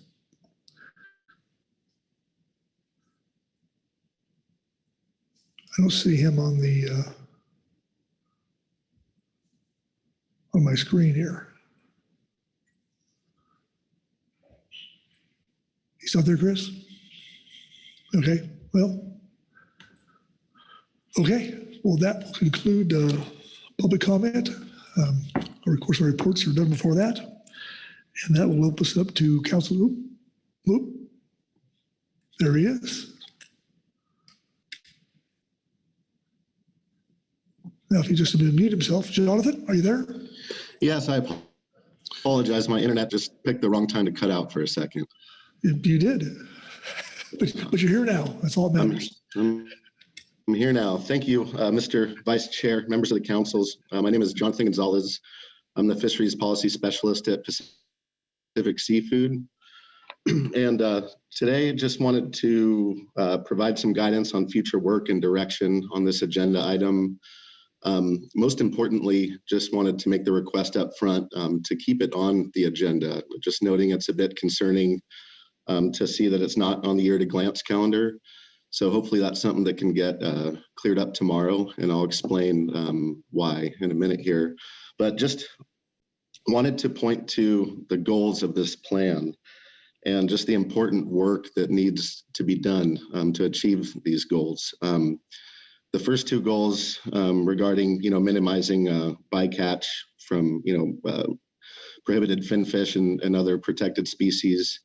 One could argue that there's been some great strides made on that front, kind of both inherently through the buyback program from SB 1017, as far as the fleet reduction, that basically equates to a bycatch reduction, but then also the council signaling their intent to move forward with hard caps at this upcoming November meeting. So just noting that there's already been some work and some progress done on the first two goals of the plan. But when I look at the third and fourth goal, supporting economic viability of the swordfish fishery so that it can meet the demand and also reduce reliance on imports, that's one that's really lacking right now still, and I think really needs to be addressed. When we look at the West Coast swordfish population, it's underutilized, and it really presents a unique opportunity. And what I mean is fishermen need other options. And, we got crab fisheries that are, being squeezed from both ends as far as the season being shortened and or, completely shut down. We have shorter salmon seasons. When I look at the underutilized swordfish fishery, and how we're just leaving so much fish in the water, I can't really think of any other fishery that we're doing that to other than, looking into some groundfish species. But that gets a bit more complicated, like Dover. I mean, you have,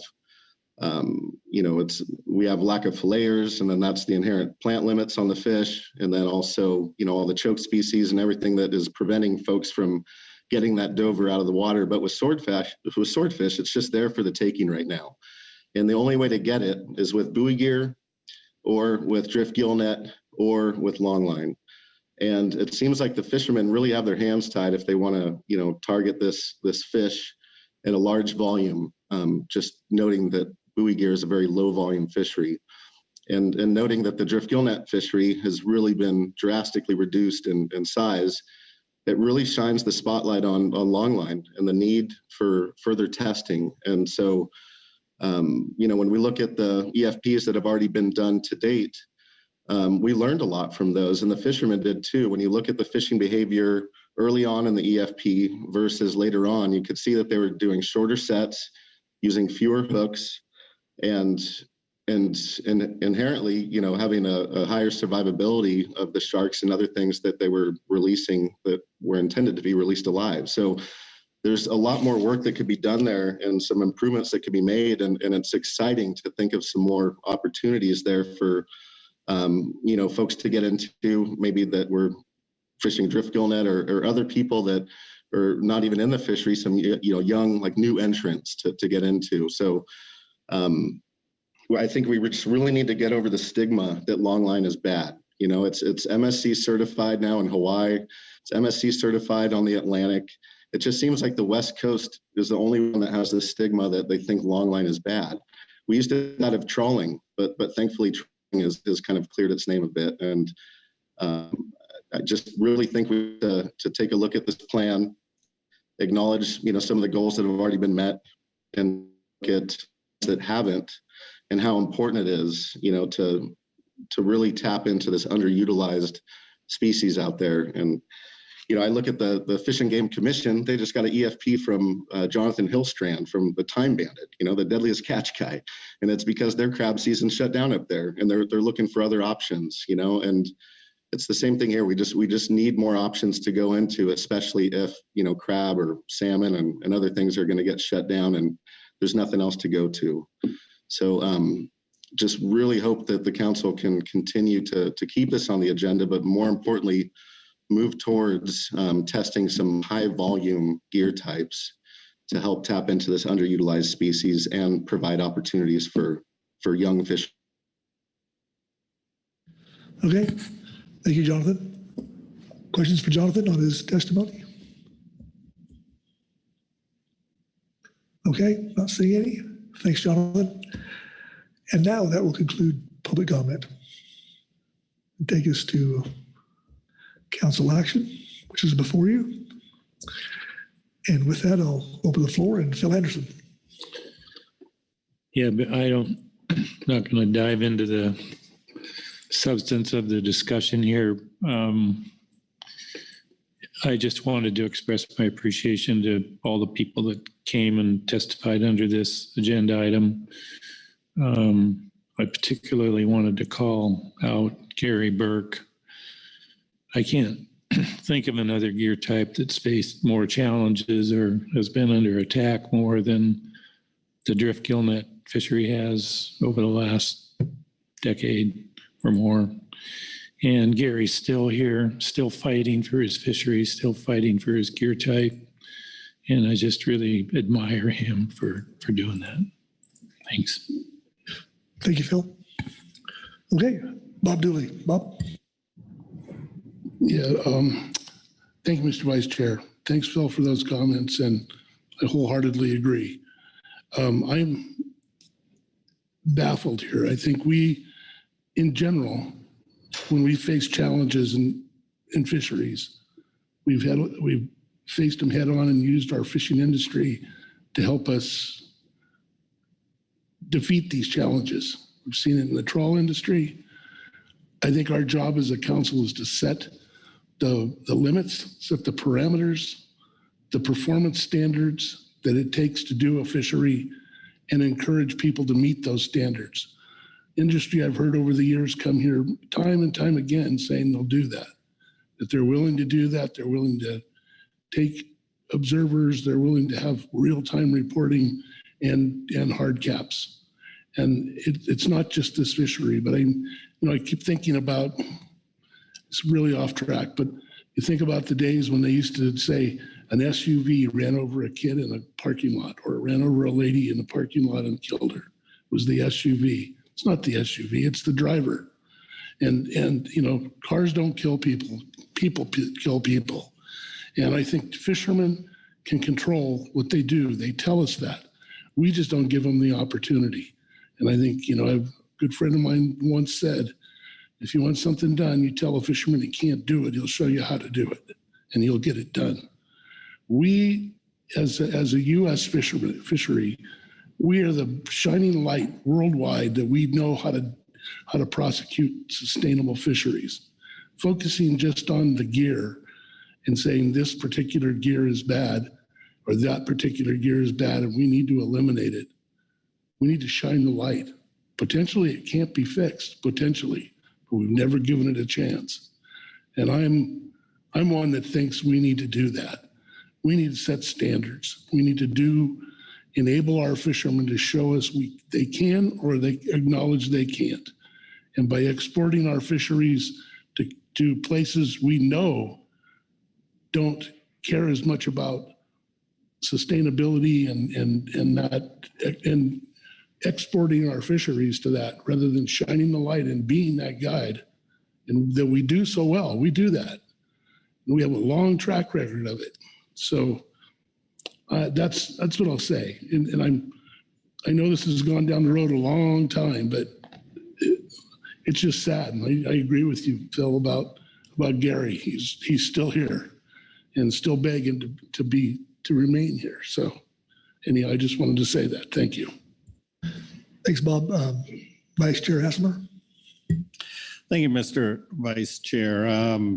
Maybe just an opportunity to provide a general comment while others think about specifics to the management monitoring plan here, and a follow-up to what Bob was talking about. In the public comment, I heard the statement that there are some mechanisms maybe in the Magnuson Act, the Marine Mammal Protection Act, that could be used to help to boost the value of the domestic product, restrictions on imports that would provide some benefit to our domestic fisheries. And I guess maybe it's a question to NIMS, Mr. Enriquez, or Lyle, to tell us if there are any openings or pathways, if there are such pathways, recommendations, guidance that the council could give to NIMS. I would like to know that, because I think our charge here is really the viability, sustainability of our domestic fisheries.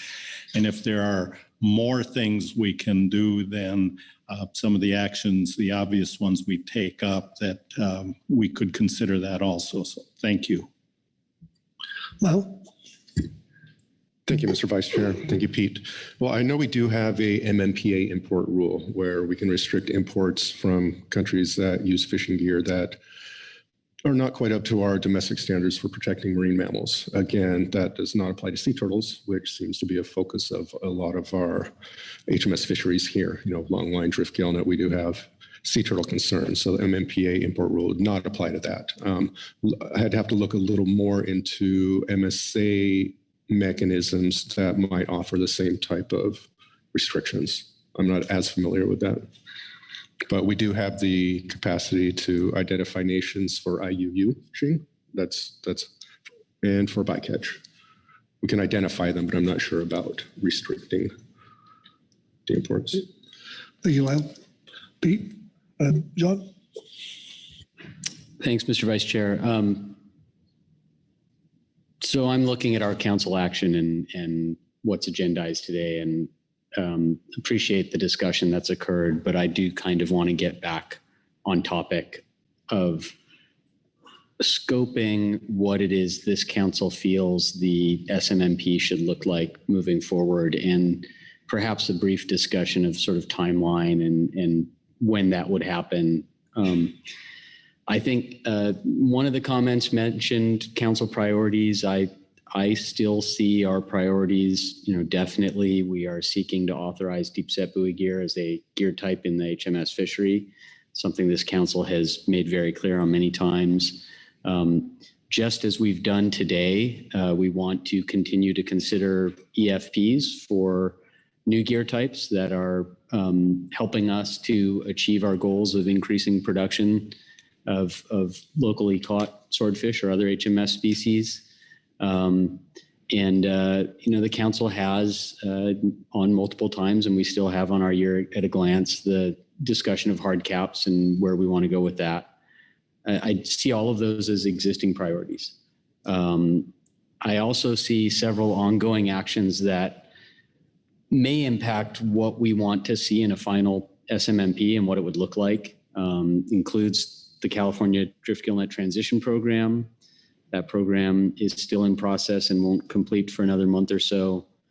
Again, deep set buoy gear implementation, and importantly, a better understanding of what the real fishery looks like and how it performs, which impacts, I think, many of our decisions on swordfish moving forward, as well as other ongoing federal actions and considerations in terms of drift gillnet.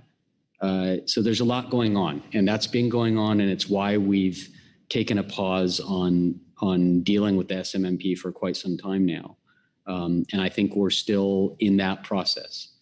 I also think we've already tasked the management team with some new chores regarding deep set buoy gear, EFPs, the OPA fishery, as well as some past analytical requests regarding swordfish and longline and other things that, again, all of this would help inform what a final swordfish monitoring and management plan looks like. I could easily see us waiting a fair amount of time to really dig into the SMMP specifically. But that said, I think there's some actions that we could take to help advance a final SMP, and we could take them now. Importantly, some of the work that we've asked the management team to do, I think we could look at the goals of the SMMP, determine if any of those goals are no longer valid, and possibly have some discussions surrounding changes to those goals since the plan was last updated. And then, really and truly, maybe one of the most important ones, as our discussion just prior to this involved, is the EFP criteria and metrics, and how we move forward on EFPs for Swordfish or HMS. And I think that we could actually get some work done outside of council floor time that furthers that. Workshop meeting, something that focuses specifically on a lot of these questions we've had with EFPs and brings back some recommendations. I think once we've got all of that, we could come back to the Swordfish monitoring and management plan. Keeping it as it exists now as a draft document is not harmful, and it does help inform some process. But we've got other work to do before we dig in detail. Thanks. Thank you, John. Krista Svensson. Yeah, thank you, Mr. Vice Chair. And I appreciate the comments from Mr. Ugoretz. I am going to get a little bit off track, but I am in agreement in terms of we may need to have some short-term and long-term. And I'm not completely off track, but I just want to talk a bit about why I see the urgency for this. You know, in 2019, when I pushed for scoping, I talked about the biomass that's out there. We're not to a new stock assessment, so we're still looking, I'm going to use my numbers of 3,000 to 6,000 metric tons. I got on PacFin this morning. I was looking at numbers, and so far today, we've brought in $660,000 and some change, with an average price of $5.39. And what that tells me is we're missing an opportunity again at that 3,000 to 6,000 metric tons that we've discussed in the past. We're missing the opportunity of between $35 and $71 million by not having a strategic plan and not refocusing our time and efforts. And I was thinking, man, Heather Mann and the whiting fleet, a large portion of that is in Oregon. I mean, I think Gary Burke would probably be pretty tame by comparison if we went out the whiting fishery down to less than $1 million over the course of a decade. So I think we owe it to our fleets. I think we owe it to our first receivers, our processors, and our small communities. I mean, when I was at Jesse's, anything coming across my dock would have made a difference. And a fish at a $5.39 landed value that I could turn around and make money on would have made a lot of difference, even if it was a few pounds. I don't typically talk about my processing experience or my sales and marketing experience. I did that for 2 decades, and I'm currently doing it. And I hear a lot of conversation around, well, we can't compete with exports, or we shouldn't compete with exports. I think there's a place for buoy gear. I think there's a place for a lot of different fisheries. And buoy gear, in terms of how it's handled and the price point that it receives, is much more in line with, say, a Columbia River summer or spring salmon than with a Bristol Bay sockeye or a Kodiak pink salmon. And I think we have a lot of people in the United States, we're the #1 market for swordfish, who would like access to that product. It can't just be high end, so we need a wide variety of sustainable, both from the environmental perspective and from the ethical sourcing perspective with relation to human rights. I also want to talk about retailers. We don't hear from them in the process, but typically they're looking 12 to 18 months down the road. And with the amount of fish that we're currently bringing in, we don't have the ability to support markets like Walmart or Costco. And you might think, whoa, those are so big, we could never do that.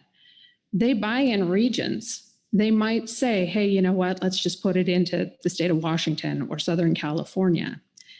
But we don't currently have the ability because we're not willing to sit down and think about a strategy and support our commercial fleet. And in some cases, our recreational fleet, particularly with the adoption of buoy gear, we've seen adaptation to that recreational fleet. And I think we need to be cognizant of that and fold that into this plan. How are we going to help bring value to our communities and to our small buyers, our large buyers, and to our fishermen? So as it stands right now, we're really stuck with a very hyper-local market. You know, these are the guys that buy across the dock, and they might go into 1 or 2 restaurants, but we're not close to reaching. I'd be happy with 35 million. I can only imagine $70 million. That would be huge for the West Coast. Now, the second point I want to talk about, and Pete, you asked the question about marine mammals or other importation. We have something coming in January 1st. So I see again another window, which is the list of foreign fisheries for the Marine Mammal Protection Act. This requires all fisheries imports to have a comparability finding with US fisheries. This has the potential to impact all imports for items like swordfish if they don't meet marine mammal standards. And it won't do anything for turtles, it won't do anything for human rights, but it does mean that we may have far fewer imports. And once things come off the shelf or they come off the menu, they will be filled in with other species, and we will lose that opportunity if we don't act sooner rather than later. So it's just kind of another item to be aware of in terms of opportunity, and it's coming hard and it's coming fast. And excuse me. So in conclusion, just for at least this portion, looking for a path forward, I think we need to do everything we possibly can to support our fishermen. You know, and I commend you, Gary, but I'm also going to commend Austin Brown. I mean, here's a guy, he came in after the 2015 date. He's got 100% observer coverage. He's out there trying to figure out an EFP to do something different. He's looking at electric monitoring. He's been open to change. How do we find a future for a guy like that? How do we find a future for other guys like that? I think it's important to recognize these guys that keep showing up saying we need to find a solution, and we see it in our fisheries. And particularly with HMS fisheries, I mean, we have a history of open access. We have a history of permitting to try and get new entrants in. And I see an opportunity for an awful lot of fishermen up and down the coast if we're willing to spend the time on it. So thank you again, John, for setting forth an idea on some of the short-term things we can do, because I agree, I think the swordfish plan may take a bit more time, but if we can have some type of workshop to lay out what that EFP process looks like, that would be beneficial because we need it. Thank you, Krista. Further discussion?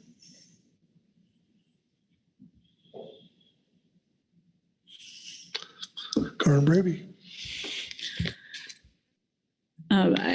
Thank you, Mr. Vice Chair, and thanks for the discussion. I feel like I should say something, but I mostly have a question for Krista, which is the same question I had for Lyle, if I can do that, Mr. Vice Chair. Please. Which is, what is it about the Swordfish Management and Monitoring Plan as a document that gives us the ability to access the millions of dollars of swordfish versus us making decisions about initiatives?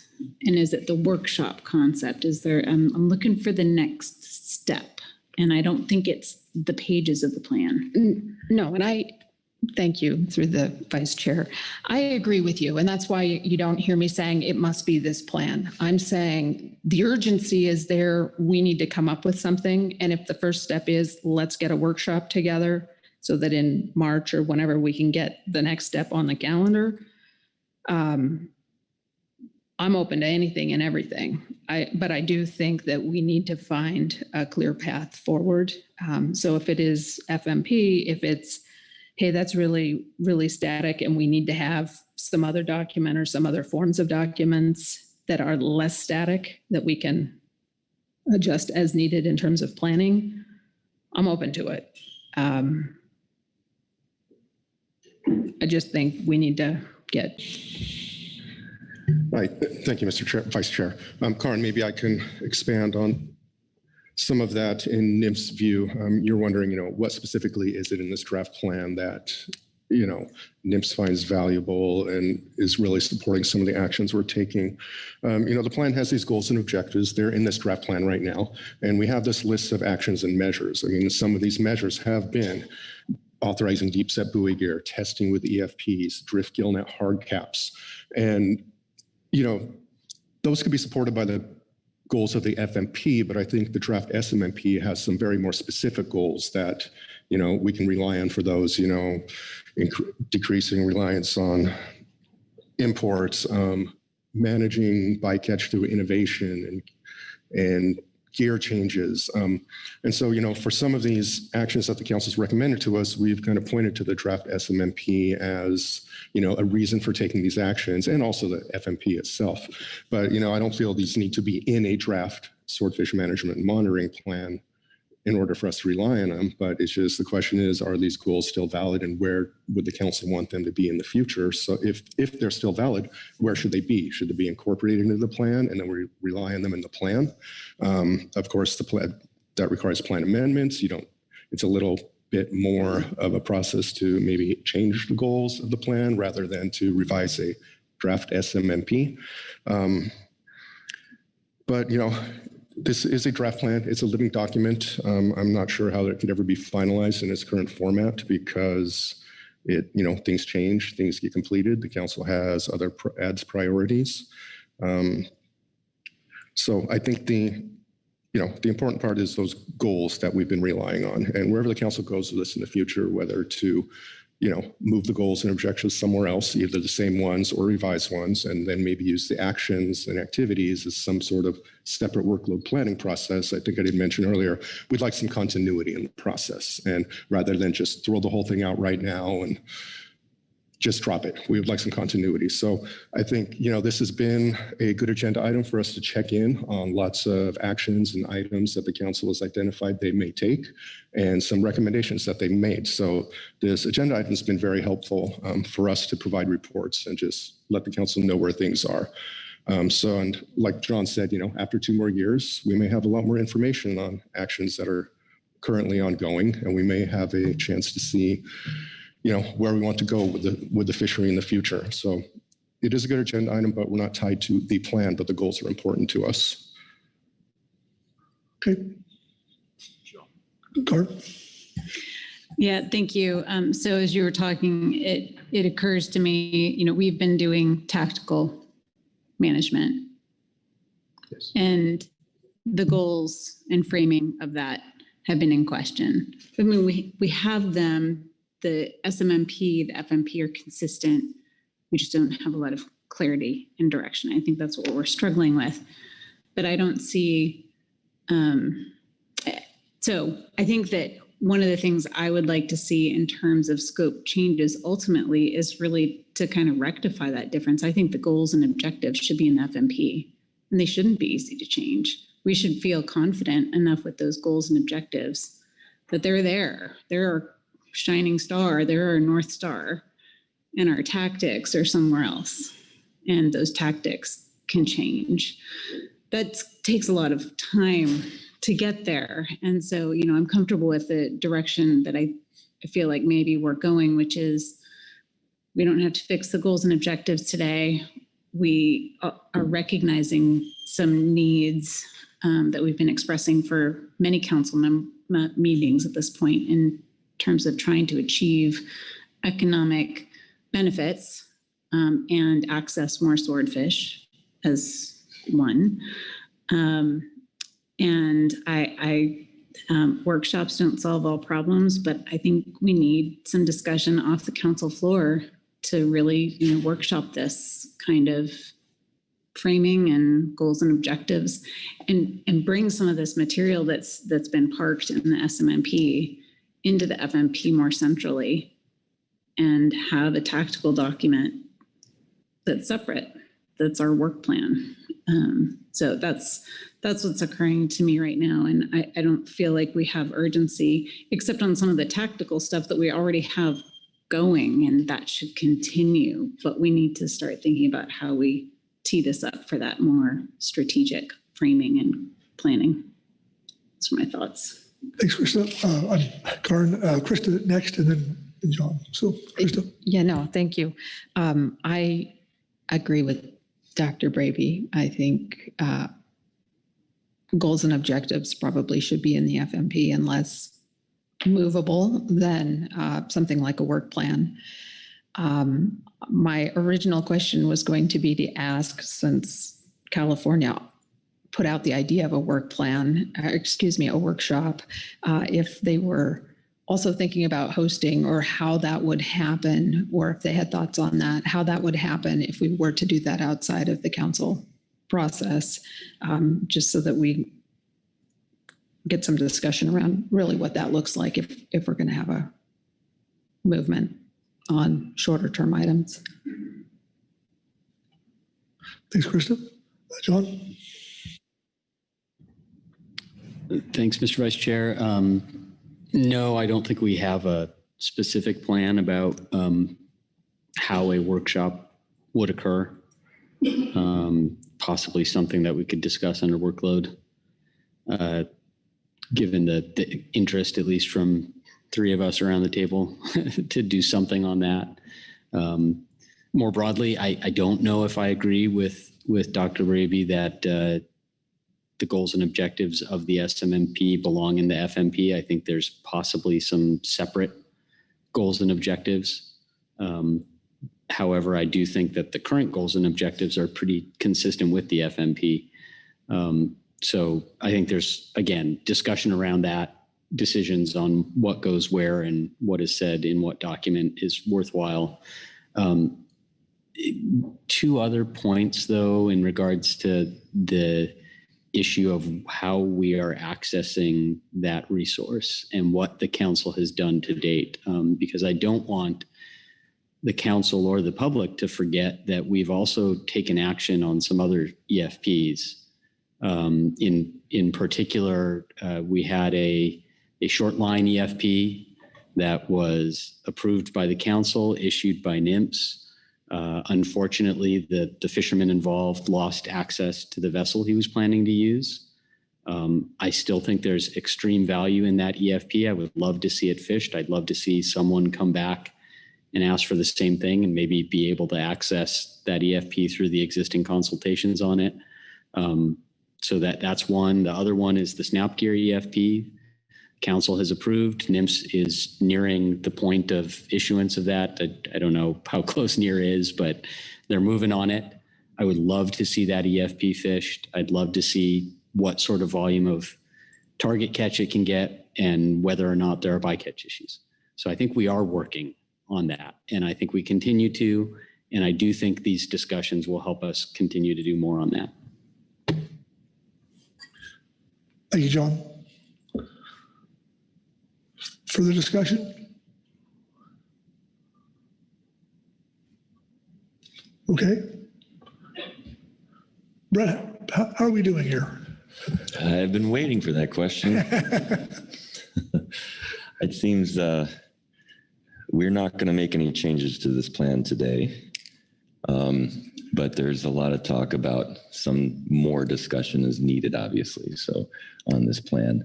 How that happens is a little bit of a mystery, but a workshop sounds like that might be a best avenue, something outside the council process. Who that would entail is something that we need to think about. Who would be invited to that? How would that work out? So that's something I have a question in my mind about. Maybe there could be some help, guidance on that end to conduct that workshop. Of course, timing of all these things too is, would you like to look at the year at a glance and maybe schedule something at some point to come back to this discussion after a workshop? Something to that effect. It'd be nice to hear something along those lines, either today or tomorrow during workload planning.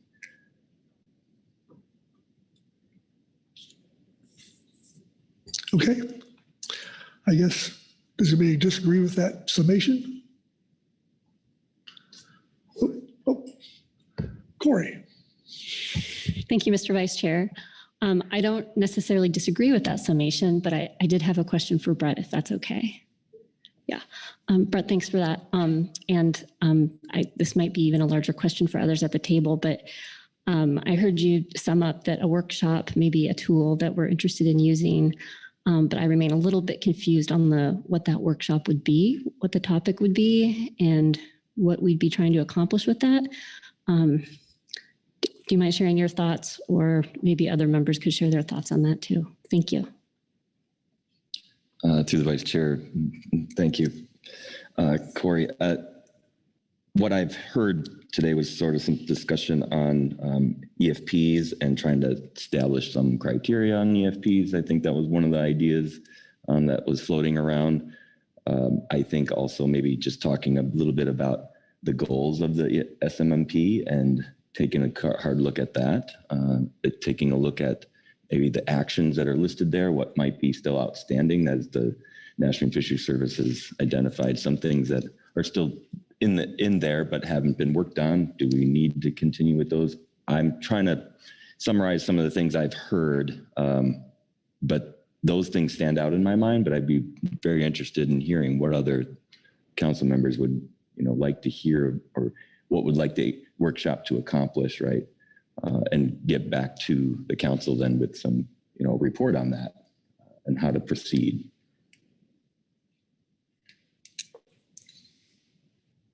John? Well, just maybe to make staff feel good, that's sort of what I thought the workshop would entail. So great.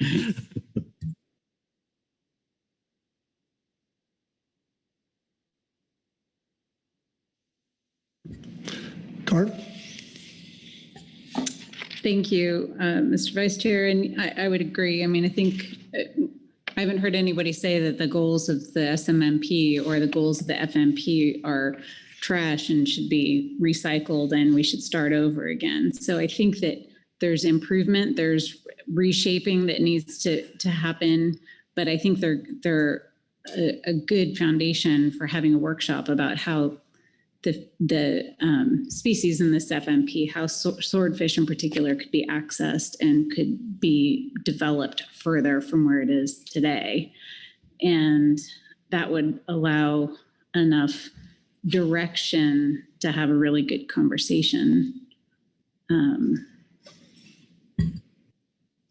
but allow the space for creative thinking on how to improve the goals, how to think a little bit outside the box, which I think is what we need. That's my thoughts. Okay, thank you, Carl. Corey Niles. Yeah, thanks, Mr. Vice Chair. And yeah, very much in line with the thoughts so far, and just it's implied at least, and somewhat's been said, and I think we've heard from the team in the past about analyses that are part of this, but the local swordfish issue is existing in the greater conservation picture of the North Pacific or Pacific wide, and especially with leatherback turtles, who is probably the most endangered animal we have that interacts with our fisheries, and then how you produce swordfish, while not preventing recovery of the leatherback turtles, which is, I think, how the recommendation of NMFS's recovery plan and species in the spotlight type work that we've seen in recent years. So I hope those, maybe not right off the bat, but we have to have these discussions in that greater conservation context. And I know Pete mentioned the imports and bycatch of other species too, but the bigger conservation picture and what's acceptable levels of bycatch, and not just of leatherbacks, but of everything. I haven't heard anyone say that directly. We're talking goals and objectives, and I would really like to one day get into a difference between FMP goals and objectives and purpose and need statements and all that, but these are just all labels. And it is these discussions that are worthwhile and needing to happen. So I will reserve those thoughts and stop there. Okay, thank you, Corey. Anyone else? Executive Director Rick Burton. Thank you, Mr. Vice Chairman. I'm not sure who to direct the question to. Maybe it's to Brett. Maybe it's to those of you who are discussing this idea of a workshop. Just to be clear, so we can be prepared, is there a desire to bring this concept back on a future meeting? So we should be prepared to start thinking about when we would do that, when we would place it on our year at a glance. Is that where this group wants to head? John says no. Krista? I'm going to take a swing, and we'll see. I may strike out. But just kind of reading the room, I think we're not ready for year at a glance. I think we may need to have the workshop to kind of figure out what it is that we're going to be asking to put on the year at a glance. So is that the EFP conversation? Is it where we're going to put goals and objectives and any other items within? I think all of that kind of needs to be determined within that workshop. And at that point, we will probably come in and say, hey, we need to add this, that, and the other thing to the year at a glance. So. Yes, thank you, Ms. Svensson. So maybe then a more direct question would be, when would we decide the scope of the workshop?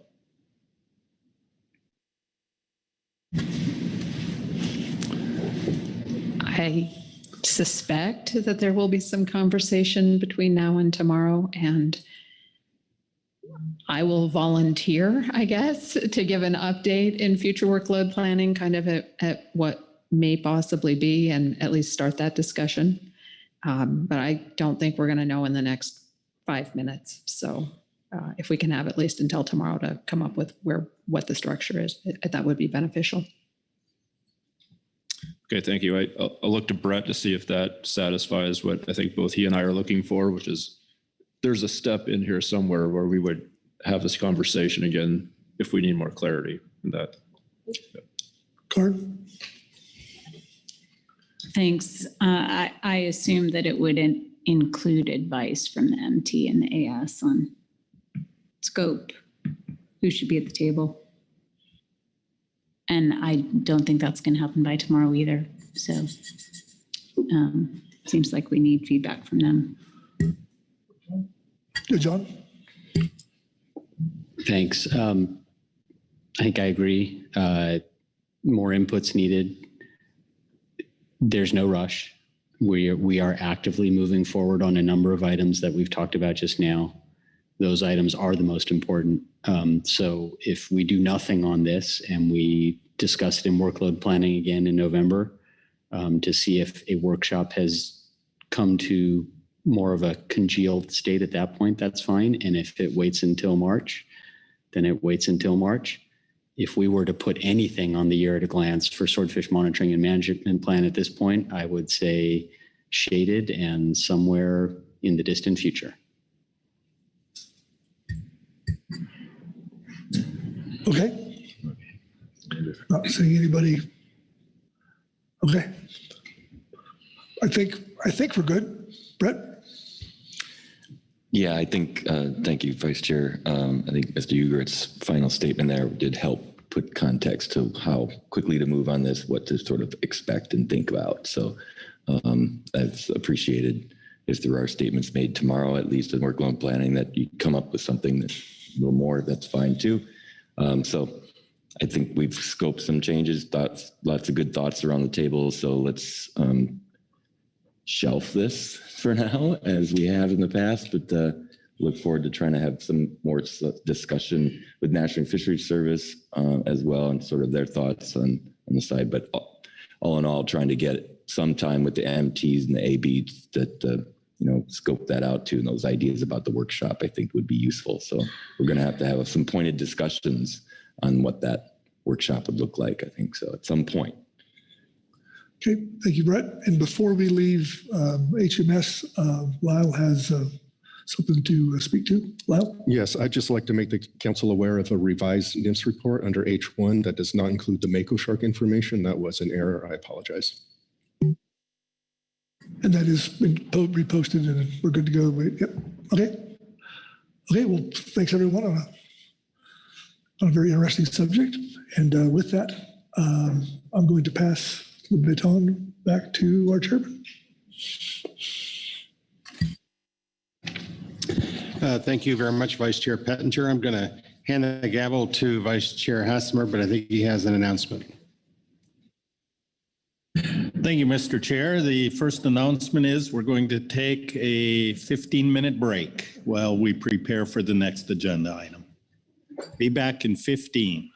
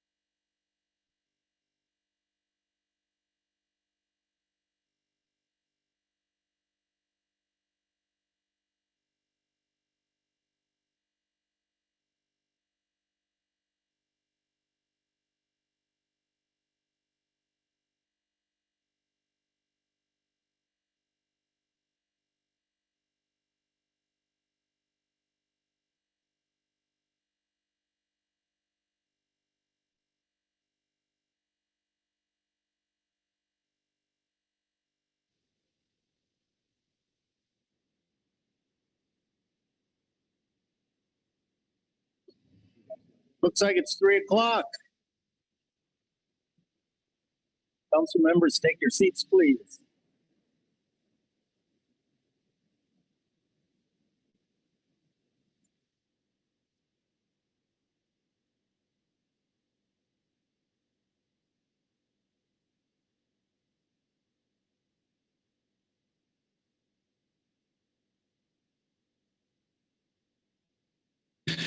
All right, I believe everybody is here, so we will take up our final agenda item for today, C4, Marine Planning, and I'm going to turn it over to Carrie Griffin for an introduction. Carrie, please.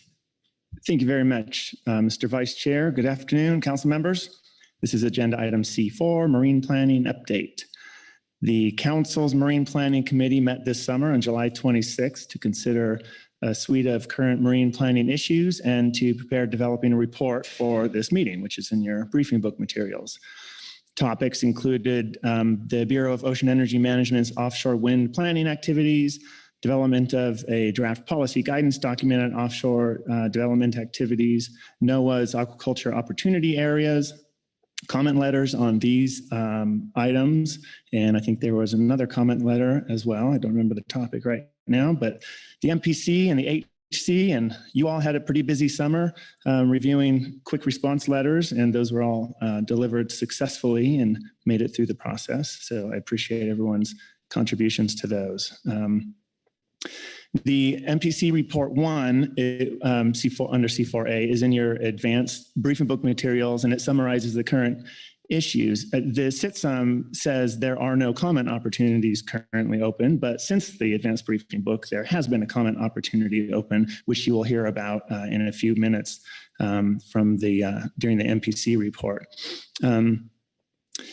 We do anticipate upcoming activities on offshore wind, as well as NOAA aquaculture opportunity areas. And I wanted to flag for everyone who doesn't know yet that we do have a September 30th MPC meeting scheduled. That is the meeting that is scheduled in advance of the November council meeting. So anyway, we haven't developed the agenda on that, but we have a few agenda items floating around. And so anyway, for anyone interested, mark that on your calendars. And that's on the council's website also. Recall that at the June 2022 meeting, the council directed staff to consider comments on the draft policy guidance document. That's the one you've seen a couple of times already, and I think it was March and June, and now again. You asked me to reach out to the advisory bodies, especially the EAS and the EWG, who weren't there in June. So we gave them an opportunity to comment on the draft policy guidance document. And then you asked us to bring it back to for further consideration here at this meeting and possible adoption. There was some good guidance given, and a couple of things of note were that the council wanted this to be an inward-facing guidance document rather than an outward-facing expression of or statement of policy. And then also the guidance was to focus it on offshore wind activities for now, rather than broaden it to any ocean development activity. So that is in your briefing book materials as attachment 1. Your council action today, there's about 3 items that you'll be asked to give guidance on. One is the policy guidance document, and consider whether you want to adopt it or make any changes or that kind of thing. And then, as I mentioned, there's a comment opportunity that has fairly recently opened from the U.S. Coast Guard on their Pacific Port Access Route Study. The draft study is out, available for comment. You'll hear more about that in a minute. And then finally, on July 26th, the MPC briefly discussed, in the context of the NOAA Aquaculture Opportunity Areas Initiative, whether there are any policies or stances or previous comments on finfish aquaculture and non-native aquaculture, a little bit on open ocean versus land-based. We didn't go into deep discussion, but there was some interest in seeing if the council would like to discuss that a little more. So at the end of the Marine Planning Committee report, there's a suggestion or a request to discuss and provide guidance. So those are really your 3 areas for guidance today. As far as materials, as I mentioned, you have the MPC Report 1 and Supplemental Report 2. You have the draft guidance document, Attachment 1. You have supplemental reports from the CPS-AS and the GAP. And then you also have a PowerPoint presentation from NOAA. I think it's listed as a joint NOAA-BOEM PowerPoint. So those are your materials. As far as the order of events today, we have some guests that are online with us. We have Nessie Sumait and Rick Yard from BOEM, and they're going to give a verbal summary of current and upcoming activities in the offshore wind world. And then we have James Morris with NCOS, the National Centers for Coastal Ocean Science within NOAA, and he has some slides to share, and they'll be describing a new sort of modeling and planning approach for offshore wind, and I'll let them explain that. So we'll start with them, and then we'll move to the Marine Planning Committee report and the other AB reports, and then public comment. And then your council action is to consider the MPC report and recommendations and adopt a final policy guidance document. So that concludes my overview. I think I got it all, but I'd be happy to take any questions if you have any. Otherwise, we can turn to our guests who are online. Thank you, Carrie. Any questions for Carrie on that introduction? And I don't see any questions, so we will proceed then first with the BOEM update. And as Carrie said, we have Nessie Sumait and Rick Yard online, and I'm not sure which one of you wants to kick that off, but please proceed. And welcome and thank you for your presentation. Great. Thank you. Good afternoon, Chair and members. And as always, thank you for providing us an opportunity to give you an update on where things are with BOEM as far as offshore wind planning in the Pacific. My name is Nessie Sumait. I'm the Regional Supervisor for the Office of Strategic Resources for the Pacific region. And as Carrie said, I'm joined today by Rick Yard, who is the Regional Supervisor for the Office of Environment. We also have another BOEM colleague, Frank Pendleton. He's our GIS analyst and really the lead on a lot of the ocean planning tools that we are using for our leasing process. And as Carrie said, we have our colleague from NOAA, James Morris, who will also be part of our update today. So just briefly, just a quick update on where things are. I'll start with Washington, and that's probably the easiest one. There's no new information to report on Washington. We have not moved any further from simply just trying to review the unsolicited lease applications and the applicants. And so we will provide an update when that's available. But right now, there's no planning process in play in Washington. In California, as the council is aware, the comment period closed August 1st. We are reviewing all of the comments that we have received, several of them, and grateful for the council for providing comments as well. We're preparing documents. I think our lease sale before we have announced like late fall. I mean, it's clearly September 15th. So we're still targeting to have our California lease sale before the end of this year. And as soon as there's a final sale notice that is out, we will try and give you a heads up on when that is coming. But so that's really the next step in the California process, is to issue a final sale notice. And that's going to say when the actual action is going to occur. It will include the final lease document and all of the other information that you saw as draft in the proposed sale notice, which is the bidder's financial form, the bidder's financial form addendum, which specifies what they need to do in terms of bid deposits and bidding credits, et cetera. It, as usual, have the maps on the website. And so as soon as we have the final sale notice will, in addition to just the normal stakeholder outreach or the notice to stakeholder, we'll try to give you a heads up on that as well. Now with Oregon, I think that is most of the update today. The comment period for the call closed June 1st.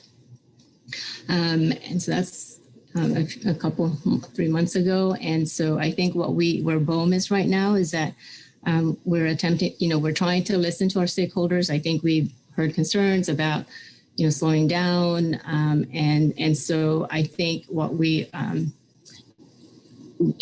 heard that, and we're trying to adjust our process to respond to that. And one of the things that we are doing is to use an ocean planning tool that has been developed by NOAA, the National Center for Coastal Ocean Science, and NCLOS.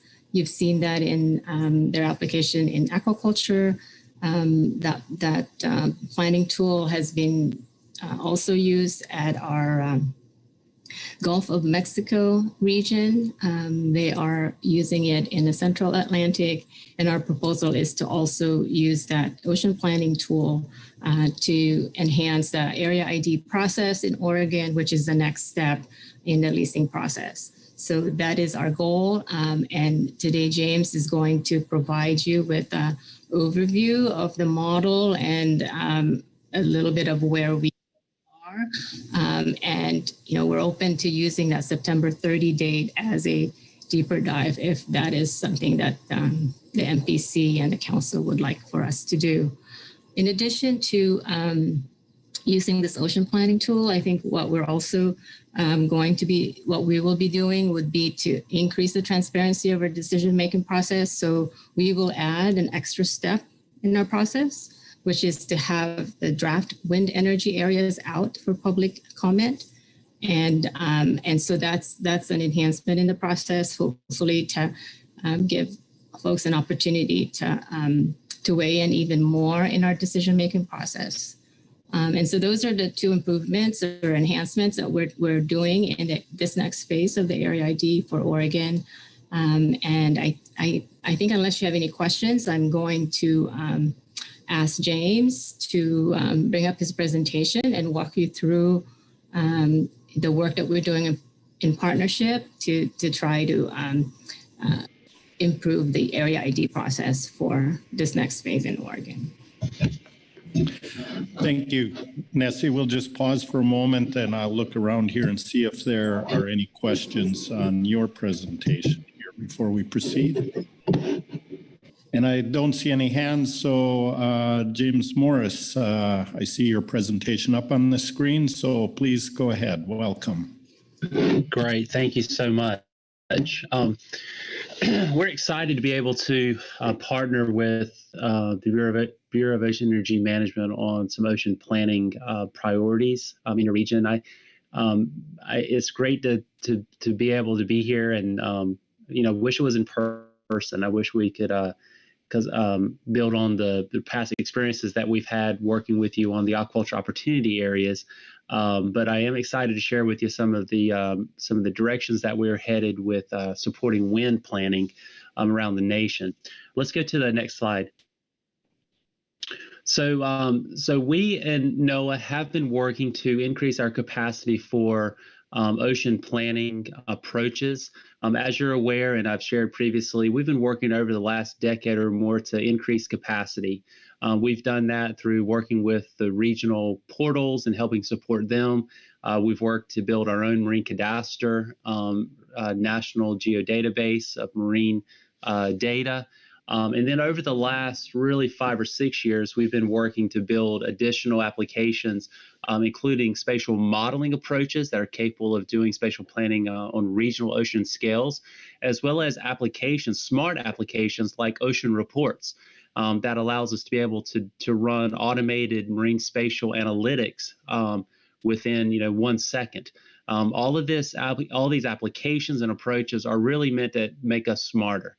Collectively about our coastal ocean ecosystems. We're excited to share with you today that we have an interagency agreement with BOEM to provide spatial planning support to their planning process. We have activities underway now in the Gulf of Maine, the Central Atlantic, the Gulf of Mexico, and Oregon. If you want to see some example of our work in the partnership with BOEM, you can check out the draft wind energy areas that were released a few weeks ago for the Gulf of Mexico.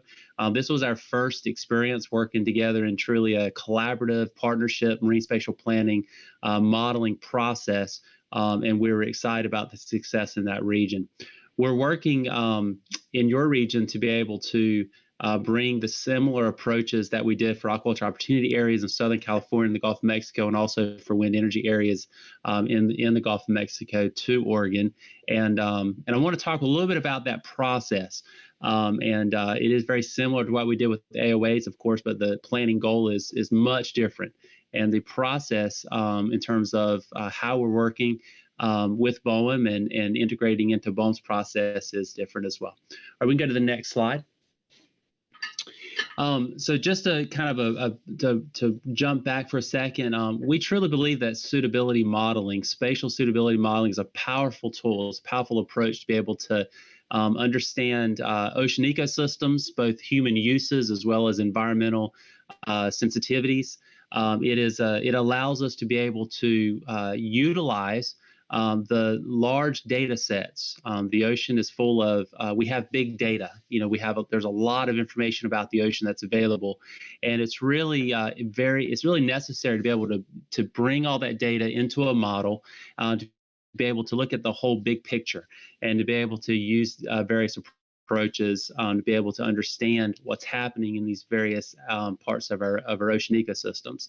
The goal there is to do what you see there on the left, is to create a heat map that brings together all of that data. We typically are modeling in 10-acre grid cells, so we start at a very high resolution, and then the goal is to calculate a suitability score for every 10-acre grid cell, and that suitability score can then be compared across a study area to help us understand in a relative sense where there is high levels of conflict and high levels of interactions with the environment. All right, next. So a couple of reasons why it's important to be thinking collectively about spatial modeling and spatial suitability modeling is one, it helps us look at the whole ecosystem. It's really challenging to do spatial analysis manually. You know, as you can imagine, wading through hundreds of data layers, looking at them individually, or overlapping several of them on a map, it'd be very difficult to look holistically at ocean ecosystems. Today, we're very fortunate to have lots of data that, with the quality of that data is variable. The timelines in which that data is collected is variable. However, when you look at the big picture, we're very fortunate to have lots of data about our ocean ecosystems. But we need to be able to look at all of that data simultaneously to be able to truly understand it. And a model allows us to do that. Suitability modeling allows us to look at hotspots of conflict and opportunity.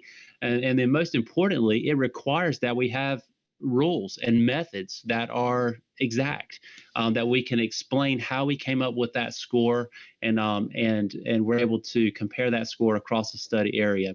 That is one part of this that we think is beneficial, is that you have defensible and transparent methodologies.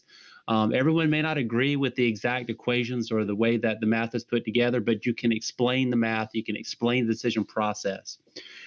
Using suitability modeling also allows you to have look at scenarios and what ifs. You know, what if this particular industry, or what if this particular type of environment had a higher or lower weight in the process. You have then the ability to be able to look at various scenarios, and ultimately this is the foundation for environmental review, because we all know how important it is to find the right space and then you do the environmental review on that space. However, if you don't start from the right space, then all of your environmental review from then on is challenging.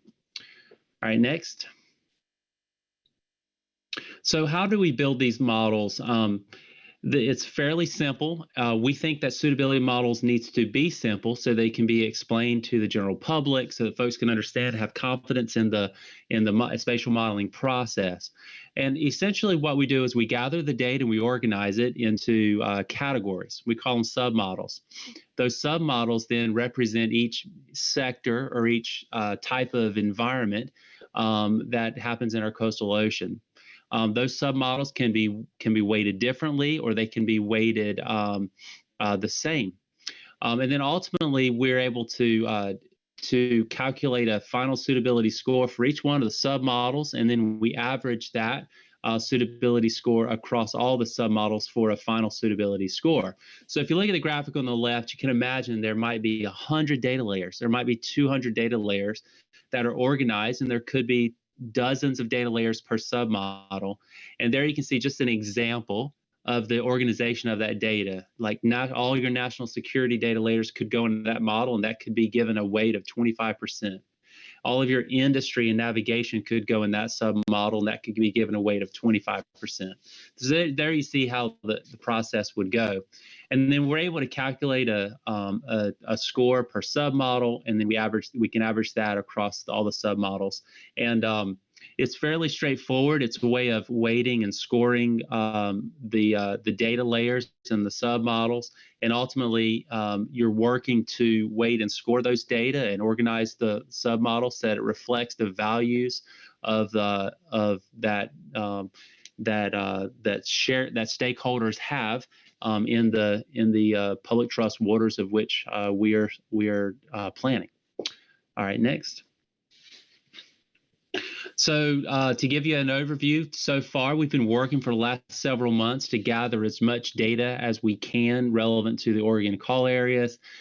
Here you can see an example. We've mined the great work that has happened with Aura Wind Map and Marine Cadastre and internal data within NOAA.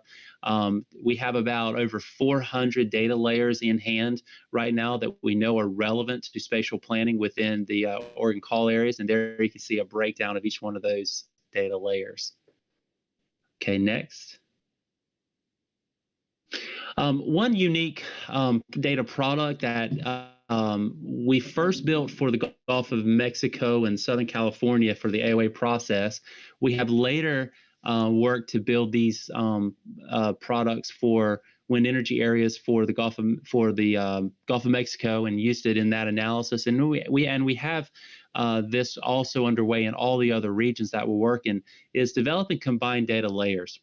This has been an important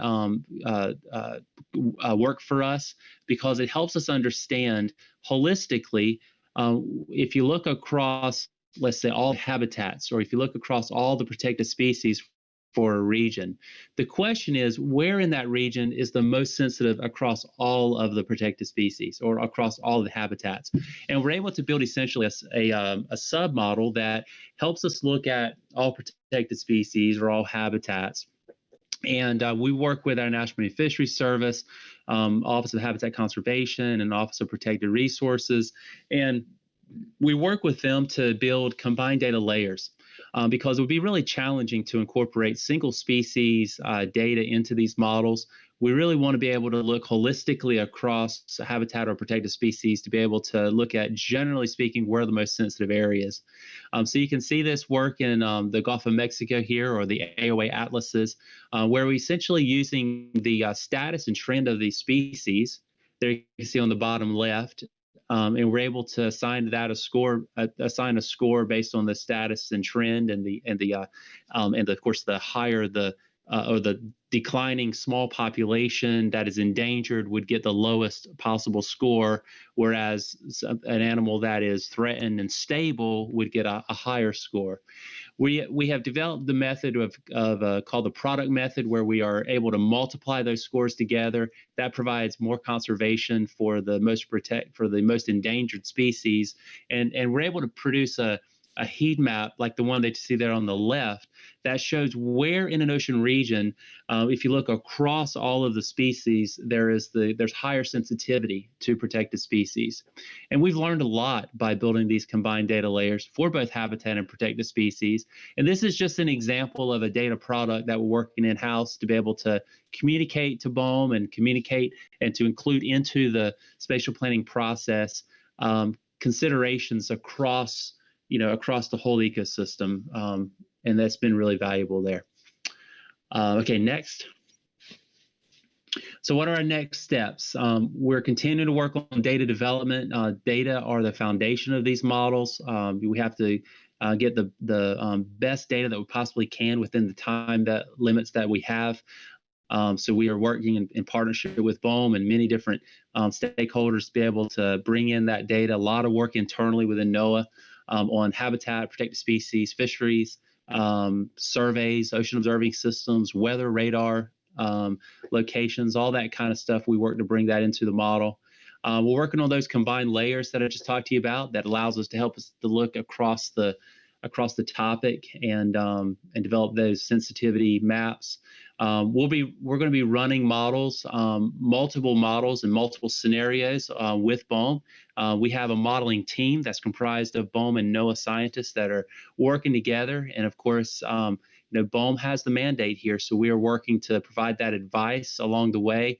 And then and BOEM is leading the charge in terms of this modeling effort here.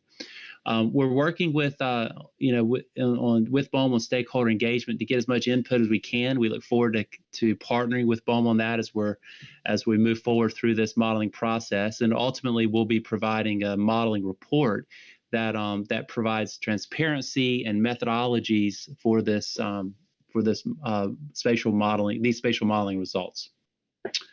And I believe, you can go to the next slide, I believe that was it. Hopefully we've left plenty of time for some questions and dialogue here, and look forward to hearing from you. All right, thank you, James, for that presentation. I'll look around the table for questions. Butch Smith, please.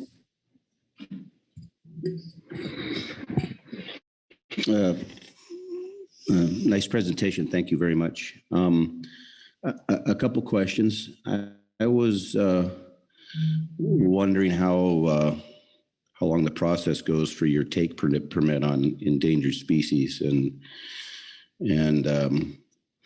typically how many,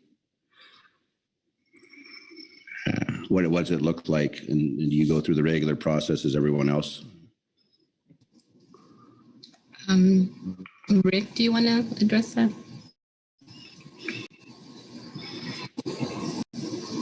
I think you mean like if there was a lessee, like what they would have to go through. Is that the question? Yeah, if you go through the process that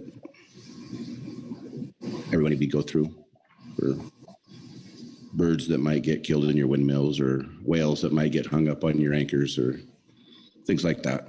Because I know the crabbers, out here got basically a very no minimal take permit for entanglement. And I was just wondering if it's proven that one of your anchors you get run into. And so anyway, I was just wondering what your process looked for endangered species.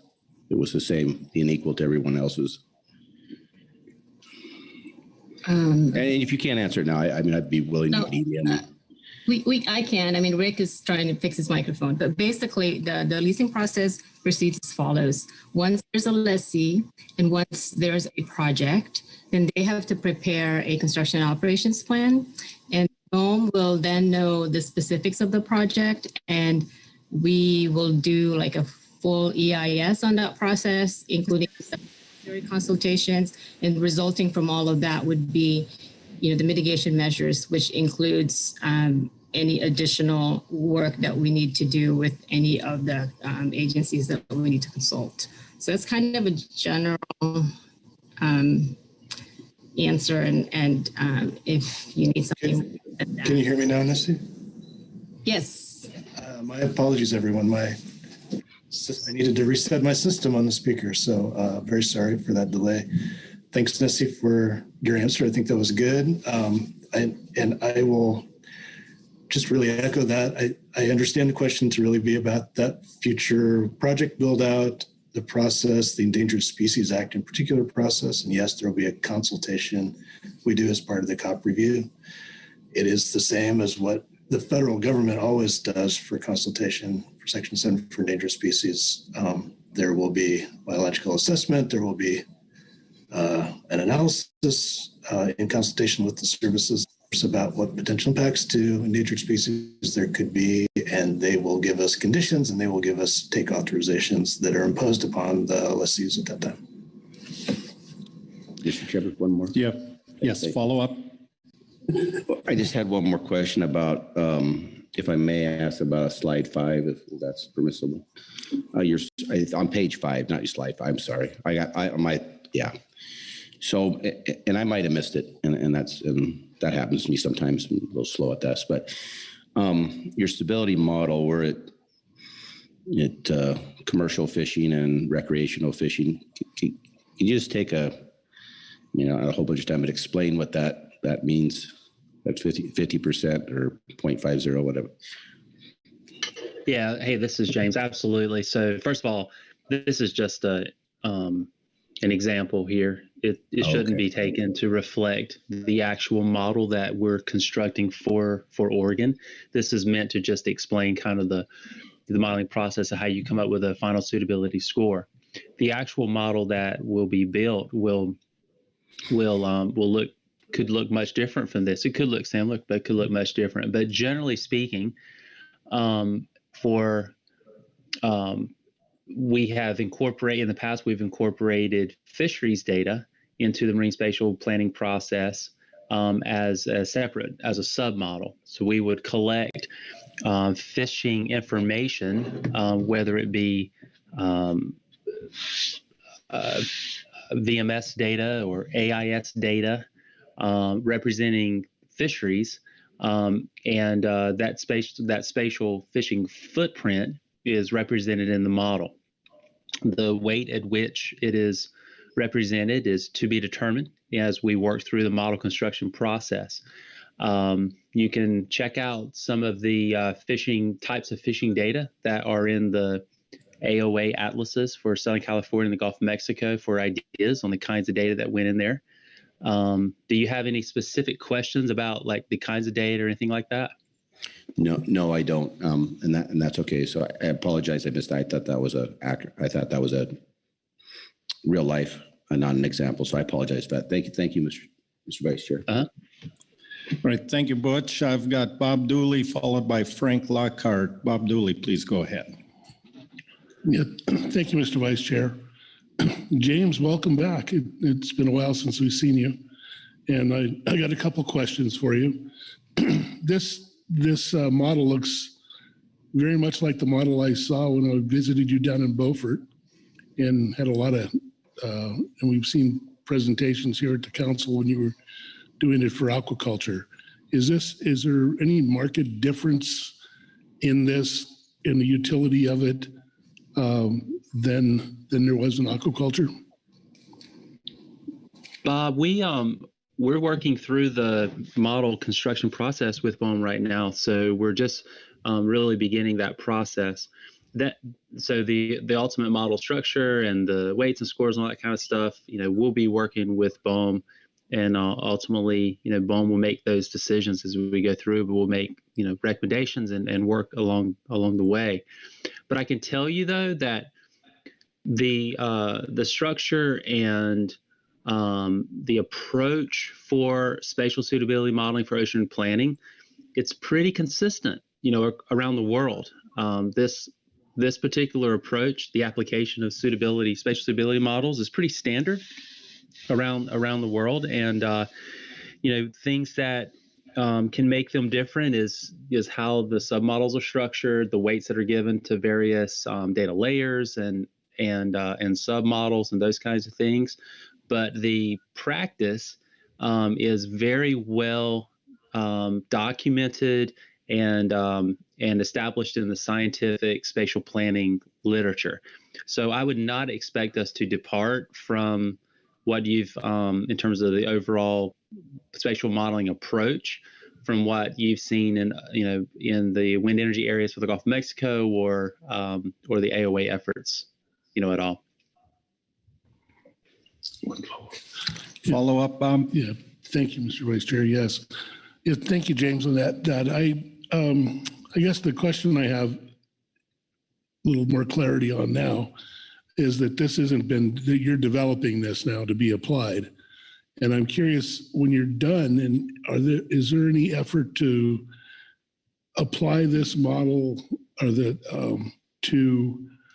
the wind energy areas that have been designated like off Morro Bay and to understand whether there were some maybe oversights and not that this would have maybe produced a different result than what came out of it now. I'm just thanks, Bob, for that question. We don't have any active work underway to look retrospectively at any kind of marine planning, whether it be for wind or cable laying or mining or any of that kind of stuff.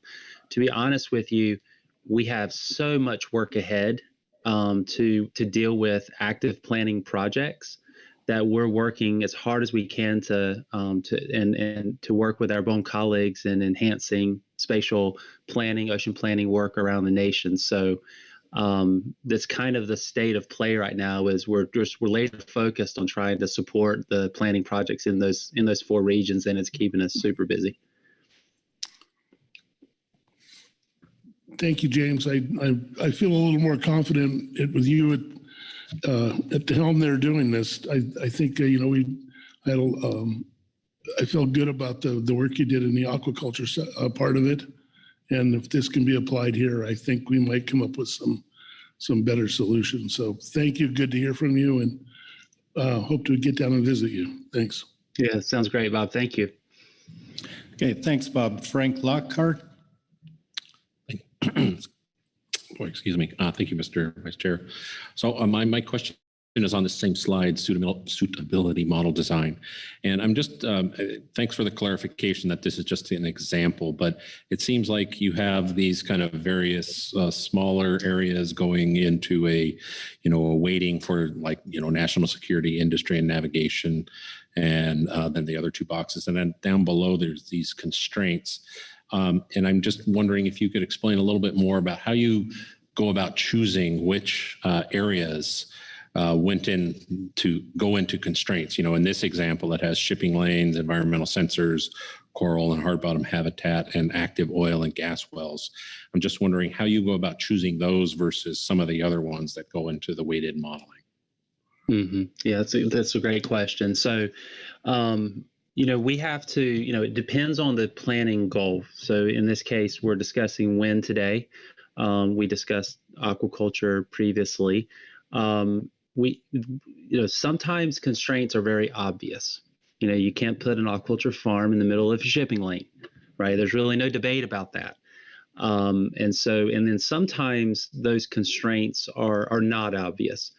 Sometimes it might be really hard to develop. It might require a lot of mitigation. It might be beyond the developer's interest in terms of having a conflict that will be very costly through the permitting or development process.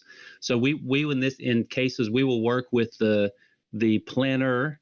In this case, it is BOEM in consultation with industry and all of their consultation requirements to assess what are constraints in this particular modeling process. When it comes to wind energy, obviously there are some physical constraints that will limit wind development. So we're working as a joint team, an interagency team, to review those constraints, to discuss and try to understand what are hard constraints and what are more of the soft constraints, which ones are more appropriate to be in the suitability model as opposed to the constraints model. For clarity, things that are constraints are zeros. They're hard it will be very, very difficult to develop wind there. And then what we do, we run suitability model on all the other areas that are not constrained, and we're able to look at the relative suitability score, across those other areas. So it was good of you to pick up on that constraints box there. I didn't go into it when I was explaining the slide, but that is something that you could probably think about the call areas, think about the various activities that are happening in those call areas, and whether or not there are different kinds of constraints. Thank you, Frank. Phil Anderson. Thanks, Mr. Vice Chairman. And I'm looking at the very last slide in your presentation. No, the very last one. The one that says thank you. That one. So I'm looking at this slide and this picture, and I'm trying to figure out what your message is here by having a slide like this. That I think the same picture was on your introductory slide too, but you got a container vessel coming down alongside these structures. You've got charter boat, recreational boat. You got the Coast Guard racing off there. You got a dragger that's trying to get it out of the way of the container ship. And I just wonder what is the message here you're trying to send with this slide? These are all compatible uses, or just exactly what is the message? Thank you for asking that question. I worked with a graphics designer to put this together, and there's a couple of messages here that we're shooting for. One is that the ocean is a very busy place. It's quite astonishing when you look out on the ocean. You stand on the beach, you look out on the ocean, and it may not look very busy, but you begin mapping all of the characteristics of ocean space, and it quickly becomes a very busy ocean. And that's one of the things that we learn as we work on doing regional ocean planning, is just how difficult it is to find space that for pioneering developing industries. We have, part of, our NOAA mission here is to work to the best of our ability to deconflict with our fisheries, to avoid impacts to sensitive habitats, to avoid impacts to protected species and such. And as part of the Department of Commerce, to enhance, and sustain our blue economy. And then furthermore, as part of the all government approach here, is to support wind energy development. So we have to do all that. And our goal and our role here is to enhance and support BOEM and their direct mandate on wind energy development. So that was a main message that we've taken away over the years of trying to better understand our coastal oceans, just how busy they are.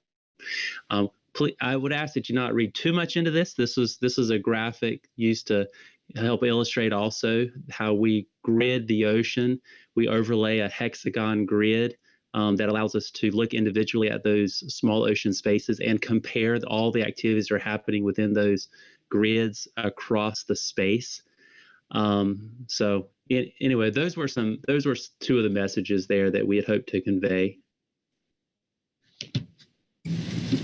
Thank you. Is that good, Phil? Corey Ridings. Thank you, Mr. Vice Chair. Thank you, James, for this presentation. I'm going back to, I think it was slide 5, looking at the suitability model design.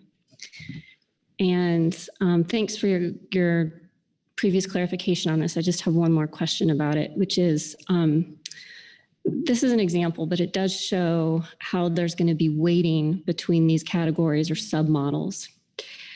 And the example you give a few slides later is looking at endangered species, looking at some birds there.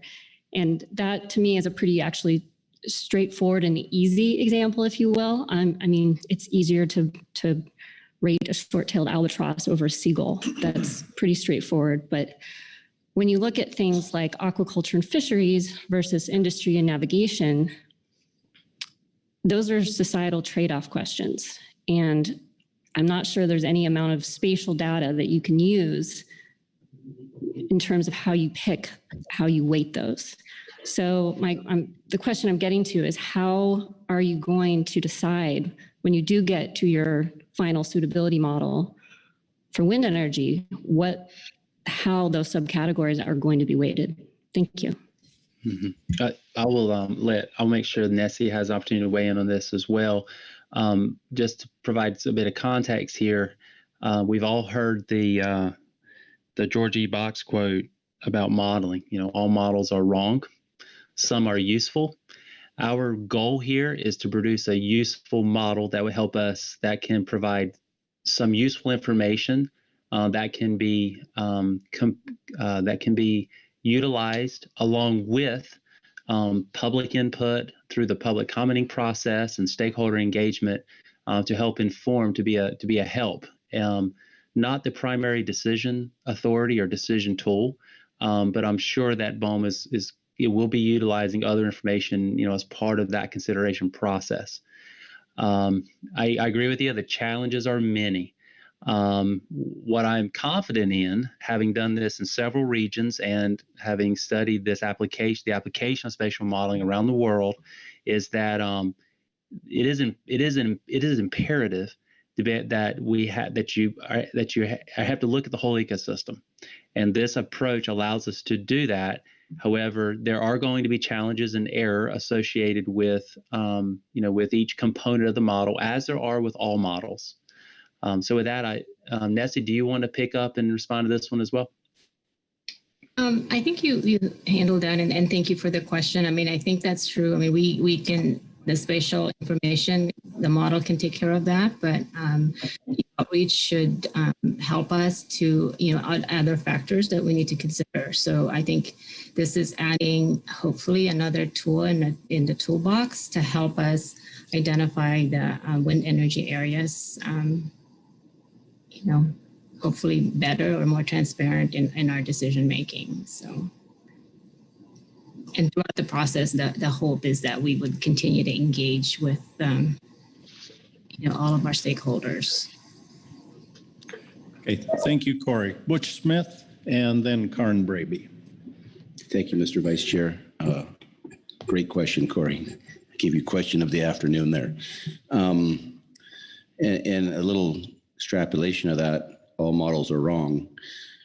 Just so you know, if you're wrong, there's coastal communities that go out of business. And just want you to know that that's not too reassuring to me, that answer, just for your own amazement. Thank you, Mr. Chairman. Thank you. Karen Braby. Thank you, Mr. Vice Chair, and thanks both Nessie and James, and I guess Rick too, for being here to answer our questions and give us this presentation. So just a couple of comments first on Nessie's introduction, which is I appreciate the enhancements to the BOEM process. That's something that this council has made recommendations on, and I appreciate that. And the decision to start with a suitability modeling exercise, as well as bringing it to us. I wanted to pick up on the couple of comments, most recently Nessie, on engagement around the design of this model, and Nessie in particular mentioning September 30th, bringing this and doing a deeper dive with the Marine Planning Committee at the council, and beyond that group, your plans to look at this more deeply in terms of the design and draft products from this exercise.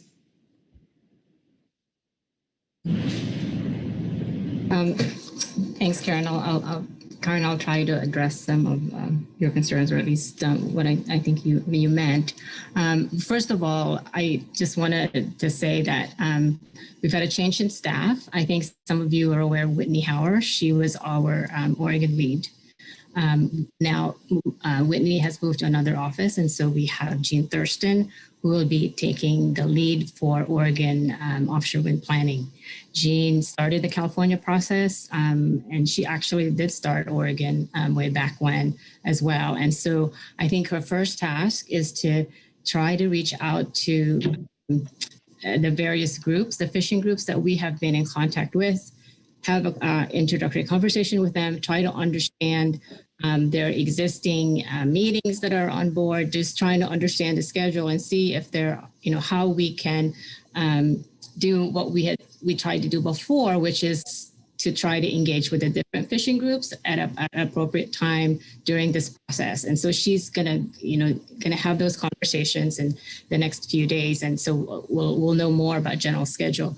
And there's an opportunity that there's a meeting already scheduled on September 30. So if the Marine Planning Committee would like to have that as a time where BOEM could and NOAA can provide a deeper dive into what we're doing, we're open to that as well.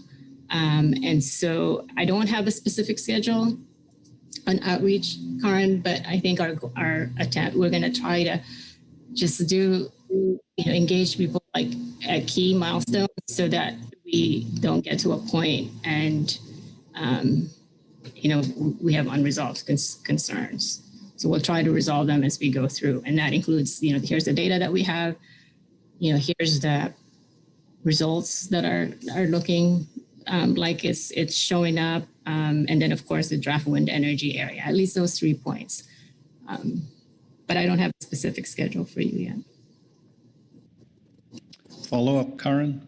Yeah, thanks, Nessie. Appreciate that. And I would just say that, the council sees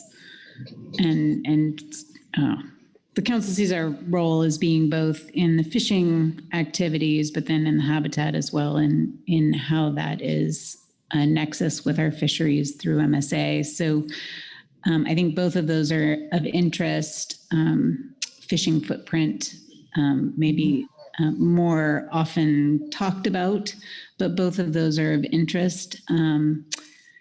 And I think you'll find a lot of eagerness to be engaged in this modeling work because of the sensitivity of the design to the outcomes. And so thank you for providing that opportunity. And I don't want to speak for the MPC, but I would guess that they would be eager to hear this presentation directly and have a chance for dialogue with you and James on it. While I didn't hear specifics, I understand you don't have specifics on timeline, just curious about that. And I know that other council members are in the greater timeline for this work. And maybe that's a rhetorical question. So thank you. Okay, thank you, Karen. Vice Chair Pettinger. Yeah, thank you, Vice Chair Hassemer. I'm looking at this slide, and it seems to me that the more activity you have going on in the area you live in, the less apt you're going to get a wind park established off your shores. And it seems like to me that a lot of our rural coastal areas, which is most of the Northwest, you're going to score lower because you don't have a military or passenger vessel traffic happening, and the economic consequences are going to be far greater to the few industries you do have, i.e. commercial and recreational fishing. Just a kind of observation for what I'm seeing from this. But I'm kind of curious about the data sets you're using for this, the models you're developing, or just want to make sure you're using the latest information. There was some concern, I think, earlier that there's some incomplete data sets used to identify the call areas. And just want to make sure that you're doing your best to make sure that we have the latest and best data as you move forward. That's my question.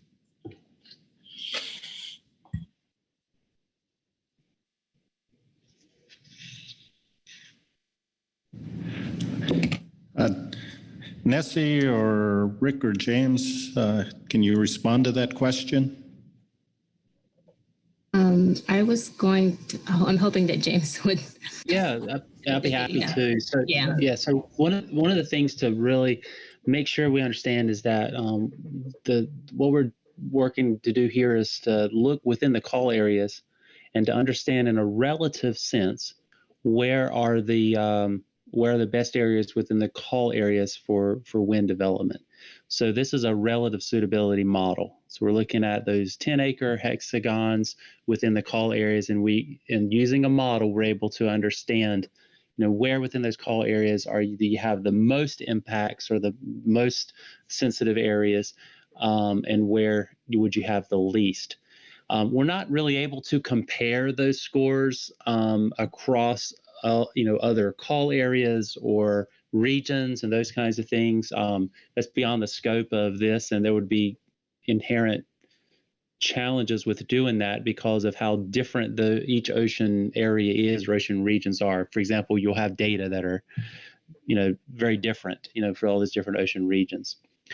In terms of ensuring that we have the most fresh data, that's what we're doing. We're working on data acquisition, data development. We're working to talk with all of the leading experts on data for different sectors. We've been doing that. BOEM's been doing that. That will be part of the public review process, is to be able to make comment on and check, ensure that the data are the best available data. And that's what I meant, just to circle back for a moment. I got to pick it up. That's what I meant about, about modeling. These models are built upon best available data. We all know that data are not perfect. They are not a perfect representation of reality. They have challenges in that. So we're going to be producing here a modeling result that can be taken into consideration with the other information that comes in as part of this planning process. And we're very hopeful that it will be useful, through that process and serve the purpose of actually protecting coastal communities and ensuring their sustainability, for the long term. That is our goal here. Bob Dooley. Yeah, thank you, Mr. Vice Chair. Just one follow up there. So following up on Brad's question, if you had no national security data in a particular area, no industry and navigation in that area, and all that existed was natural, cultural resources and the bottom three, would that, when compared to an area that had all those things, would it actually elevate the heat map to show that fisheries are more important in that area? So the way we typically handle the absence of conflict is that it automatically gets a 1. There is no conflict there to downgrade the score.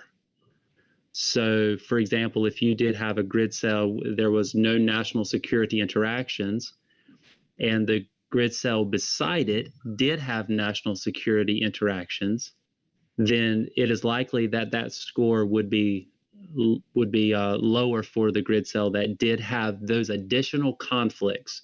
What this model does, what these model approach does, is allows you to look at the sum, the collective, taking all those conflicts into considerations according to the weights, and scores that are applied there. So in your example there, that the more conflicts, the more issues that you have, the lower the compatibility. Thank you. Karen Braby. Thanks, Mr. Vice Chair, and thanks, Brad, for getting us on the data discussion. I do want to extend additional appreciation for the NCOS group using the Aura Wind map. Of course, that was a collaboration between BOEM and the state of Oregon, different, a sister agency to ODFW. And that is a good start to those resources. We have been asked multiple times over the last 2 years for data on our fisheries for Oregon waters. And we have worked very hard as an agency to provide those data to make them useful in these conversations to represent our fisheries. So we have provided some more recent information to the NCOS group for this work, and I'm glad that they are incorporating it. My question is about other existing studies that are ongoing that have been discussed multiple times at the council that also come to mind. One we're going to talk about today, which is the PAC-PARS study, which has come out with new maps of their own analysis of navigational and safety constraints. And then the other is PACFM, which is a NOAA study that I've mentioned at least more than once around the council table, which is the Pacific Fishing Effort Model.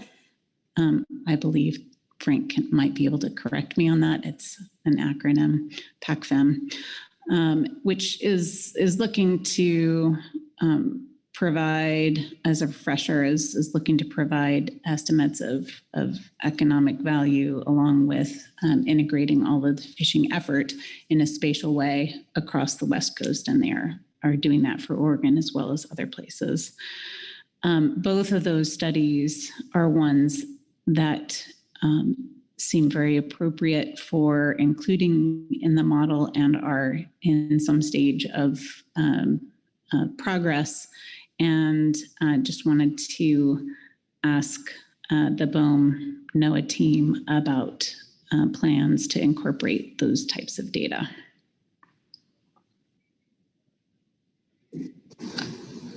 Frank or James, could you, I mean, for sure we have the PAC-PARS. I think we have the GIS layers there, but could you address the other question that Karen has?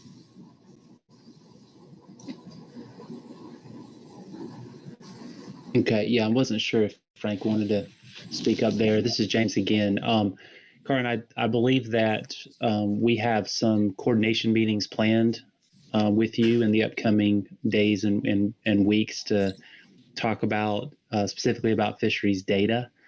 I know that there's some work to do there, both on the NMFS side as well as ODFW side in terms of data selection, understanding how to bring those data into the model and best representative data. So I guess I would say we look forward to those conversations and getting your input, into this process. And this is Frank. Can you hear me now? Yes. Yes, good. So yes, the PAC-PARS data, we have, moved, got that data over to the NCOS team. So James's team has that. So we'll be using that going forward. And from the Pacific States effort, the Pacific States Marine Fisheries Commission effort, we have the newer data has also been moved over for the newest VMS data. So in the past, we've talked about 2010 through 2017, and we've been working with them to get the newer data. So now we have 2018 through 2021. Karen, follow up? Yeah, and I don't need to get into the details. I meant a different Frank, which was Frank Lockhart, but Frank Pendleton. Thank you for answering that about PAC-PARS and the Pacific States data that you've heard from this council and our advisory bodies before, that I think we prefer data other than VMS to represent all of the fisheries, since only some of the vessels carry that system. It's an ongoing topic, and I'm just going to put a little flag here repeating that input, but thank you. Thank you. Frank Lockhart. Well, just to confirm, it is PACFM, and I guess it's a 2-year project, and it's only in year 1. So it'll be a future conversation about how to incorporate any results from that. All right, thank you. I'm looking around the table to see if there's additional questions. Corey Niles. Yeah, thanks, Mr. Vice Chair. And thanks to all the presenters. I'll echo Karen's thanks. You know, being a member of the MPC, I feel like you're being responsive, and I'm a lot of questions around the table. I have 10, but I'm going to hold off and just wondering thinking about the next MPC meeting, from your perspective, what would be helpful on your end for having that time with the MPC? I know the MPC would benefit from understanding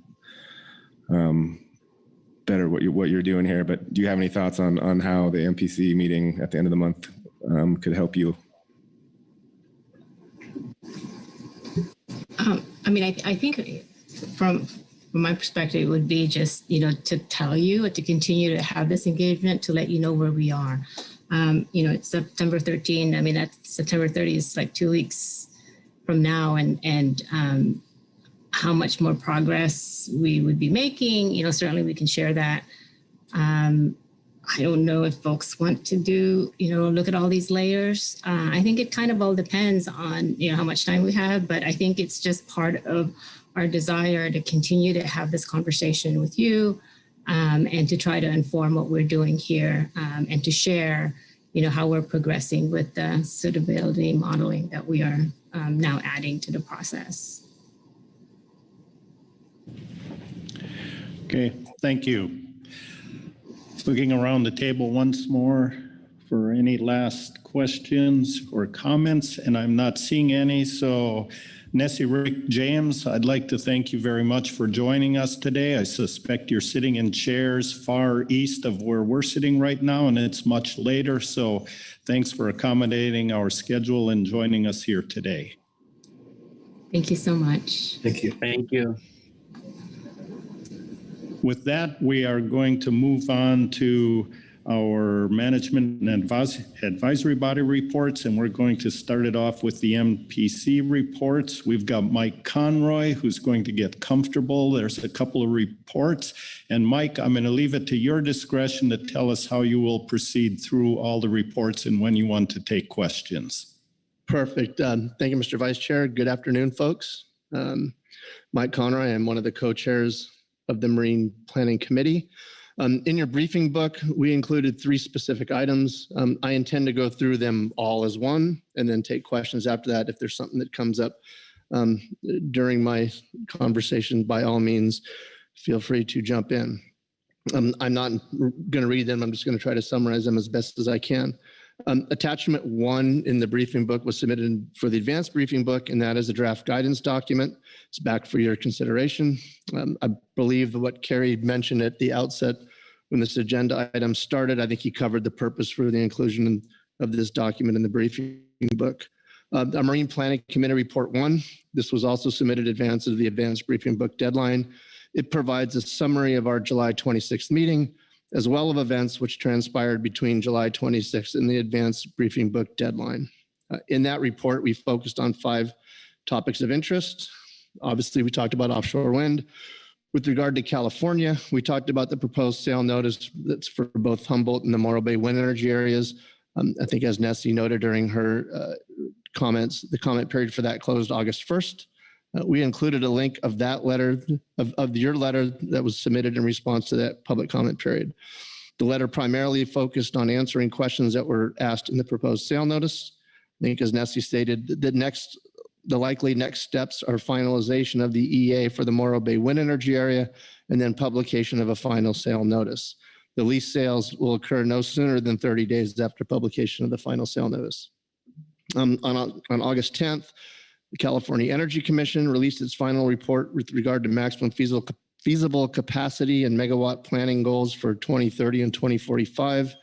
The CEC settled on 2 to 5 gigawatts for 2030 and 25 gigawatts by 2045. Just to note, the current wind energy areas that are in the process off the state of California would cover that 2 to 5 gigawatt target.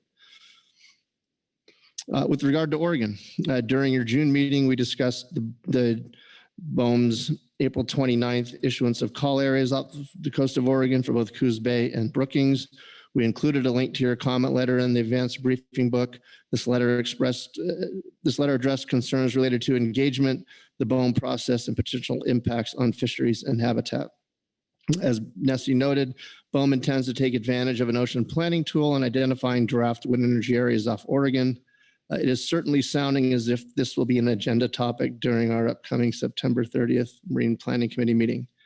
In Washington, in our first report, we made reference to the 2 unsolicited lease requests which have been submitted to BOEM.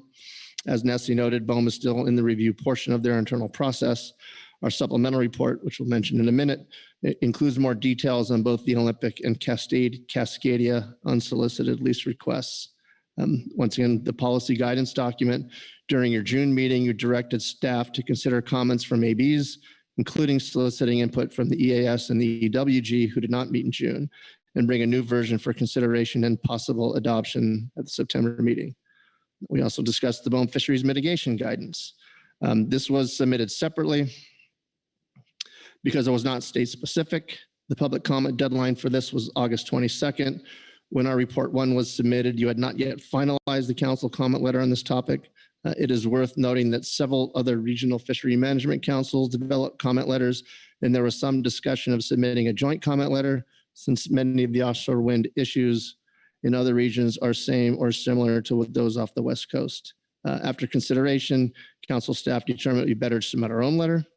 However, the other regional fishery management councils assisted greatly by sharing their draft comment letters. We appreciate the collaboration between those councils, despite regional differences in terms of where BOEM process is and the types of offshore wind infrastructure proposed on those offshore wind issues. Briefly, your letter expressed interest in seeing this guidance further developed, as it'll provide clarity and consistency across offshore wind projects. However, it is only guidance, and the lack of binding rules or regulations undermine the potential protection it aims to satisfy. We also included an item in that report 1 about the NOAA's aquaculture opportunity areas within the Southern California Bight. During your June meeting, you had an opportunity to hear from us on the status of the AOAs, in particular, the May 23rd publication of a notice of intent to prepare a programmatic EIS for identification of 1 or more AOAs in Southern California. The NOI public comment period closed on July 22nd. We included a link to the letter the council submitted in our report 1. That letter primarily focused on answering 12 of the 16 items for which NOAA specifically sought public comment on. Based on those comments, NOAA is currently developing a draft PEIS, which is expected to be released for public comment in late 2022 or 2023. During our July 26th meeting, the Marine Planning Committee briefly discussed 2 specific issues the council may wish to consider. It is not clear if the council has taken a position on, number 1, whether finfish aquaculture in marine waters is advisable, or 2, whether the propagation of non-native species should be considered for aquaculture projects in federal waters in the marine environment. We'd appreciate the council providing guidance on those 2 issues in anticipation of upcoming commenting on the draft PEIS.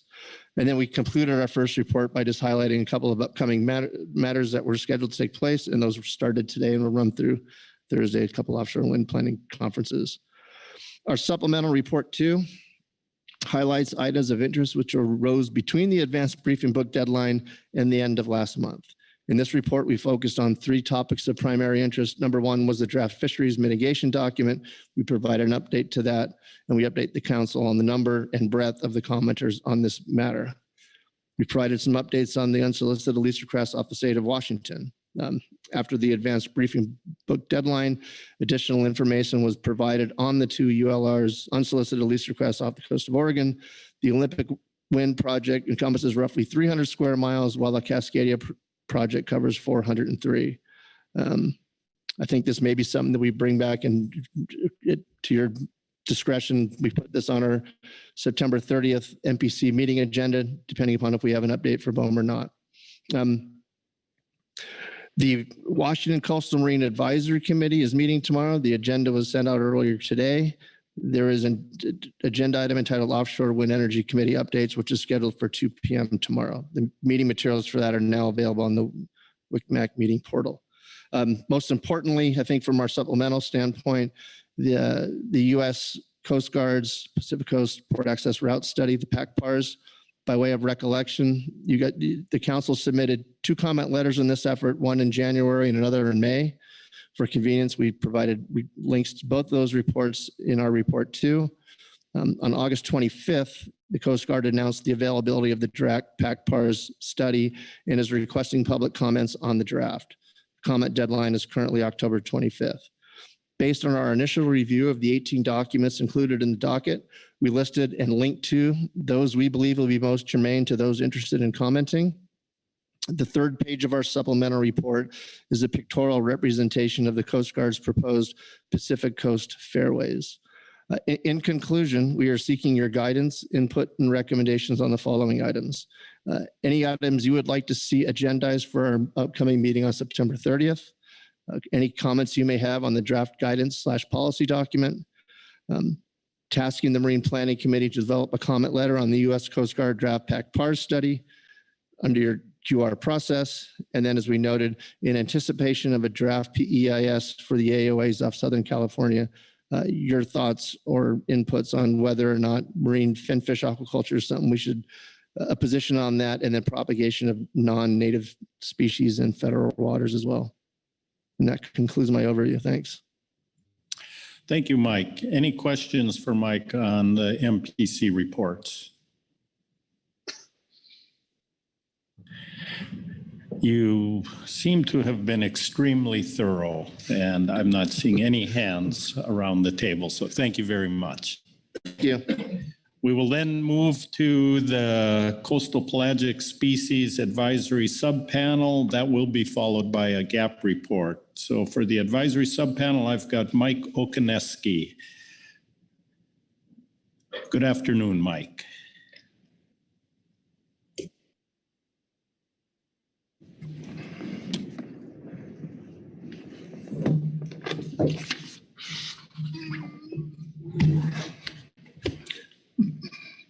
Good afternoon, Mr. Vice Chair, council members. For the record, Mike Okaneski from the CPSAS co-chair. Agenda item C4A, CPSAS Supplemental Report 1, September 2022. Coastal Pelagic Species Advisory Subpanel Report on Marine Planning. The Coastal Pelagic Species Advisory Subpanel met by webinar on September 1 to discuss multiple items in the Pacific Fishery Management Council's September agenda. In this discussion, the CPSAS determined we had several general and specific points on the draft guidance document, agenda item C4, attachment 1, we wish to comment on. Excuse me. First, we wish to compliment the Marine Planning Committee, and particularly the co-chairs, council staff, and the council for the manufacture of a guidance document. We believe the document creates an identifiable and coherent structure of the council's stated concerns and efforts to protect our commercial and recreational fisheries, essential fish habitat, and our California current ecosystem. As CPS fishers, processors, distributors of live bait, and as concerned citizens, we are apprehensive about the lack of essential ecosystem research, resulting in a dearth of analytical data on what effects may occur to the CCE, fish stocks, and protected species with the advent of offshore wind energy. This research is critical and essential to establish confidence in the Bureau of Ocean Energy Management offshore wind environmental review process. A specific CPS example: what effect and at what scale will the presence of OSW wind turbines and their wind wakes or other atmospheric or hydrological alterations have on CPS species that also serve as forage? Will Pacific sardines that swim offshore to spawn and their larvae that depend on ocean transport to move their recruitment inshore to their nursery zones revise their primal behavior patterns due to interaction with wind farms? Will energy deficits on the leeward side of turbines disrupt the ocean transport process for larvae. Additionally, there has been no cohesive effort or a stated plan to collect and collate credible economic data from our seafood industry and fishing communities. Yet BOEM has already announced plans for compensatory mitigation without any known data or analytical basis. EFH protection measures are in place for many static EFH areas, but very little is even known about the resiliency of a dynamic liquid portion of the ocean habitat that sustains all marine dependent species. We know removal of wind energy has some degree of hydrological effect. Will that reshape ecological function to a material degree? We herein reference several specific edits we recommend be included in the guidance document prior to the council finalizing at this meeting that we believe are necessary to help protect productivity of the CCE and the viability of our coastal communities. Recommended changes, italicized in bold print and underlined. The first one is on page 1 in the objectives. Describe the potential effects of OSW on affected resources, including habitats, ecosystem, fisheries, and fishing-dependent coastal communities. Identify, and here's what we added, the needs for both missing existing data, and we left a footnote down there for one document for an example, and currently absent requisite research, and the associated analysts that, to assess effects to CCE productivity and economic impacts to coastal communities. Page 3. Ex-vessel value does not accurately reflect downstream benefits and economic impact. We added, extensive individual community economic study is necessary to understand the degree of community dependence on commercial and recreational fishing. Page 6. Potential impacts to habitats and species from offshore development activities. We added, should be analyzed through an independent and comprehensive NOAA-administered NEPA process that utilizes both a programmatic EIS and site project EISs. The PEIS must be administered prior to leasing and estimate cumulative impacts. Other applicable laws include, but are not limited to, and it continues on. Page 7, expectations for, and we added just one word, research, analysis, monitoring, and avoiding impacts to fisheries and habitats. And that concludes our statement. I will say one last quick remark. I did not at that time have report 2 to go over, so we didn't include that one in here. And thank you. I'll take any questions. Questions for Mike on the CPSAS report? And I don't see any, so thank you very much, Mike. Thank you, and have a good afternoon. Next, we'll have the Groundfish Advisory Subpanel report, and we have Susan Chambers online to give that report. Good afternoon, Susan. Good afternoon, Mr. Vice Chair and council members. My name is Susan Chambers, and I will be reading the Groundfish Advisory Subpanel report on marine planning into the record. The Groundfish Advisory Panel received a briefing on this agenda item from Mr. Kerry Griffin, Pacific Fishery Management Council staff, and reviewed briefing book materials. The GAP very much appreciates the diligent efforts by council staff and the Marine Planning Committee in tracking marine planning activities, offshore wind in particular. The regular and comprehensive updates provided to the council and advisory bodies, as well as the council letters developed by Mr. Griffin and the MPC about marine planning activities, are critically important, especially in communicating council and fishery participant concerns about actions that will impact council-managed fisheries. The 2 Marine Planning Committee reports are primarily informational, and as noted, the GAP is grateful for the comprehensive overview of the status of offshore wind activities off the 3 coastal states and the NOAA aquaculture opportunity areas. In addition to these informational items, MPC Report 1 highlights the need to provide comments about further refinements to the Council's guidance document, and MPC Supplemental Report 2 recommends the Council consider drafting a letter via the quick response process about the U.S. Coast Guard Pacific Coast Port Access Route Study, or PAC-PARS. Relative to the policy guidance document, in previous reports, the GAP has strongly supported the development of this document and complimented the authors on the depth, breadth, and quality of the information contained in the document. It contains critically important information about council-managed fisheries and the environment that supports sustainable management. In considering modifications to the current draft, the GAP reviewed the CPS-AS report and agrees with the recommended edits to the policy guidance document. Relative to the draft U.S. Coast Guard PAC-PARS study released on August 26th, the GAP supports the MPC recommendation for the Council to authorize development of a letter by the MPC. The study, quote, evaluates safe access routes for the movement of vessel traffic proceeding to or from ports or places along the western seaboard of the United States, and aims to determine whether a shipping safety fairway and or routing measures should be established, adjusted, or modified. GAP members note the Fairways Plan was created for the protection and safety of human life, to allow appropriate room for safe maneuvering, and to prevent accidents that might have harmful impacts on the marine environment, especially in light of competing uses for offshore marine areas such as renewable energy and aquaculture.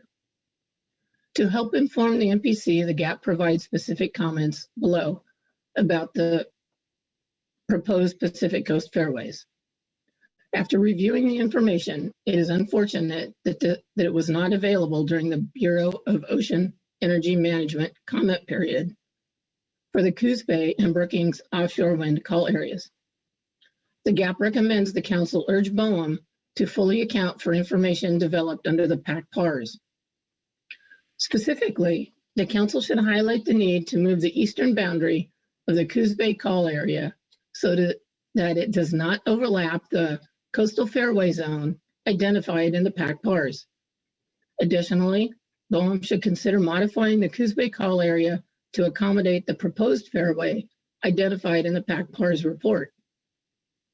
The GAP also recommends that during the PAC-PARS comment period, a request be made to the U.S. Coast Guard for proposed fairways to be added for Winchester Bay through the BOEM Coos Bay call area and to the Port of Brookings through the Brookings call area. Mr. Vice Chair, that concludes the GAP report, and I'm happy to take any questions. Questions for Susan on the GAP report? And Susan, I don't see any hands around the table here, so thank you very much for that report. Thank you. That completes the advisory body reports, so we will move into public comment. I believe we have 3 signed up. We will start with Jeff Chester, followed by Mike Conroy. Jeff, can you lead us off here? Thank you very much, Vice Chair Hassemer. This is Jeff Chester, representing the conservation organization Oceana. Our organization globally has put most of its emphasis on improving wild fisheries. And we believe that responsible fishery management is critical to save the oceans and feed the world. Wild capture fisheries have the benefit of maintaining natural ecosystems and habitats. And we've also spent a great deal of effort mapping important ecological areas, for example, in the essential fish habitat process. We believe Oceana shares many concerns with the fishing industry on offshore development and marine planning issues.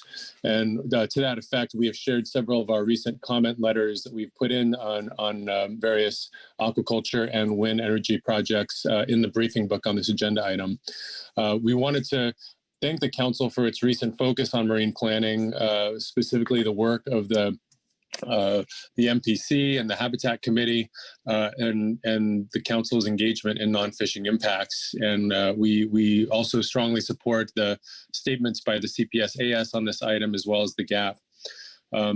We understand the need to fight climate change and produce seafood. However, we are concerned that federal agencies are using these broad goals to push too fast for projects that may not be appropriate at the expense of meaningful consideration of stakeholder concerns and without adequately considering the trade-offs. And this has the effect of underestimating impacts to fisheries, marine wildlife, and ocean habitats. Specific to offshore wind, we believe that globally it could be a part of climate solutions.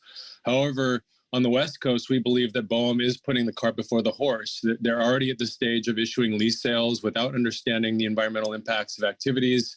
And they say they can't look at some of these impacts until they see the proposed plans. And there's also a presumption that the impacts can all be just simply solved with mitigation.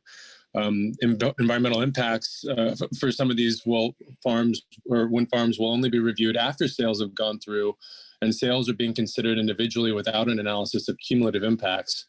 We and other NGOs and many in the fishing community have raised concerns that BOEM has failed to do a programmatic EIS that considers what wind energy development could do at scale when done at a large enough scale sufficient to help actually address climate change. And we understand that this could be thousands of turbines over hundreds of square miles and could dampen the winds that create upwelling in the California current and threaten the underlying productivity of the ecosystem in our fisheries. Furthermore, noise impacts of installation and operation can be severe. There are impacts to seabirds. We're concerned with impacts of entanglement or harm to safe passage of marine mammals and sea turtles, disruption of foraging grounds, and impacts. We've specifically raised impacts to critical habitat for endangered leatherback sea turtles, southern resident orcas, and humpback whales.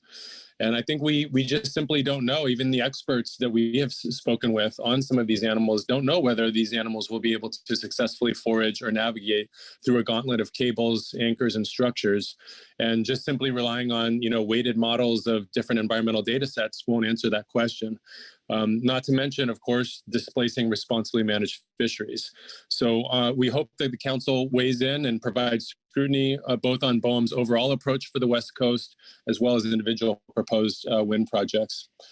With respect to aquaculture, I think you've seen the briefing book. We have opposed the establishment of any aquaculture opportunity areas in federal waters off the Southern California Bight, unless and until it can be demonstrated that aquaculture can be constructed and operated without posing risks of irreparable harm to ocean ecosystems, marine wildlife, wild fish stocks, existing commercial and recreational fisheries, or coastal communities.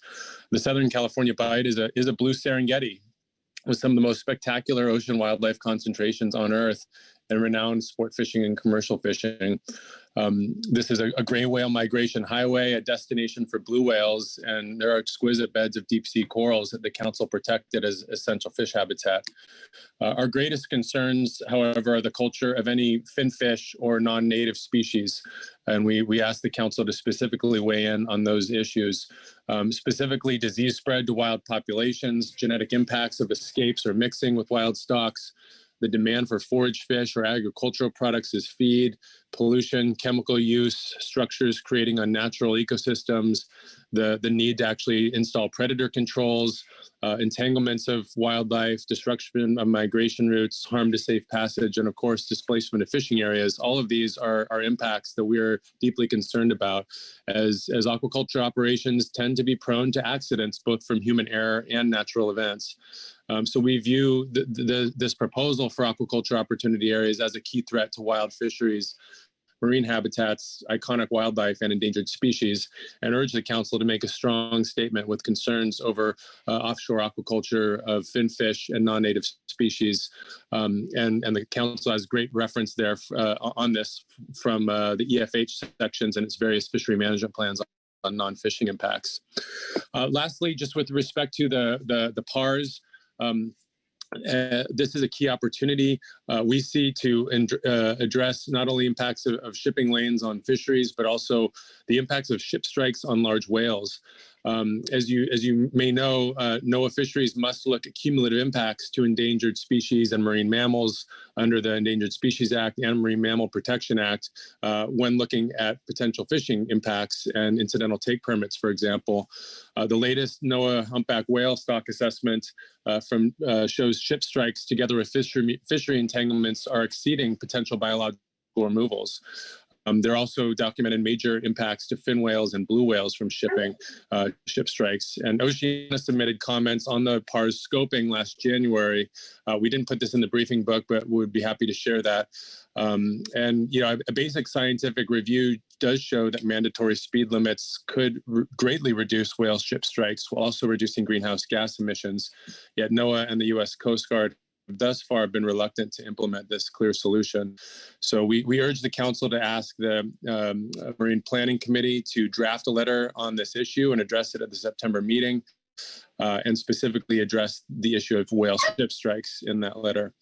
In summary, we encourage the council to weigh in strongly to raise concerns on these various non-fishing impacts that could affect fisheries, wildlife, and marine habitats. And we believe this could really help bring conservation groups and the fishing communities together, both to find common ground as well as have a stronger voice in these issues. Thank you very much, and we'd be happy to answer any questions. Are there any questions for Jeff on his report? Butch Smith. Thank you, Mr. Vice Chair. Thank you, Jeff, for your great comment and an amazing job getting that list of things in 10 minutes. I commend you for that. I just wondered if Oceana had a comment or looked into also the seismic activity that goes off the West Coast and what it could do to the anchoring mechanism to hold those windmills upright. I know that a few years back, I think under President Trump, they were going to stick oil derricks all over the ocean on the West Coast. And we did a few things with Senator Cantwell on that issue. And seismic activities, of course, were a big issue. So I haven't heard anybody. Well, I have, but I didn't hear you mention that. So I was just wondering if that was being looked at also. And thank you for your testimony. Thank you very much, Mr. Vice Chair and Mr. Smith for those questions. And we believe that is certainly an additional concern. I think we did not mean for the list of impacts to be exhaustive that we provided today, but just kind of simply a sampling of some of the issues that we felt were key impacts. And certainly, I think when we kind of talked about some of the potential impacts of like natural events and seismic activity, that's certainly an issue that I think we would want to look into further and would want to raise. So I think I didn't mean to omit that as a potential impact, and certainly would be, I think, interested in diving deeper into that issue, and really thank you for raising it today. Thank you, Mr. Chair. That's all. Further questions for Jeff? And I don't see any hands here. Thanks very much, Jeff. Next, we'll have Mike Conroy, followed by Heather Mann. Welcome back, Mike. For the last time, hopefully today. Yeah, good afternoon, Mr. Vice Chair, and thanks, council members. Appreciate your time. Where's Phil? Phil, thank you for the question that you asked. You asked the question that many of us who saw that presentation were thinking of asking, but didn't have the guts to do so. So thank you. My name is Mike Conroy, and I'm here today as I'll just say a future ROTA employee. In late 2020, the Responsible Offshore Development Alliance convened a synthesis of the science workshop with an overarching purpose of enhancing regional and national understanding of existing science and data gaps related to offshore wind interactions with fish and fisheries. The workshop was supplemented by a comprehensive, first of its kind, written report with dozens of international authors from the fisheries science, management, and operations communities that is currently undergoing NMFS technical review for publication later this fall. This first synthesis of the science project was primarily focused on fixed offshore wind facility design. Based in large part on the success of SOS-1, ROTA and its agency partners have begun planning for a second SOS effort one which will be primarily focused on floating offshore wind technology. This project is currently in development, and the collaborative engagement outreach will occur through April of next year. The steering committee, which consists of NMFS staff from both the East and West Coast and headquarters and ROTA, is in the process of shaping approaches based on the project's thoughts, ideas, and principles, and identifying project partners. Rather than one overarching workshop and report, SOS2 is envisioned to be spread out with a literature review on floating wind and fisheries interactions, combined with specific modules covering specific topic areas. While those modules are not yet finalized, we are considering workshops on technology, fishermen's knowledge utilization and spatial analyses, and socioeconomics, primarily focused on the seafood sector and dependent communities. I'm here today to plant a flag that SOS2 is coming and to begin to get you all thinking about if and or how you or your agency would like to get involved. We are also encouraging the council to think about what you would like to see in the project and our outcomes from it. We are planning to have something more definitive and detailed to present to you during your November meeting, so this won't be so esoteric as it is right now. So that's my comment. Thank you. Any questions for Mike on his comment? No hands, so thank you very much, Mike. And Heather Mann. Good afternoon, Heather. Hello, Mr. Chairman, Mr. Vice Chairman. Can you hear me? Yes, we can. Terrific. Thank you so much. I know that question gets annoying, but it's the first I've commented this meeting, so thanks for indulging me. My name's Heather Mann. I am the director of the Midwater Trawlers Cooperative. I have also been helping to coordinate an informal coalition really focused on educating decision makers regarding the potential risks to the marine habitat and the fishing industry, coastal economies. Collectively, we represent, tens of thousands of West Coast jobs related to commercial and recreational fishing and beyond. And you can check out our work and outreach materials at our newly released website, which is www.protectusfishermen.org. We're united as recreational and commercial fishermen across gear types, fisheries, geographic locations. Our group includes harvesters, processors, biologists, engineers, all types of folks, marine suppliers. So it's a real broad coalition. Usually July and August are kind of a slower time for me. I cover two councils, the Pacific and the North Pacific. In the summer, I'm watching over the hake fishery and the pollock fisheries, yes, but I'm also doing other stuff, camping and family time. This summer has been 7 days a week, nonstop offshore wind work. And it is impossible to calculate how momentous these activities are and the impact that they're going to have on our industries, our jobs, and our environment on the West Coast. In more than 25 years of working in commercial fisheries, offshore wind energy development is hands down the most significant threat we will face. I want to thank the council for your continued involvement in this arena, and I would very much encourage you to continue to participate fully in this process. I'm cautiously optimistic that BOEM has been listening to your input, and I firmly believe that without that input, we likely would not have seen the small improvements to the process that we heard about earlier today.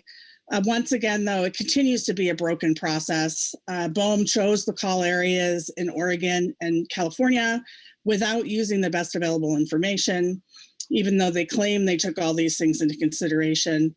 The data sets were incomplete and stopped at, arbitrarily at different years. And hopefully this new process will use the most recent data, and hopefully it's more than just VMS data. But the problem is we already have existing call areas off Oregon, and even the WIAs off California were chosen based on incomplete data. If BOEM was really dedicated to transparency and doing the process right, they would abandon the current call areas in Oregon and start over using this improved tool. And I think the council should ask BOEM to do just that. I also think that BOEM should at least use this tool to review the WIAs in California instead of racing forward with an auction this year. Again, it's unfortunate that the political promise is continuing to outweigh rational and really responsible behavior. That recommendation to recall the Oregon call areas and start over would be in line with the letter released today from Senator Merkley's office, which I uploaded when I signed up for public comment. So you'll have a copy of that. It just came out. This is in addition to other congressional letters from the West Coast delegation. It's also in line with the 18 Oregon municipalities and several municipalities off Washington who've taken positions on offshore wind development, namely slow the process down, consider a test turbine, do a more robust analysis up front, avoid a fishery interactions, and these are all cities, ports, counties, tribes, all charged with economic development, but all united in their desire for more robust analysis up front before risking our California current and our coastal communities.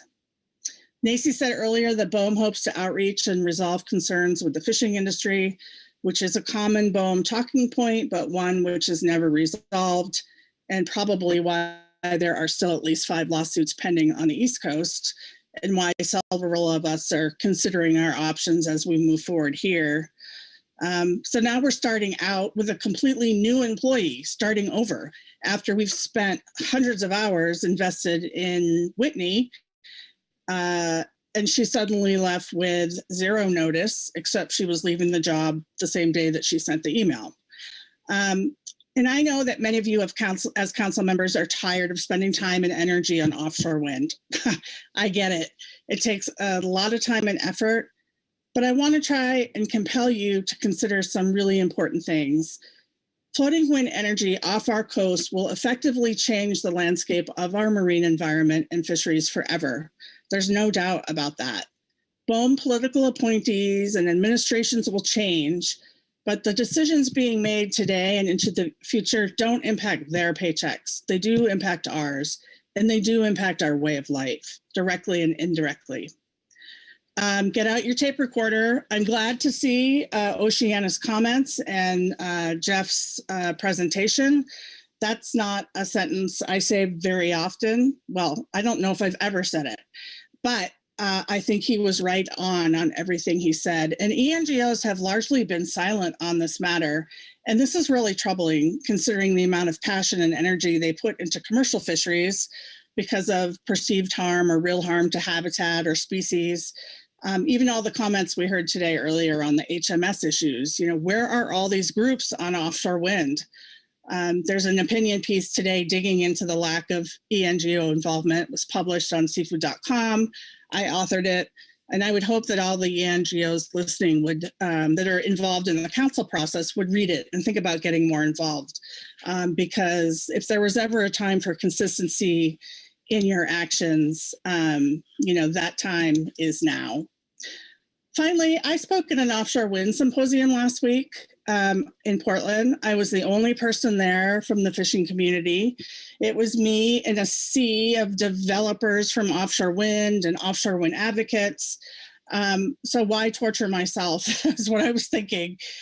And I think because these are just some of the exact comments and questions I received over the last 6 months, and I'm going to read you a couple. First, there's plenty of ocean. Why can't you just fish somewhere else? Cats kill more birds than turbines. What's the big deal? The threat of climate change outweighs collateral damage to the environment and fishing. I love this one. I heard this one last week. We can save the fishing industry. This is an offshore wind developer. I didn't know that we needed them to save us. Why can't you just get over it? Fishermen need to accept the BOEM process and get on board with offshore wind. And then my favorite, and really think about if someone said this to you. If you lose your job, you can get work ferrying people and supplies on your boat to and from wind farms. Aside from being deeply offensive, these types of comments display an extreme lack of knowledge about commercial fishing, what it means to be a commercial fisherman, to be part of a multi-generational fishing family and business, to be part of the fabric of our coastal communities, to be a food provider. We don't want to be bought off or out, and there's no way to compensate the losses to communities that trickle down through through the community, like all the way to the sponsors of Little League teams. You can't compensate that. So finally, Oregon's commercial fisheries alone generated an estimate $558 million in income to the statewide economy in 2019. That's equivalent to 9,200 jobs. Output based on the Marine Reserve study that ODFW or the state of Oregon put together estimated that to be 1.2 billion. So let's say we lose 20% of the fishing activity annually from offshore wind farms. Over 30 years, the life of a turbine farm, that's 7.2 billion with a B in output that is disrupted from the state of Oregon that we lose.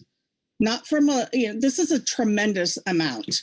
And that is from the livelihood perspective, a jobs perspective, and a food security perspective. And this doesn't even consider negative environmental impacts. We cannot solve the climate crisis by creating a different environmental catastrophe. With everything we know now about salmon and dams, if you could go back and do something differently, would you? I mean, this situation is the same. So I think it is critical that the council continue to stay involved with this issue. And I thank you sincerely for your involvement so far. This is not a useless exercise, and I hope you continue to stay meaningfully engaged. And I would be happy to answer any questions, Mr. Vice Chairman. Are there any questions for Heather? Yes, Karen Braby. Thank you, Mr. Vice Chair. I just want to respond, Heather, to your sharing with us some of the questions and comments that you've heard. It is disappointing, I think, to understand that there is so little understanding in parts of this discussion about what fisheries are and what they mean. And I'm sure it was very hard to hear that in person, and just appreciate your ability to collect those and share those with us and continue the dialogue on this topic. I know it's a lot of work and very difficult, so thank you. Thank you. Thanks, Karen. Further questions, Phil Anderson. Thanks, Mr. Vice Chair. I'm not sure I have a question, but I'm proud to be a member of the coalition that Heather referenced. But more than that, this woman has led a charge to protect the fabric of the fishing community up and down the West Coast, like none other that I've ever come close to seeing. I appreciate, I suspect I can say this, I appreciate the Midwater Trawlers Association giving her the latitude and flexibility to work on this issue, and I'm sure leave some of our other important duties, I don't know about left undone, but not as well attended as she would normally do. But we owe a tremendous debt of gratitude, us being the fishing industry, coastal communities, for her efforts to help protect the future of those. And again, I'm proud to be a part of her coalition. Thanks. Thank you, Phil. Further questions? Butch Smith. Really just to echo what Phil said, and now I never got on the bad side of Heather Mann. It's not a good. You don't want to stand in her way, and I want to thank her and others for what they're doing, because this endangered species would look minuscule to what could happen to us if these things went in as planned. And also point out we do have a time in history where we had the man Schechler detente, and that's pretty good too. So, you live long enough, you never know who you're going to work with, and that's pretty good. And so anyway, thank you, Heather, for all you've done and what you're doing. Further questions, Bob Dooley. not to belabor it, and thank you, Mr. Vice Chair, but I gotta add to what Phil and Butch had said. You know, I work with Heather in a myriad of different committees, and we talk at least, you know, 4 times, 5 times a week, easy, maybe sometimes 5 times a day. And since this effort, I haven't talked to her as much because she's not available, but I'm just impressed that she also cares about the rest of the coast too, not just Oregon. And she's, you know, helped coalesce people in California around this movement. And, you know, you couldn't have a more dedicated person working on this. I thank you for, can't wait for it to, hopefully we can someday get back to where we're normal and things are normal, but it's going to be a long fight. And I'd be remiss too if I didn't also thank Mike Conroy, because Mike has been just dedicated to this for a long time. And so I know we've got some good people in our family that are watching our backs. So thank you. Further questions? And I'm not seeing any hands. Heather, no questions for you, but a lot of appreciation for your efforts. So thanks again for commenting to us today. Thank you, Mr. Vice Chair. With that, that concludes public comment. In exactly 5 minutes, we are going to take up council discussion and action on this. So you've got a 5-minute break to organize your thoughts and come back and finish up the work.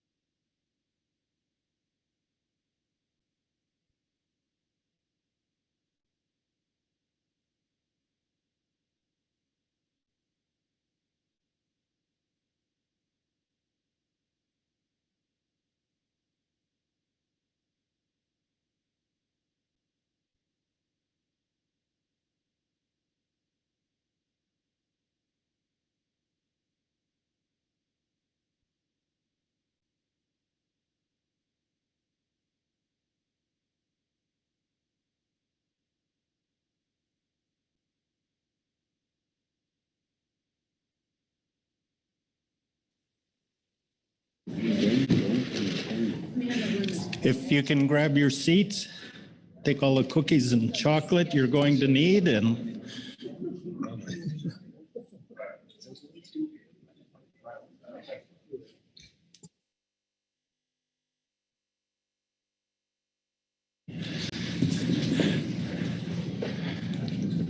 how are we doing? We're pretty good here. All right, I think we're ready to get back into action here. Our council discussion and action, lots of good input and questions to everything we had. I'm going to quickly summarize what I heard as some of the items we're looking to take care of, because there's more detail than what's there on the screen for our action. We've got the guidance document, the draft guidance document to consider, the PACPARS letter through the QR process, whether or not the council wants to move forward with that. Aquaculture, finfish aquaculture, some questions from the MPC regarding that, direction the council might want to go. Items for the September 30th, agenda items for the September 30th MPC meeting. And of course, you've always got the recommendations of the advisory bodies and the public to think about also. So with that, I'll look around here for a hand to kick it off. Karen Braby. I'm happy to get us started. It feels like we don't need a motion, so I'm going to approach this as my guidance to get the discussion started. And I wanted to start with reflection. We are now a year out from having a marine planning committee that is part of our council family, and I want to acknowledge that and appreciate the tremendous work that that group of individuals has put out in the last year. And it has trickled down to the council members ourselves in reviewing QR letters, which have been enough of a workload, let alone producing those letters and having the meetings to have the ability to produce that great work. I think 20 letters in the last year, plus the guidance document. And of course, Carrie at the helm of that group, as well as individuals putting out tremendous work. So thank you for that. And we have more work for you. And I just want to highlight that in a year, that group will be at the term, and it's nothing to talk about today, but just thinking about how the council wants to move forward on marine planning issues is something that we will need to work on in the next year. So I think that I organized it a little bit differently than Vice Chair Hassemer did, but I have the same things that I wanted to talk about. I organized it as letters that I think we clearly want to consider. One is council comments on PACPARS. I think that is important to put some thoughts together on, and I'm hopeful that that is part of the MPC agenda on the 30th. And my advice as a council member is thinking about how not only the Coast Guard might react or respond to some comments about things like those navigational channels maybe not representing some of the smaller ports in Oregon, for example, and other comments like that that may be helpful to the Coast Guard as they're considering finalizing that product. But again, I'm grateful for the work on that and the really deep thinking on how to represent navigational transit and safety on behalf of the Coast Guard. So thank you. The AOAs, I wanted to raise a flag. Oregon does have very strong and potentially different position on offshore aquaculture, particularly with finfish from other states represented in the council family. So I just want to flag that the guidance document, for example, is for offshore wind. It's not necessarily for aquaculture areas. And I think that requires some additional thought and certainly would be subject to more scrutiny from me as representing Oregon and looking at something like a QR letter. The guidance document, I think we have some suggestions on how to modify that from our advisory bodies, and I would suggest that those suggestions for modification of the document be taken in by council staff and integrated as appropriate into that guidance document, and that we call that good. It's a working document that's internal facing. It's meant to provide information that can be used in QR letters. It's not meant to stand alone as a formal policy document. And so I think I'm comfortable having it basically tweaked a little bit, added to a little bit, and finalized for that internal use.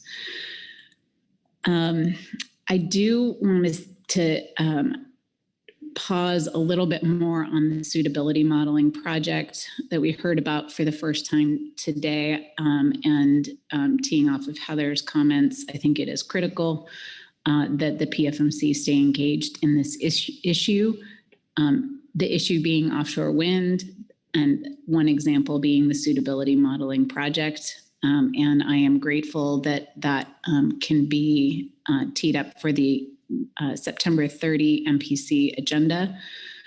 I think that we should formalize comments after that time to BOEM and the NCOS team in whatever form makes sense, to make sure that our input is heard on the information that's being used in the modeling effort, the high-level design decisions that are being made about it, like weighting of submodels, for example, things that were brought up by multiple council members on the floor. I also want to just reflect that the aquaculture opportunity area project that NCOS has brought to our council multiple times stemmed from the executive order that was issued in May of 2020. That project was finalized in November of 2021. That's a year and a half. We're not doing math on the council floor today, but that's about a year and a half. Having separate discussions about that modeling exercise, a year to a year and a half is a thoughtful way to approach that. That allows for really careful consideration of inputs. It allows for iterative preliminary products and vetting to make sure that the information actually represents what you think you want it to represent. That's just, is it taking reality and turning it into something that also reflects reality, or is it giving you garbage? And that's not a comment. I shouldn't have used that word. That's not a comment on NCOS or their process. It's just a part of testing models and making sure that it's giving you something of value. So I think that leads me to suggest possibly another letter or communication specifically on that topic, not only the council wanting to be involved in that to the degree that we can be, but also the request to really allow that process to have some time to percolate within the NOAA team that's conducting the work so that it gives us good information. Those are my thoughts at this time, and thanks for all of the time. Thank you very much for kicking off this discussion, Karen. Bob Dooley. Thank you, Mr. Vice Chair. Karen, good comments. I was reflecting on the suitability model that we saw today, and we'd seen it before, I think it's close to 4 years ago, in the terms of aquaculture, same author, same lead, James Morris. So you'll recall that I actually went to Beaufort and visited him and gave a report at the council floor about that we need to pay attention to this, and that this model was being developed, and they were actually soliciting input from fishermen, from the councils, from the agencies to populate this model. And I think it would behoove us to engage, and I think it's a breath of fresh air in the BOEM process that they have recruited James to come back in and do this on that behalf. So I think the thing that strikes me is we need to understand that we have a 22-year-old RCA, I believe, off the coast. And if you look at these models and it doesn't include the information from prior to that, you'll think that's a great place to put wind energy. And it's not in terms of fishing.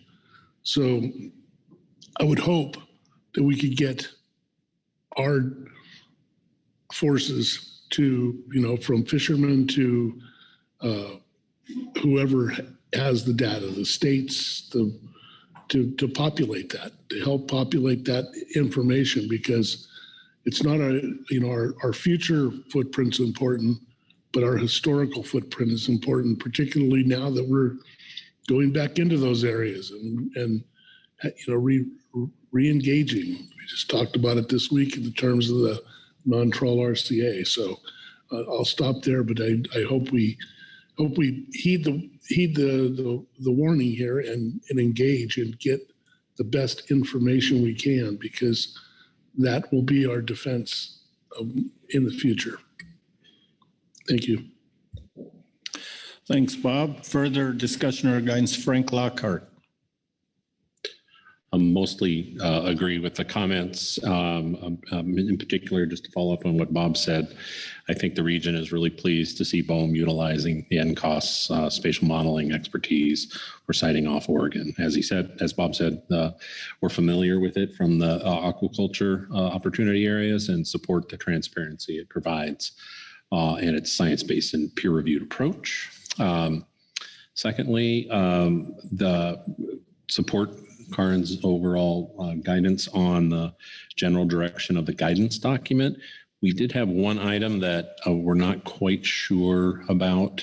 So in her general direction to staff to kind of look at the comments, number 3 on the CPSAS report talks about developing an independent and comprehensive NEPA document. And we're not sure that actually makes sense in the context of the BOEM process. So when they're looking at these comments, if they could look at that a little bit more, we'd appreciate that. And thank you. That's it. Thank you. Corey Ridings. Thank you, Mr. Vice Chair.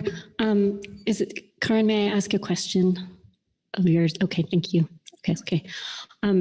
Karin, you mentioned on the aquaculture and how your state has a certain position, and I heard you say that it may not be appropriate to talk about how to amend the draft guidance document because of that state position.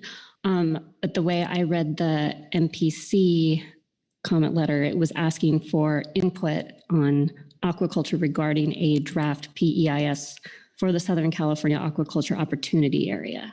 So I'm wondering if that makes a difference in your mind in terms of this council providing some guidance on the 2 aquaculture questions that were posed. Thanks. Karin? Thank you. The flag was, I appreciate the question. The flag was not on the guidance document, which I interpret to be tailored to offshore wind. But if there is going to be something like that, that is a council position guidance document on aquaculture offshore, then I would have maybe more careful review of that to make sure that it's consistent with our ongoing dialogue on aquaculture. So for projects off the southern coast of California, we would want those to be consistent with California policy and PFMC policy, not as much Oregon, and vice versa. In Oregon, we'd want it consistent with Oregon. Thank you. Joe Altman. Thank you, Mr. Chair. I guess I'd like to provide a general comment as it pertains to the BOEM offshore wind planning activities. So maybe building off of Mr. Dooley's comment about, how to bring these forces together, maybe this sort of all hands on deck type of approach that the council might be able to do. So for tribes, here. That's part of the council process, so the tribe with the federally recognized fishing rights, they and their fish and the fish habitat, can be impacted by offshore wind. And so just wanted to remind the council that, to the extent practicable, like to make sure that tribal issues and interests with respect to this are incorporated. I know in this quick response letter that we did regarding the BOEM, I think it's a fisheries mitigation guidance document, did provide some specific information that we had wanted to have included in the council quick response letter, and that was done. And so we certainly appreciate, that. And so as we kind of move forward, want to make sure that the tribal rights and interests are appropriately considered. Thank you. Thank you, Joe. Yes, and I'll just comment, I did notice in the suitability model there, they do have little boxes for commercial fisheries and recreational, but we understand the importance of tribal fisheries to also here, and we will make sure we capture those comments in there. So thanks for that. Further discussion, guidance? Butch Smith. Thank you, Mr. Vice Chair. And I'm sure this is implied, but just in case we don't want to let somebody off the hook that just thinks these fishing rights and these fish are just in front of in their UNA. These things transfer the same ocean that we all fish and migrate, and the reason why we have the stocks, from time to time that we have and work so together. So I want to make sure that just to piggyback on Joe's comment there, that this is this is the environment and of our whole coast, just not in front of certain coastal areas, and make sure that is known when we give our thoughts. Thank you. Thanks, Butch. Not seeing other hands here, so before I ask for a recap from our executive director or Carrie, I just want to click through some of these things. Before I ask for a head nod from the council, I want to verify what I heard is correct on the guidance document, that it's not a final policy guidance document, but it is for internal use. We have some comments that were received. They would be incorporated as appropriate, and I think that responds to Frank Lockhart's comment about taking a look at those and see how to fit those in, and we would not need any formal action. So Karin, if I captured your suggestion, it looks like it around the council table here. Is there agreement with moving forward with that way at this time? I'm seeing head nods on that. There was Carrie. Thanks. I'm sorry, I don't want to interrupt, but there was one sort of niggling idea in my mind. We've been calling this a policy document or a policy guidance document. And what I'm hearing is maybe we should just remove the word policy from it and just call it a guidance document. So I see head nods. Thank you. All right. There's a lot of head nods for that. On some of the other items then, on the, maybe it's easier, I don't know, to take this up on the MPC agenda, but there are some of the agenda items might be the PAC PARs, hoping they would get that on there. And I don't know about the finfish aquaculture, how people feel about that, but did you hear input for agenda items on the September 30th MPC meeting? Yes, I did, specifically the PAC PARs item, and I'll reach out to the Coast Guard and to see if they can join us. They've usually been super helpful. And then the NCOS modeling opportunity for a deeper dive is what I also heard for the September 30th meeting. That's right. I did excuse me, I had that in my notes too, to comment about the suitability model or that modeling effort. So Lieutenant Commander Ettinger. Through the Vice Chair, yeah, we'll absolutely participate. I was looking for a little bit of clarification on the requests about PAC PARs. I saw the comments from I think it was the GAP, with addition or adding in fairways in the 2 southern call areas. Was there anything else specifically from council that we're looking for or that would be coming in that quick response letter to the Coast Guard that we could either nip now or otherwise? Look around the table. Karen Braby. Thank you, through the Vice Chair. Thanks for the question. So I mentioned really briefly that I've heard at this council meeting some reactions to the public comment opportunity and how that the maps that you've produced, the data that have been produced, match with reality. And without providing guidance on it at this time, I think there's some concern that some of the smaller ports do not appear to have navigational access around the offshore wind areas, the call areas, and in the fairway lanes. And so a discussion about how the fairways were developed and how smaller ports that have less vessel traffic were considered, and some dialogue around that. I would expect that to be part of what would come up. Does that clarify that? There's Lieutenant Commander? Yep, thank you. All right, thank you. So anything else we're missing on the agenda? Turn back to Carrie or any of the other items we had before us here.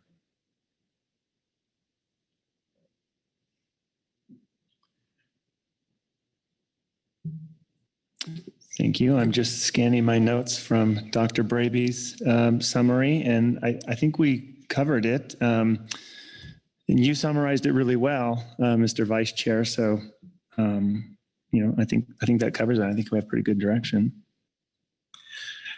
All right. Any closing comments on this agenda item then? It sounds like we've completed our work here.